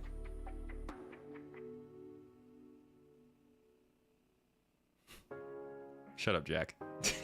That's a corrupt question, dude. 1 million new copies for $60, which is unlikely considering most already have Squadron 42. Would be just 60 million. No, I think he was saying, I don't think he was saying, well, that would be 60 million. That's fair. I think he was saying, though, what it would take, how many copies of a $60 game would have to be sold to reach 1 million. You can see them making money licensing the engine they are building. I'm kind of considering the possibility that they are hoping to acquire other companies and have those companies build games using their engine. That is like the completely out of left field 4D chess kind of theory. It might not be a hot take, I don't know, but my thought process is they've put far too much time and effort into this engine. They're showing that they're going to put much more time and effort in. I can totally see Cloud Imperium Games becoming a publisher that acquires studios and has them build games on the Star engine. I mean, that is, yeah, they could do that, or they could do the Unity route and allow people to, yeah, license it out like you said. But I think they want to build out a catalog of games. I think Theaters of War is just a start. I think they could spin off Theaters of War, Star Marine, and Arena Commander as its own game, one that could be accessed inside of Star Citizen. I think they could probably spin off a separate racing game as well. They could probably do some interesting things with planetary games. I don't know. Just, you know, spitballing. It's a lot of spit too. It's a big spitball. They also said they are able to upgrade it with the times. Yeah, which is important. Think it's possible? Do you think that Squadron 42 is close to complete with the chapters finishing planned work in March? No, I think that the planned work finishing in March is just as far as they've scheduled out. I think that there's still plenty of work that they need to do on that. Ready Player 42. They sold their fabric tech to Kingdom Come Deliverance? Did they really, Phoenix? You have a source on that? Aren't they locked out of engine selling due to the former Crytek contract? If I remember correctly, that contract contained something along those lines, but who knows? I'm thinking, I mean, they must have tried to change the engine enough to get out of that, right? those modes should be included and not a separate fee. They should be BioNukes. I think they always will be. I'm just kind of throwing examples of what they could be doing with the game engine to create new games. They could make something like that as a standalone game in the future. Imagine if they gave us the original version of SC, and in the background they continue to develop this current engine. Some people believe that's what they should have done.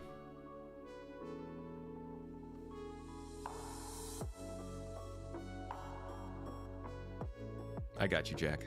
I see you. If it's done by end of March, then polishing starts, which can take a while as well. Do you think Yurikai commander who says meat is back on the menu was a pragmatic commander? I think he was observant. I think he was really good at making predictions on a short scale that would pan out, you know? Somebody who would see meat and know that their brothers are reading, you know, a theoretical menu about what they might kill, could then probably make a good prediction that perhaps that meat that you're seeing is in fact on that menu. So I think, yeah, he's pretty pragmatic. I think he was realistic. He was a good leader until he died. That was all a joke, by the way. Yeah, I don't want anybody to take you seriously. I have no freaking clue. I don't remember the scene at all. Can't remember where you heard that you watch a lot of content for SC. I'd love to hear some confirmation on that. I'd never heard of that about that. As much as I love SC, I will no longer buy ships that are not out. That is a reasonable stance to make, Racer. I stand behind you on that. Would love to have an external app for outfitting ships and item shuffling. That would be cool. That would be sick. I don't know if that'll ever happen though.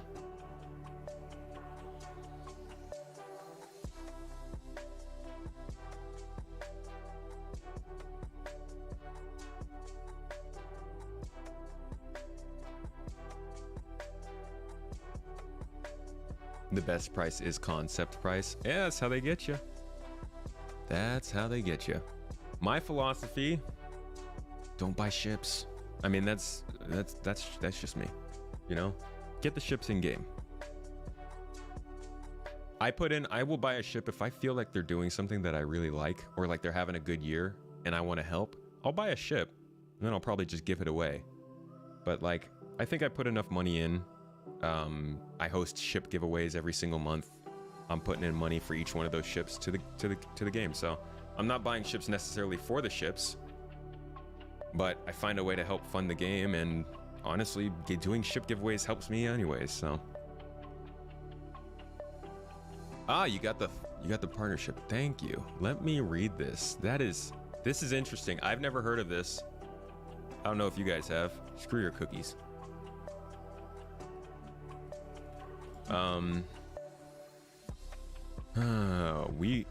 Kingdom Come doesn't just look like a great game. It looks like something we at the Star Citizen team could learn from. Characters and outfits. And that technology is exactly what Warhorse is building for the CryEngine. Good news is the team at Warhorse isn't just incredibly talented.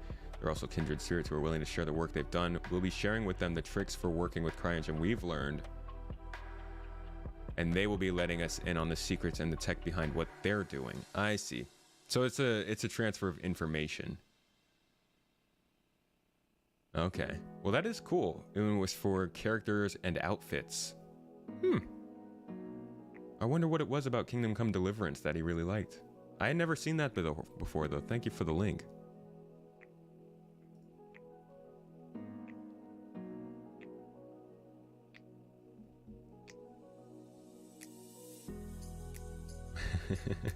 Can't ever feel bad about spending on the RSI Pledge Store if what you know you're doing is funding the devs.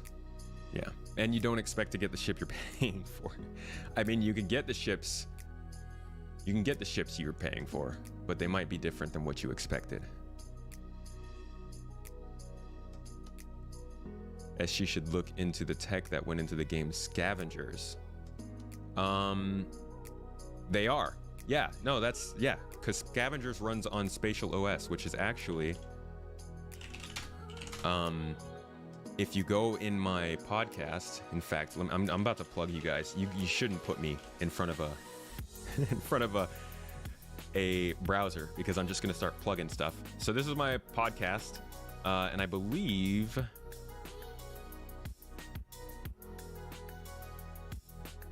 no, I'm sorry, it wasn't on the podcast. Although check out the podcast. If you search for Star Citizen server meshing, I'm going to let you guys in on a little secret here.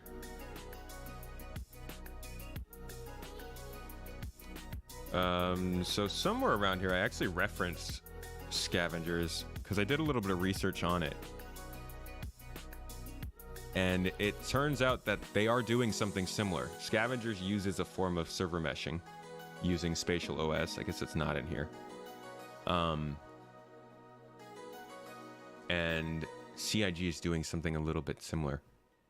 But the secret I was going to let you in on is actually, and this is on the video here, there is a working model.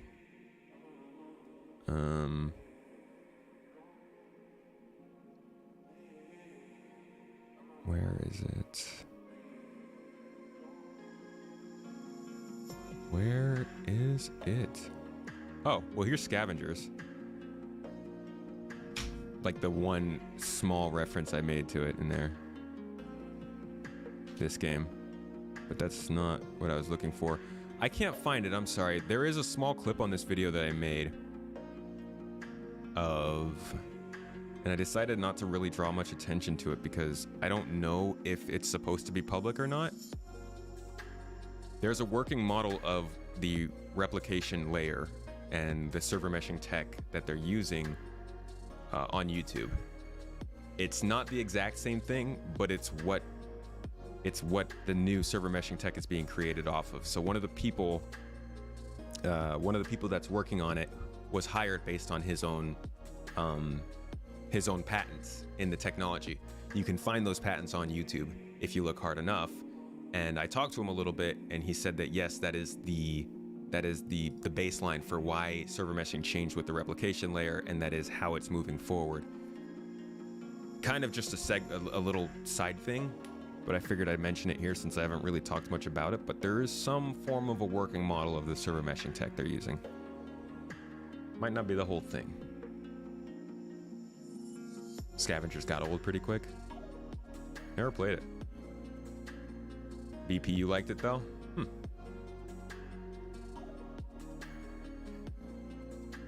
Yeah, I don't have the link. Yeah, you're gonna have to find it. It was an old email. I found it. But guys, I'm gonna let this go. We've been sitting here talking about the roadmap for 4.5 hours, and I'm hungry. I hope you guys all got something out of it though. I really do. Oh, you meant Kingdom Come. I got you. I hope you guys got something from this because I think this is an important talk to have. There's a lot going on with the roadmap, and I kind of wanted to sit down for a little while, clear my head, and talk realistically about how this made me feel based on what we see from the roadmap. Not just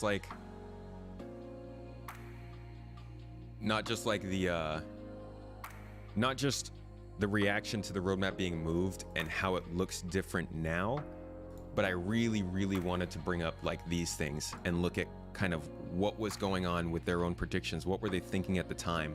And then looking at what actually happened. And I honestly, I think it made me have a lot better thoughts about this whole move. I don't like what they've done, but I do understand it better, I think. And I hope that even if it didn't help you get to that point, it did help you think a little more clearly about it all. And if you're new to all this, you're just discovering this, you discovered all the drama, wanted to hear more about the drama, or you have no idea what Star Citizen is, maybe you learned a thing or two here. I would say though, maybe consider subscribing to the channel. So I'm streaming here 3 times a week, streaming on Twitch 2 times a week, or 3 or 4, however many times I decide to. And I'm putting out 6 videos a month, generally focusing around Star Citizen. 2 of those are exclusive to supporters, but the other one's general information if you want to learn more. And if you do want to be a supporter, again, I tell you guys, don't give me a browser or else I'm gonna plug myself, but I'm gonna show you real quick. I do have a Patreon where you can support, and you'll get, let's see, show you the public view. So there are multiple ways to support me, but everybody gets 2 exclusive videos every month.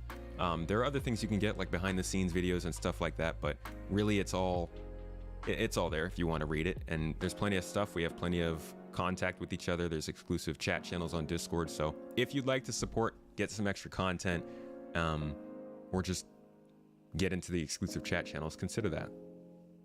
Either way, appreciate you all. Oh, I don't put my OnlyFans link up on the stream.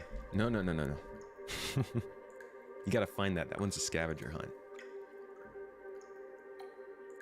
Thank you guys for coming, though. Everybody, for watching live or for watching later on after the fact. I'm gonna send the Twitch raid on to... Let's see, you said that Shuzhen is online, right?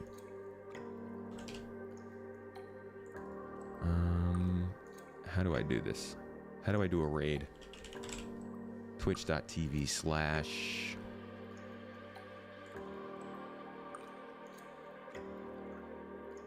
That's gonna blow up here in just a second. Oh my gosh. That is Enterprise. Okay, where's Shuzhen? I don't actually know how to spell the name, so there we go.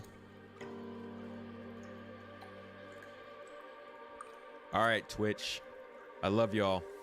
Tell Shuzhen I said what up. Tell him I'm still closing out with YouTube, so I can't be there right away, but hope he has a good stream. Hope he's having a good day, and we'll meet up later. Peace out, Twitch. I love you guys. Have a good week, and if you get that OnlyFans link, make sure not to share it, please. All right. Momkata, you enjoyed the Tomato Talk videos. I barely said a word about the roadmap for the roadmap. You're right. We haven't really talked much about that, guys. Maybe we should discuss roadmaps for roadmaps and why they are probably the best idea. I hope we get another roadmap for another roadmap soon. Or else I'm gonna feel ditched. I'm gonna feel unliked. CIG. I'm gonna rage. All right, guys, my brain's going wild. I'm gonna call this one. Again, I love you all. Consider subscribing for more content, but if not, it's just good to see you all here. I hope you have a great week, and I'll catch you again later. Peace out.